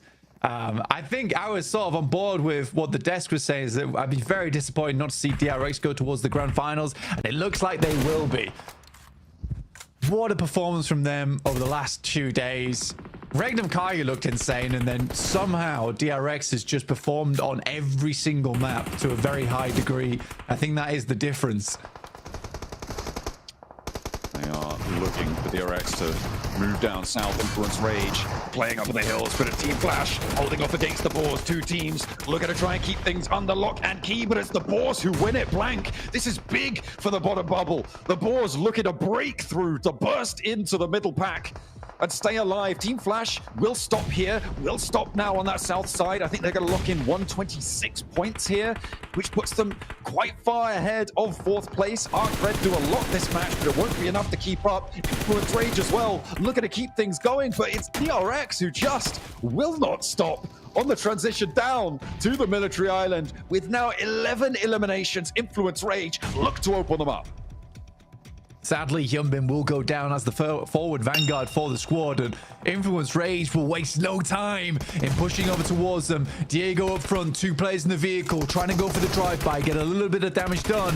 And Diego goes for something a little bit crazy, in my opinion. I think unnecessary would be the word I was looking for.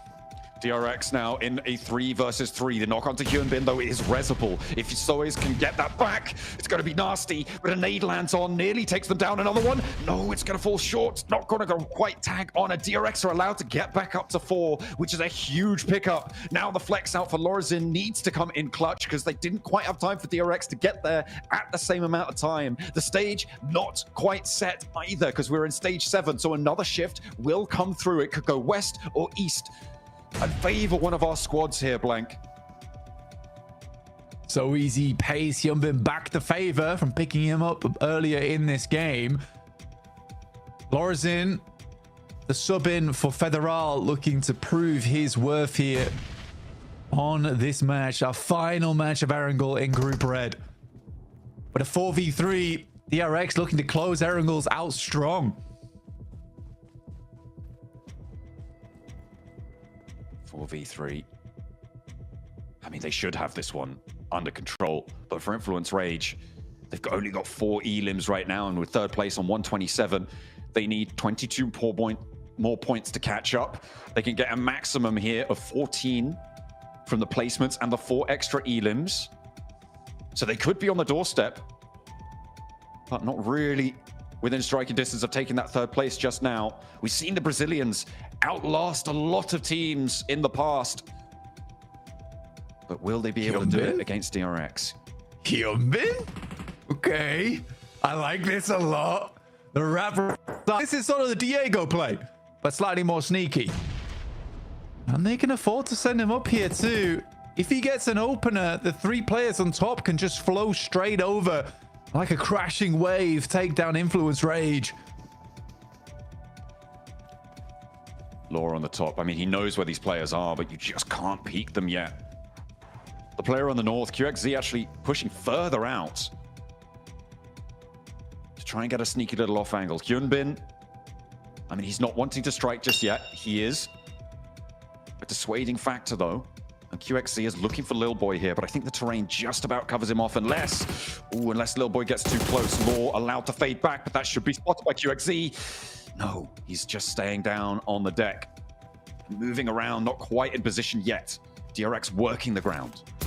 I mean, Hyunbin bin down here gives them so much information because not only is this big off angle, they know that they're all on this side, and Hyunbin will strike now. And this is where the rest of DRX will just send straight over. Like I said, here comes the tsunami. So it goes past the player down in the dirt. Lil Boy looking for the strafe underneath the vehicle, but just can't hit the shots that's needed. And DRX, they find that off angle. Sneaky little Hyunbin down the bottom there, able to find the first. And the crash comes on through. South Korea, back to back. 1st place is theirs. They don't need it, but they sure as hell want it. It is crazy to me that all 3 players do have coolant suits on. But at the end of the day, these guys' heads are a little bit sore, sure, but they're causing a splitting headache for the rest of the squads inside this lobby. Influence Rage kind of confused by how all that went down, with Hyunbin just sidestepping nicely into position. Brilliant stuff from DRX. They did so much work with that final circle. The nades weren't even really a factor. I was looking and seeing, oh, Influence Rage have 4, DRX have 2. Maybe, maybe not. But no, it's not going to matter. They don't need it. They just need Hyunbin and the rest of them to crash on through. It's DRX once more.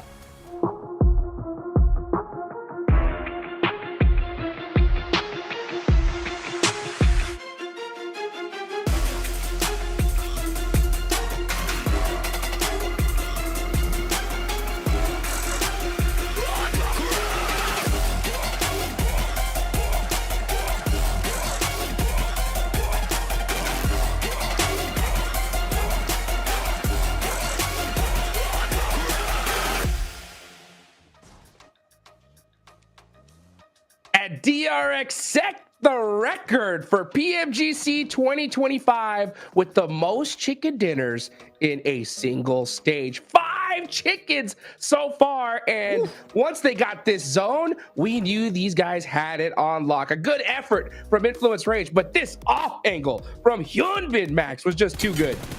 I contracted a very bad illness, Hot Jukes, and it's called the #1 Hyunbin fanboy itis. That is my predicament, and you know what? I am loving what we're seeing. It was a slow setup for sure, but it paid off significantly in those finishing moments. And then they're like, yeah, we opened up the floodgates. You start swarming over the ridge. We take control. We take the win. 5 chicken dinners in Group Red. Niptura, at this point, they're just flexing.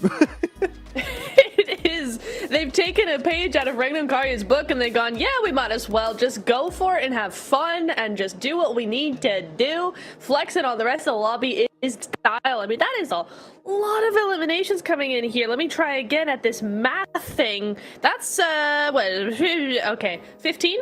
I think that's right. 15 eliminations coming on in. That is a lot. It's a lot. That's my math. It is a lot of eliminations. Some really great stuff coming in here. And I love when we get a win that's based on control of the zone. They were able to come up over that hillside and then just sweep down onto Arcred, take out Weibo Gaming as well, and just move across that northern side. I love seeing those kinds of finishes, Max.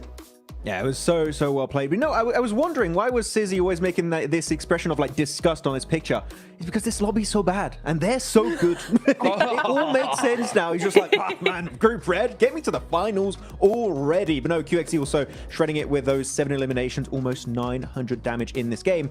And keep in mind, this is a team. People better not start saying in the chat, oh, DRX Gifted Circle. They drop Gatka Field. Yeah. They don't complain. They make it work. And oh my goodness, those early transitions where they are fine surrendering their early looting stage, Niptura to just get priority on these positions is so well executed. I'm a big fan of it.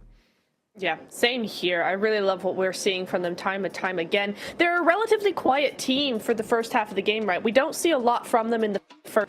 They generally keep to themselves a little bit, just waiting, biding their time. And I think we saw a lot of that self-control coming in that last fight with Influence as well, right? They were just taking it very slow, very quiet, waiting for Hyunbin to get in position. Then once Hyunbin had that position, he was able to give over so much info, but they still just waited for the right time, which is really, really great to see. Though, if we're talking about another team, Influence Rage right now, good finish, 2nd place, love to see it. Hot Jukes, what was Diego up to? Oh my gosh. That solo drive-by and trying to actually go into the passenger seat of the buggy and spreading it down when you have 3 players at that point up and looking at you. Ballsy would not even begin to describe my feelings about that play. Dude. As soon as I saw that, my head just hit the table. I was like, it's over, done. Because what are you thinking? That's a play for like when there's 1-2 players up left. You still got a full squad. Easy. But I mean, if you're elimination tracking, you know it's DRX here. It's just such a crazy play to pull. I mean, you know what the crazy part is though? It's one of those such like a wild play that if it works, you're a genius, right? Like you're just like, oh my gosh, you are the best of turn. But if it fails, everyone's just like, what have you done? And unfortunately, it's the latter. Unfortunately, it is, but I tell you what, I don't hate it from Diego. I would have liked to see more backup from the rest of his team because that's the kind of crazy play. I give it to you, it's crazy. But it's the kind of crazy play you make that completely subverts every expectation DRX have. So that means that it's like a classic bait move. That's the ultimate, there we go, the ultimate bait move coming in here. You rested Influence though to just back that up. I would have loved to see them come over the hilltop at the same time as Diego was making that wraparound, because I think DRX were so distracted by him because they were like, what is this guy doing? They wouldn't really have noticed Influence come up over the hill. It would have been so instant. So it would have worked. I don't hate the play. It's just I think he kind of got left behind, or the rest of the team left him behind a little bit. I know what happened. They sent Diego out there as a human sacrifice to respawn and revive the Burmese Gauls for blank. It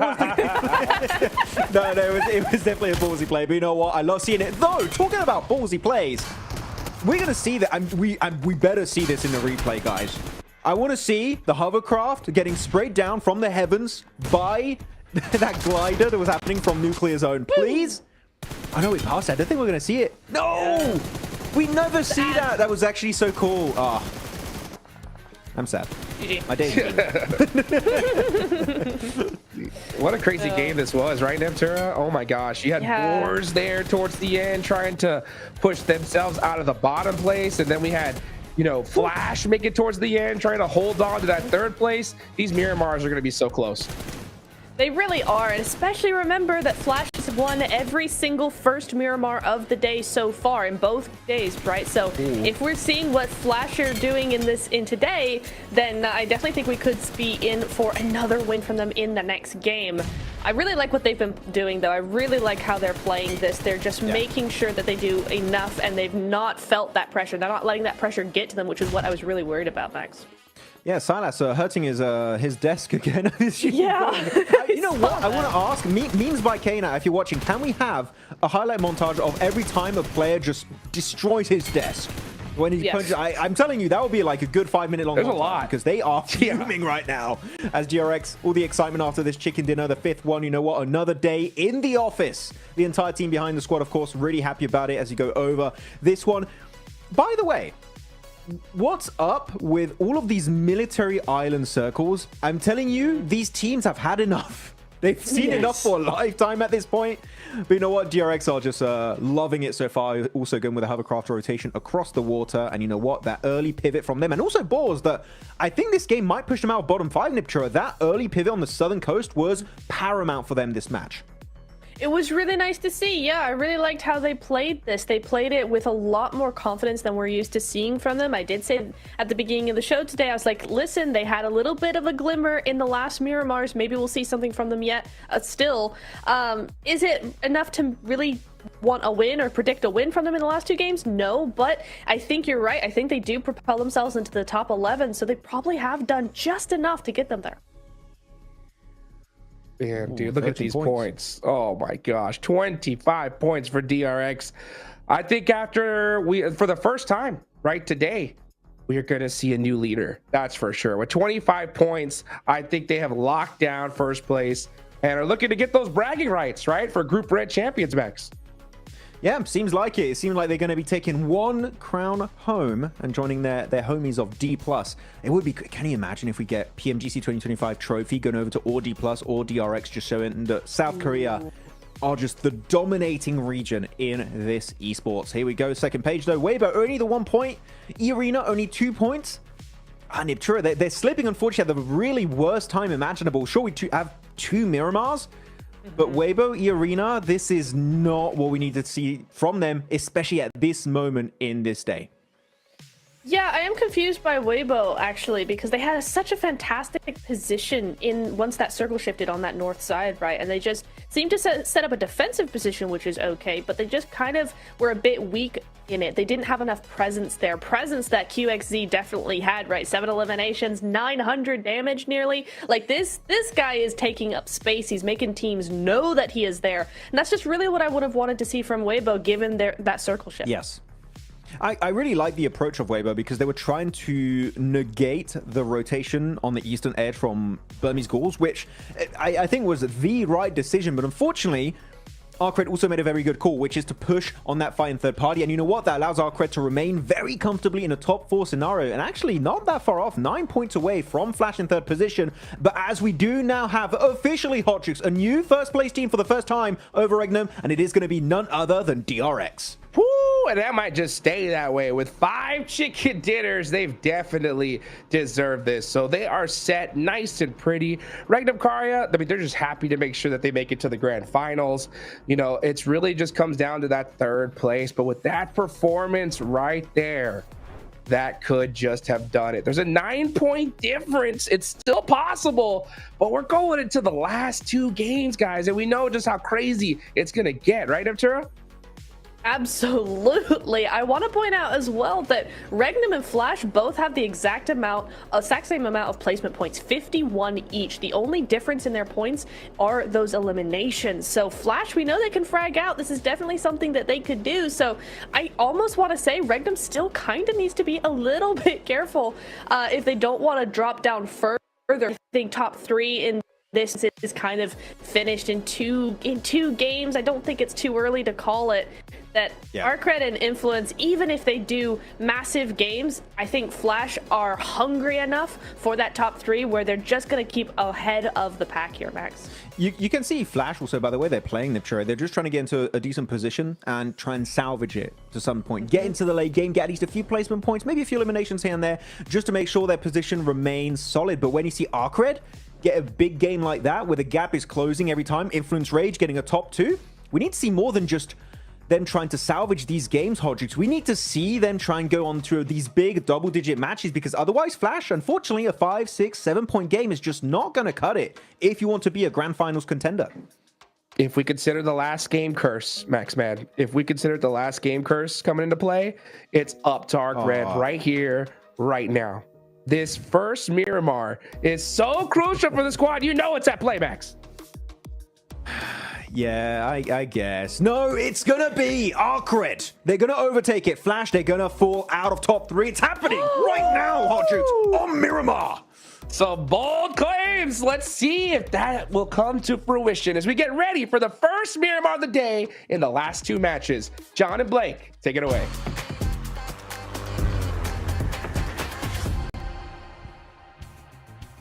I mean, that last match was a good result for Team Flash, but they're right, it's not all done and dusted just yet. There are still 2 more matches to play. There is still that catch-up potential. The back-to-back military circles on Erangel have played havoc with that 3rd place spot. But Blank, it's all going to come down to the desert.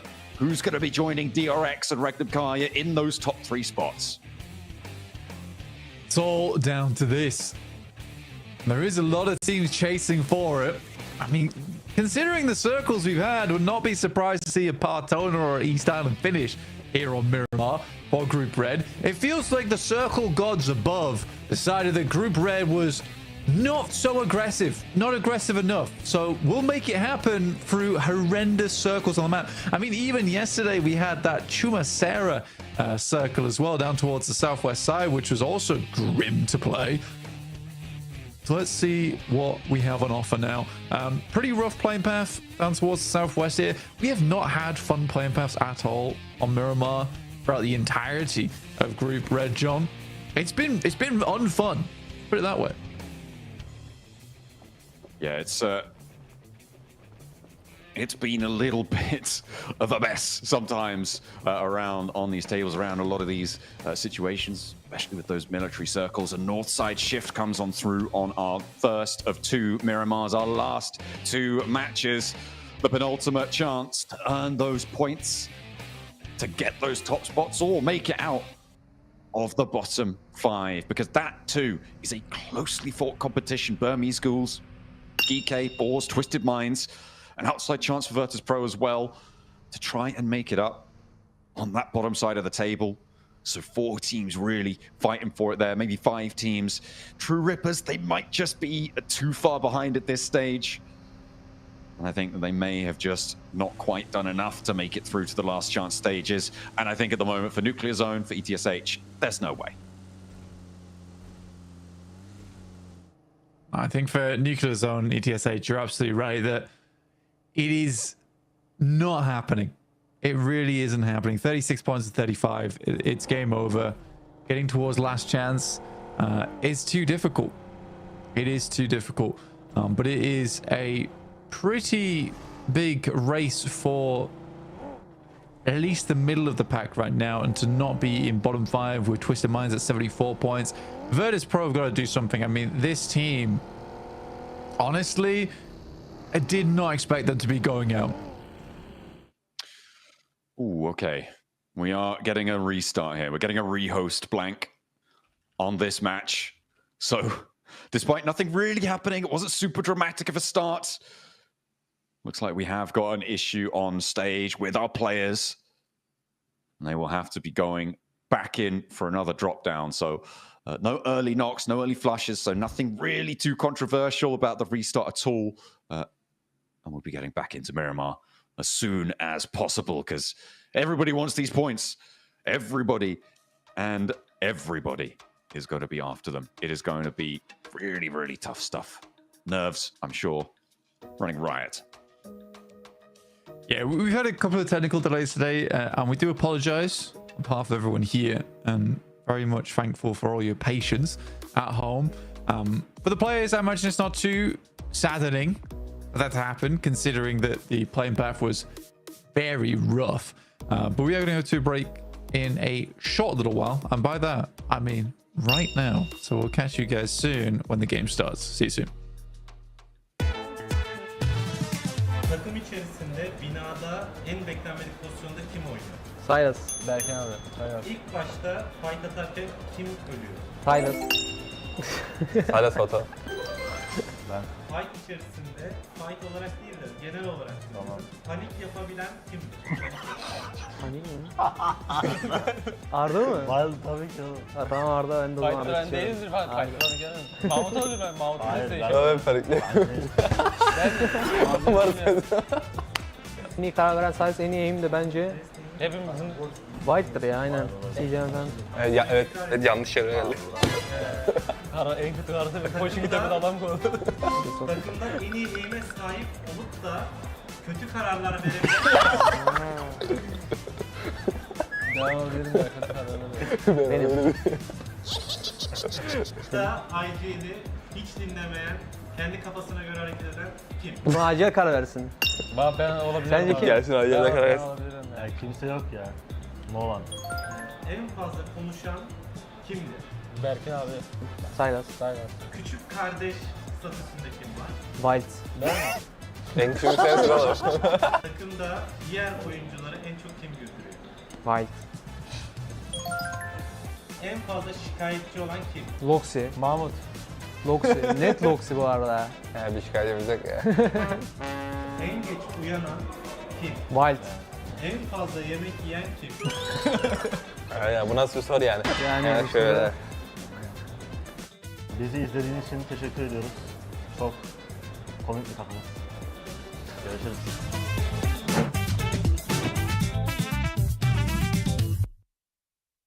Virtus Pro çok iyi oynadı. DX zaten I don't think any PMSL champion teams are stronger than us. ممكن اقول لرؤوف طور لعبك لانه حبي احنا جايين ندمرك.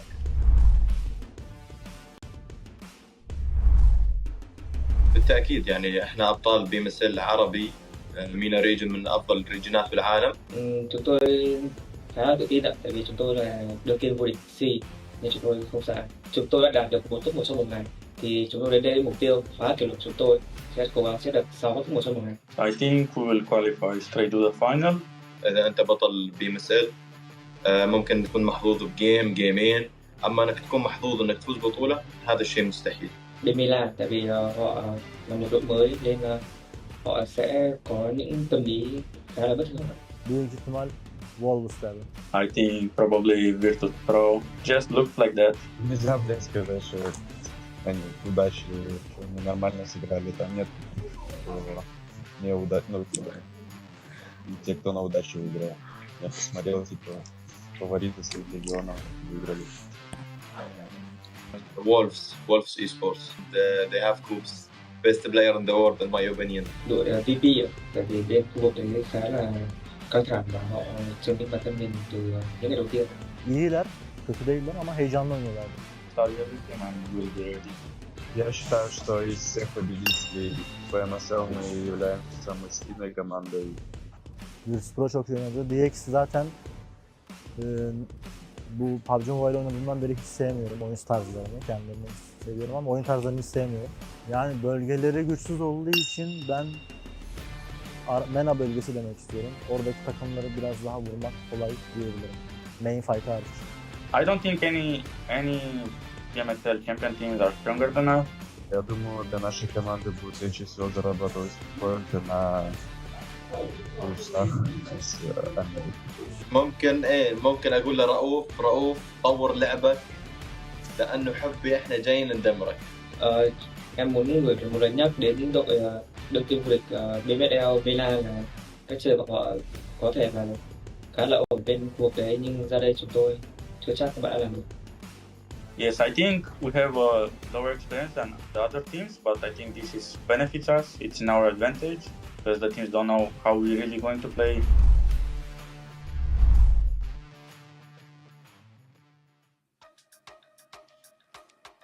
Nerves are still riding high here as we're getting into Miramar, hopefully fairly soon.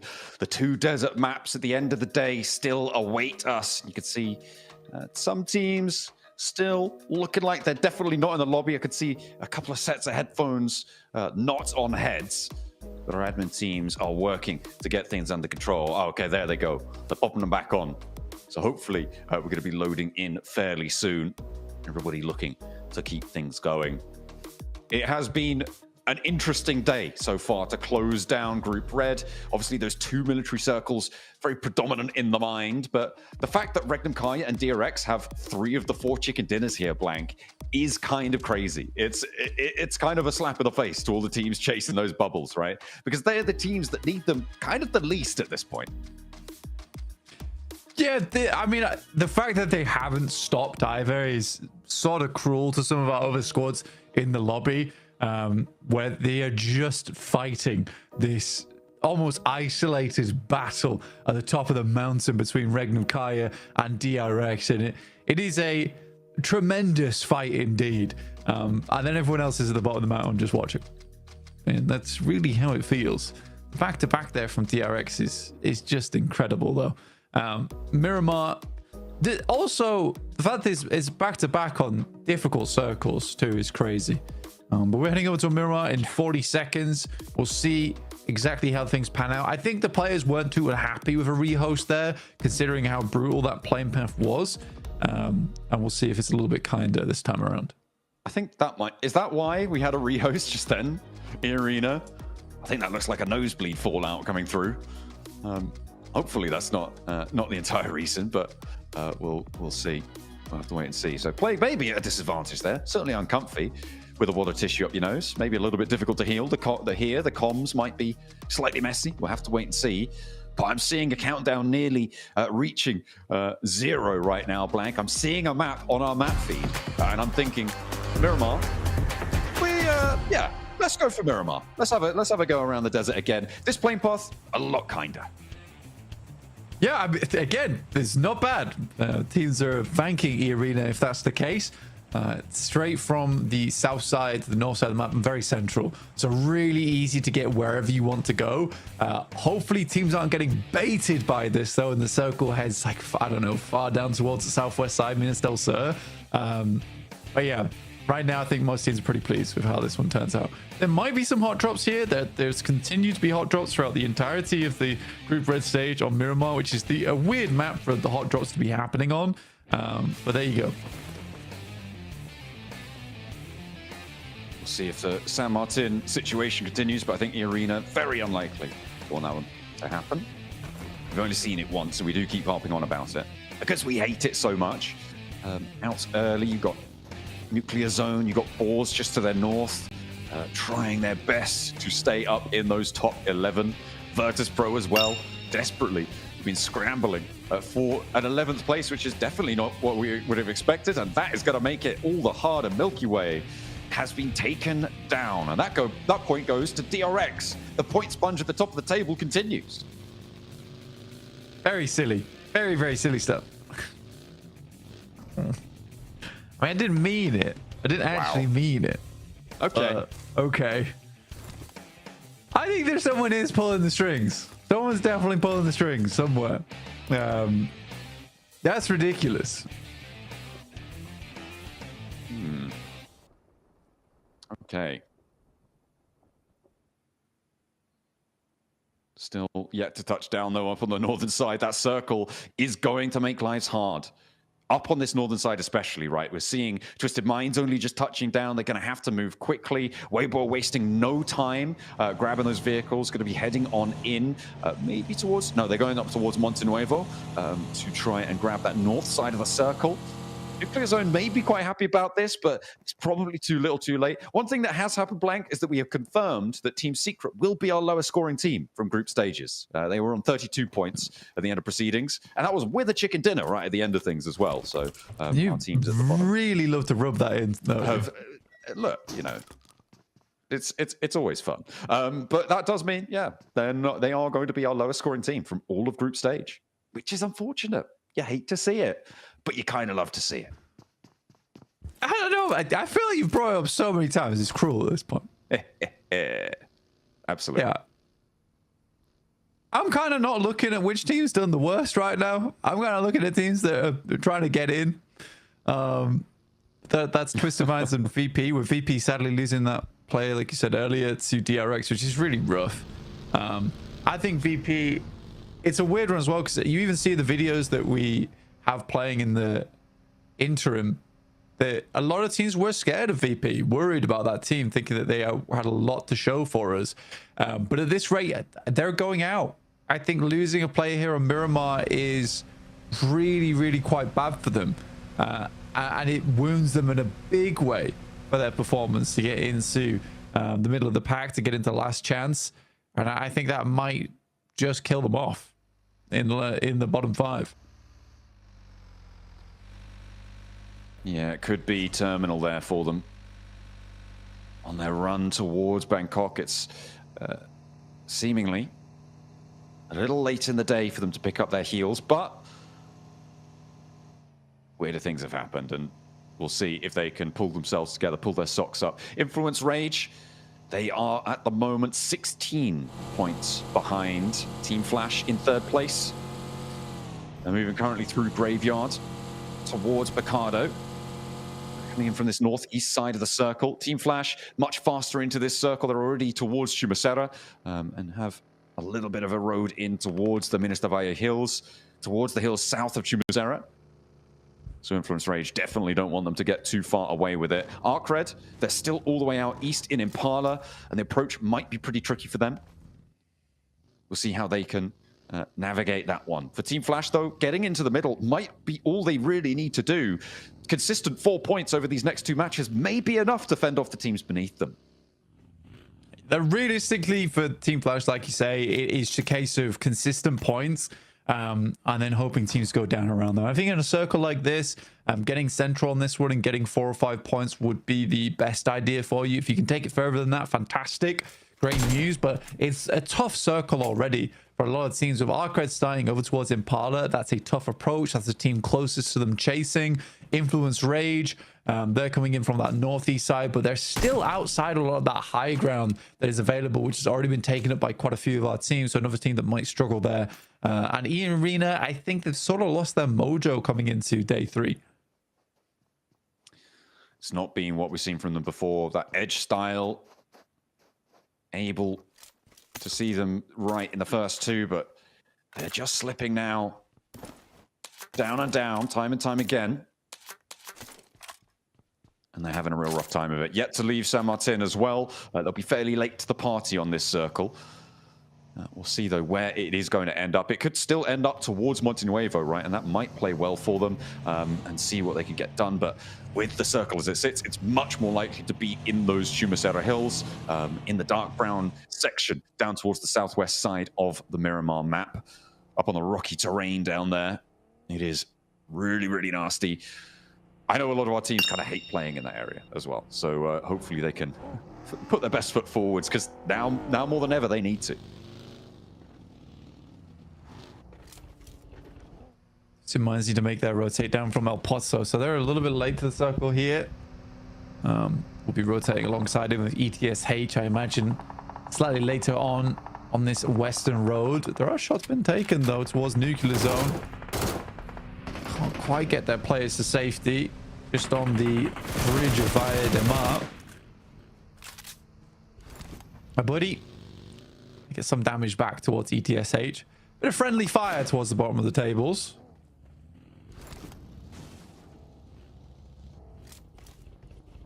Not making lives easy. Just want points as much as you can, but again, it's one of those situations where if these 2 teams clash and the majority of the points get taken away, they're sort of inconsequential, blank. So if nobody is around to third party them, it becomes a tree falling in the woods situation. No one's around to hear it. Do the points even matter?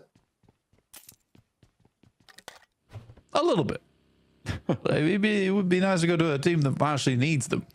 Towards the top of the tables. Because they're taken out, like you say. Doesn't really matter. For Weibo, you see they're up on high right now. Arena trying to see if they can spot any players in this location, but again, it's such a long roll up for them. This point sounds better just to send away. Order as well with a spray down over towards Joker. Misses most of the shots on that one though. A single tag on. Not quite able to get that knock, that flush. The only one we've seen so far is Virtus Pro losing a player on the drop.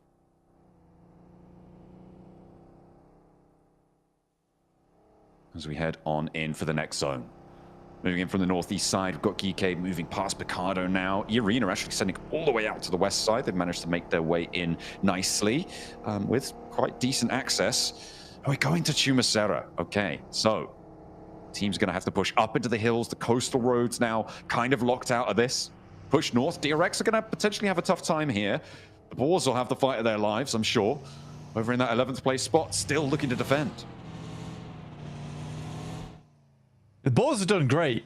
The Boars have done really great to get in towards 11th. I think it's been a bit of a mad push final moments today. They're going to go a little bit further, though. If they can maintain control over towards the south side, it'd be great. I think Snox has really put up a good fight for the squad as well. And there are good players on that team. Do I think they're PMGC caliber? Probably not. I think that they're doing their best now as much as there's just a short amount of time here in Group Red. So fair enough to them. Magnum Kaya sits themselves off towards the outside. DRX just floating on the south at the time.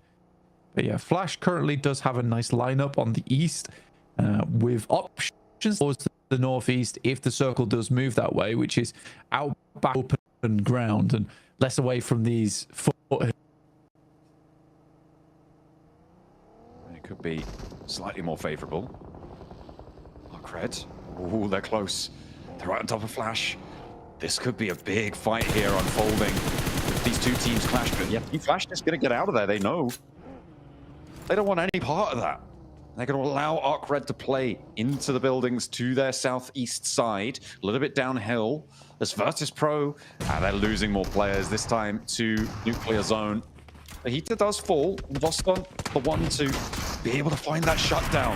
Will Virtus Pro be able to get too much more out of this game? Because Eragon's already fallen. Voston still desperately trying to trade back with them, but it's just not happening. Eragon flushed away. One knock down the stairs. Runs out of ammo. Spray down with the M4. He's good for another. And maybe he'll be able to be a bit of a lone ranger here against Nuclear Zone. As they step out, look for the cross. A 1v3 for Voston. And he's going to be able to find it here. Blank Nuclear Zone have lost 3 of their players in a 4 versus 2. This is not good news. Well, actually, as we said before, kind of doesn't matter for Nuclear Zone. Pretty important potentially for VP. Ish. Because they lose 2 more players. Right? They get 3 points, but they lose 2 players. And they needed like 10-point average on these games. Now this cuts them out into needing a chicken dinner game 6. Right? That's the hard part about it. For Virtus Pros, although they got 3 points there, it's likely that player is not lasting much longer in this match. This is a wide route from Alliance. You can't quite see them, but this is all the way on the western side. They're crossing on the other side of the road. Turn a wrap down towards Via de Mar, and then pass through back up towards the hills. We do send pretty central again, so Chumacera does become this big focal point for the map, and Weibo suddenly get a lot of that high ground cut out towards that western side.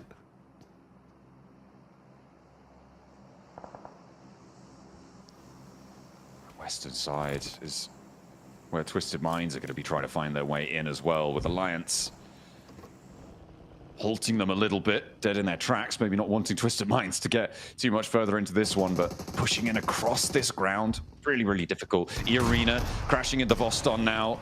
It may just be the end of Virtus Pro's push. A 1 versus 4 against Nuclear Zone, you think maybe just about against the Arena? That's a little bit taller of an order, but we've seen Loxy at those 1v4s before. Is it going to be a repeat? Voston, the nades say no, but they're not connecting. A bounce down with a nade. Nice bounce, actually, to try and find the angle. But okay, Voston should be done for here. That should be go time. I think there was a Molotov on the stairs. And Tourniquet is cooking another. Voston desperately healing. Doesn't take the damage from that one. Mormon up into the floor. One shot, two shot. Voston still going. Still a little bit of life in the old dog. Desperately first aid punching right now. Looks to try and hold it through, but needs to go for the barrel. Will not be able to find it. Arena. Oh, they cling on, but Voston gave them a good go. Unfortunately for Virtus Pro, they go down. 13th place, 3 elims, 10 points behind the Boars. But the Boars are set up a little bit nicer on the south side. Yeah, it was almost insane. It actually almost was insane. I respected him going for the fight as well, basically on 0.1% HP. He had to take those shots. Couldn't really force the first aid kit. But Virtus Pro, I think that might be them done. Again, it does require a massive game, and Virtus Pro just cannot find these chicken dinners throughout Group Red. So the likelihood of it happening is just so low at this point in time. I think that's the scary thing with Virtus Pro. Yeah, they definitely wanted more out of this one. They wanted to extract more value. It is unfavorable, but that is just how it goes sometimes. The Boars, I mean, they are seemingly a little bit more stalwart than I gave them credit for. Still in that 11th place right now, and on the south side, as I said before, bit of a solid potential to earn into this match. Pushing up north towards Shumasera, though, not always the easiest, especially with Arc Red up the top there with Team Flash beyond them as well. That could be a tough time for them. Moving through. For Twisted Minds, though, the main team chasing them at this point, they're quite isolated. Up towards Ladriera on that northwest side. Next circle, coming on in. The shift off to goes over towards the west here. Very hard shift on the northwest. Keeps Weibo in and Twisted Minds and Regnum Kaya on that low ground, which is very nice for them. On the other hand, though, it really does hurt the Flash. Because now they're cut out over towards the southeast side. There's a lot of teams they need to pass through. And I think they're going to immediately move over towards ETSH. This is the smart decision. Get this done early and basically create a small path for yourself out. That's not great, though. That's bad, actually. Ooh, a second knock returned, though. Team Flash holding on. They want their spot, that 3rd place. Currently in their possession. Baby not able to stop the res over towards tops. Last player going, and he's still tagging on. Some hero moments from the bottom of the tables, maybe on the cards. Team Flash seemingly struggling. He dances back in onto the position underneath the staircase, but now they'll all go in through the open door, and Team Flash charge through. Nobody third-partying. That's ETSH down, and Team Flash up to 3 elims, 130 points blank. It's a moving target, and they just want to keep this going. That's how you do it. Honestly, that is how you do it when it comes to those fights versus one player. Just send everyone in. Just send everything. So Flash will confirm that fight, and I think that was a great push from the Flash, a necessary one.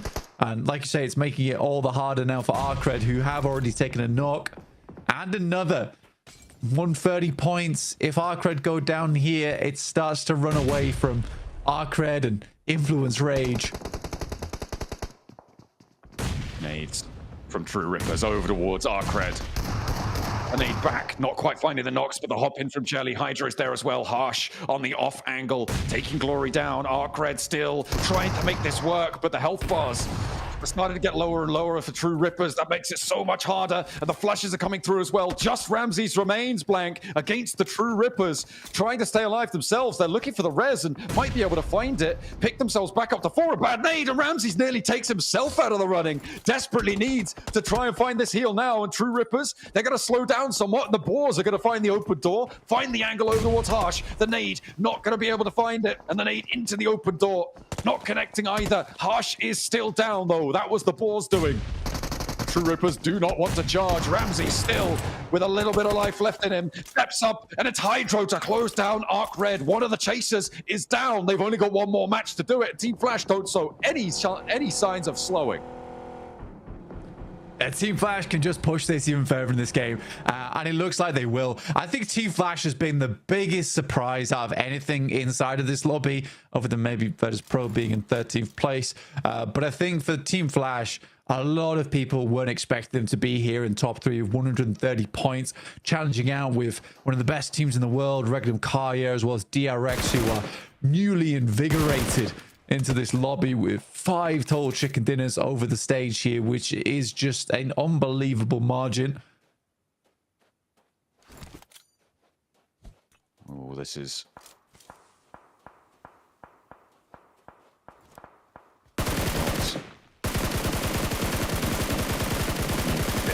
Bubbles now.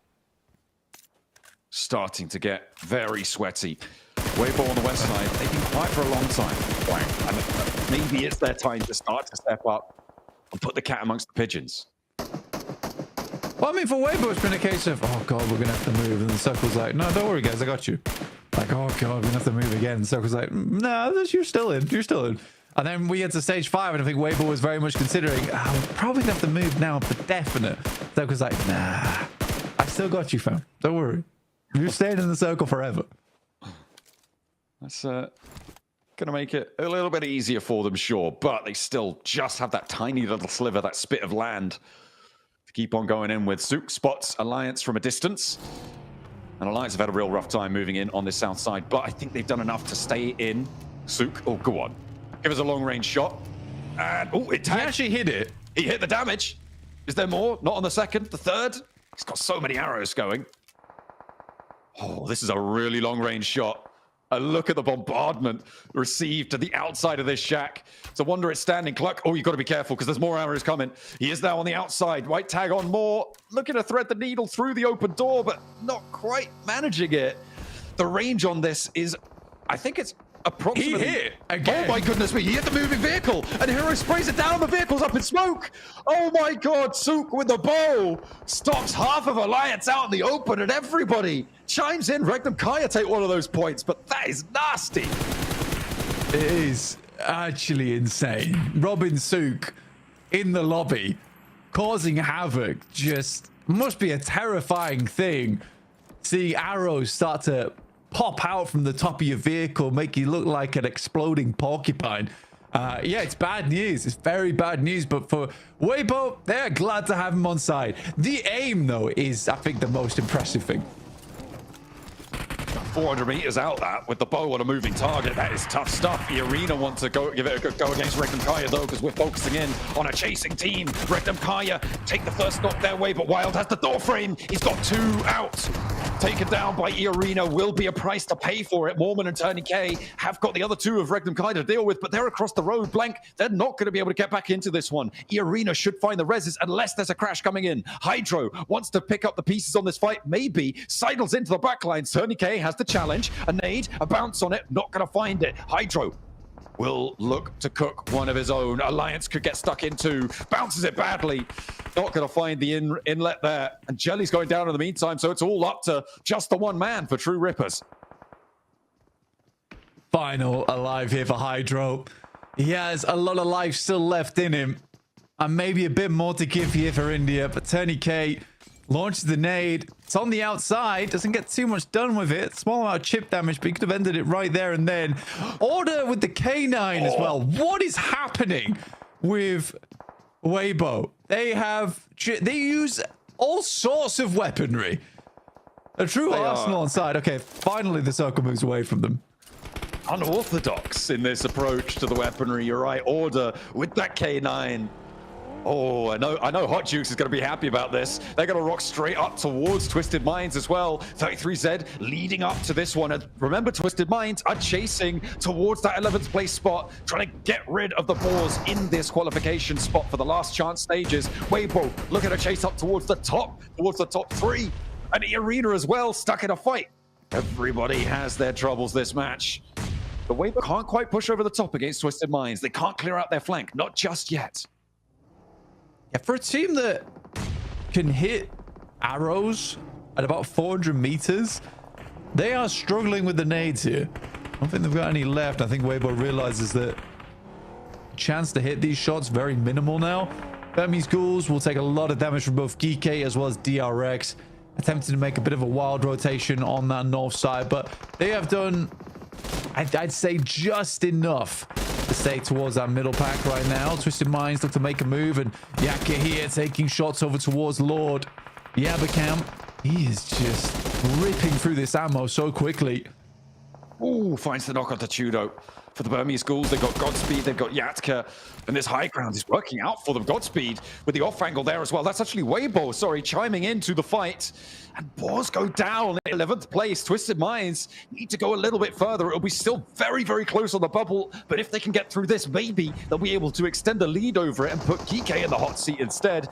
Maybe the Burmese Ghouls too. Blank, it's all to play for. Influence Rage. They take a knock against Arena as well. Oh my goodness. It is so fraught with danger. Every fight in this zone matters. The Flash is one last player alive, and I think he's done for here. The Flash with 6 points on this game, 133. They are ahead of Arcred, but with Influence Rage being the ones to take them down, they're looking to send this a little bit further in this game. Burmese Ghouls look to move up over towards Twisted Minds. You've got Freak in front. Yaka with the pump shotgun will send the Molotov, forces him on the right side of the building. Or through the building if he wants to go for it. Yatka with the peek wins out against Twisted Minds. And the Burmese Ghouls don't want to let Twisted Minds come with them to survival stage. The last chance not going to be there, and they are locked out in 12th place. Blank. There is a really minimal difference here, but 7 points might be the boundary that the Boars need to stay alive in this tournament. It is so possible. And Virtus Pro still very much in the running going into this next match. But now we have to focus up towards the teams chasing third place, because Team Flash, I mean, they're still alive and the placements are going to start to kick in. Yeah, one more team goes out. Yeah, that extra placement point coming through. You can see from the leaderboards here how clear the difference in skill level is between our squads, with 11th downwards all out. My God. Opening up a ventilation hole in the front of the ghoulish head of Godspeed. In order, bringing disorder to the brains on that side of the map. It's tough stuff to come up against, and you just don't expect it as well. With the K9, you expect to have a little bit of reaction time to those shots, so playing that unorthodox off meta. As soon as teams start to realize you're doing it, it becomes a lot easier for them to deal with it, but who brings a K9 into this match right now, especially for Weibo in 7th place, right? You're chasing, and then all of a sudden you see a bow and arrow, a K9 start to bark out towards you. It's got to feel really confusing for our teams in this lobby, but Res comes through from Geeky. Will not be able to get that flush. I mean, the thing is that in this kind of circle, actually the K9's not a bad choice. I mean, it's just long-range fights you have to take. You get the one shot, one elim. It's nice to see. Kevin, inside the smoke, does his best. But his best is not good enough versus Influence Rage, who are the chasers here, alongside with Arena, who do have 4 players. Great nade from Nerzed. Brilliant little pickup there to open up, and Yatka all too happy to take shots and suppress Influence Rage on the angle. Looks for Ragnarok downhill. Diego does not connect. Lorzin, he's not getting picked back up here. Influence Rage going to be moving on as 3. As Lil Boy looks for the shots, and he will find them over towards Nerzed. Just Ragnarok now remaining. I said Lorzin wasn't getting picked up. Maybe they could have done it, but down into the shack he goes. Holds with a P90, but he's got 2 players bouncing in towards him. And Influence Rage take them down. That's Team Flash going out as well. Blank, the moving target has stopped for the time being. It's on 134. Big match is needed for Arena, for Influence Rage, for Weibo to catch up anywhere near for the final hurrah in the last Miramar. I mean, everyone's chasing right now. Arena with 8 elims on this game, and they still hold on to 4 of their players as well. Burmese Ghouls do go out. They were rid of the Arbiters down towards the bottom of the lobby, alongside with Alliance. So it is still this brutal battle towards the top side of the lobby. Weibo look to make this one happen, but what they don't realize, the Influence Rage, Arena still here in this game.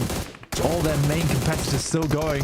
Got the UMP coming through from Regnum Kaya, but also the SLR from Wild, which I thought was crazy. Weibo takes down the final players there from Influence Rage, which is a really big deal. Oh, we got to stop doing this, man. If you see teams getting taken out and you assist in that, don't immediately move into that position. I feel that's pretty obvious. But it looks like Weibo are going to be able to get that res coming on board, right? For them, it's only 2 players for Regnum Kai to deal with. The match right now is on tenterhooks for E-Arena and Weibo, both looking to challenge it out. 8 elims already for E-Arena. A chicken dinner necessary to put them up in contention. It would put them up on 128 points, and then whatever elims extra they were able to get. That is very, very close to Team Flash. And in fact, they would draw, I think, exactly level. If they get every elim left in the lobby for E-Arena, they would be exactly level. They would be 2 points behind for Weibo if they did the exact same thing, though, in the process. So very important stakes here for both Weibo and E-Arena. Regnum Kaya are up on 150 already, and then whatever placement points they get here, guaranteed at least 5. So a 155 minimum tally for them. They are still definitely locked away. It's just going to be a question of who joins them, and it could be one of these 2 teams. E-Arena's already been a big match here. Been a very big match, but the real prize is the chicken dinner points. It's the cherry on the top of the cake at the end of this match. Try and lock in your 3rd place here. But even then, the Flash could still do something in their final game. For the thing for the Flash today, it's just been a white knuckle grip on the side of a mountain. Just hoping not to fall off. Desperately trying to get as far through as possible. The Winchester? Okay.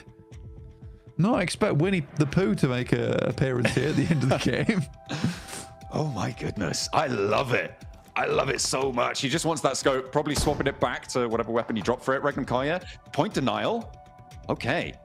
So it does mean that E-Arena would be 2 points shy with a full 4-man wipe, and 4 points shy for Weibo if they get the chicken dinner against E-Arena at full 4 elim points. Both teams desperately want this one. Whoever makes it here next is going to get close to the boundary. The spray down for order starts off well. The weapon swap is hot, and the 2 players fall. And in a mishmash of chaos, it is going to be Weibo to take it away in the final moments. The placement points are there for them. They are on the precipice of joining the top 3 once more. E-Arena still in with a shot as well. A little bit further behind than they would have liked, but blank. It is 3 teams going into the final match that could make all the difference. Insane stuff there coming through from Weibo. And yeah, it seems like Order maybe didn't like that I called him out earlier. It seems that way, doesn't it? But what a way to finish that out as well. I mean, I love the fact that, you know, it's a small thing, but he turned around and started walking away as he got that final elim, which causes the character to just walk off into the distance, which was very cinematic there at the end game. So pleased with themselves, and relief flooding their faces. And again, I think that the difficulty though for Weibo is that Flash is still in. Flash is still in with a chance. I mean, they are still technically in that 3rd place spot, right? So it is a pretty heads-up fight between the unorthodox, chaotic style of Weibo and the weaponry there. But in the end, they kept it nice and plain and simple. Pure spray downs, pure violence. E-Arena torn to pieces, but they still have 1 more match to play. The bottom of the table's in flux. The top 3 as well, still yet to claim their 3rd member. It is so down to the wire. 1 more match between these teams and getting towards those finals, to the last chance stages. Who's going to have it? We'll wait and see.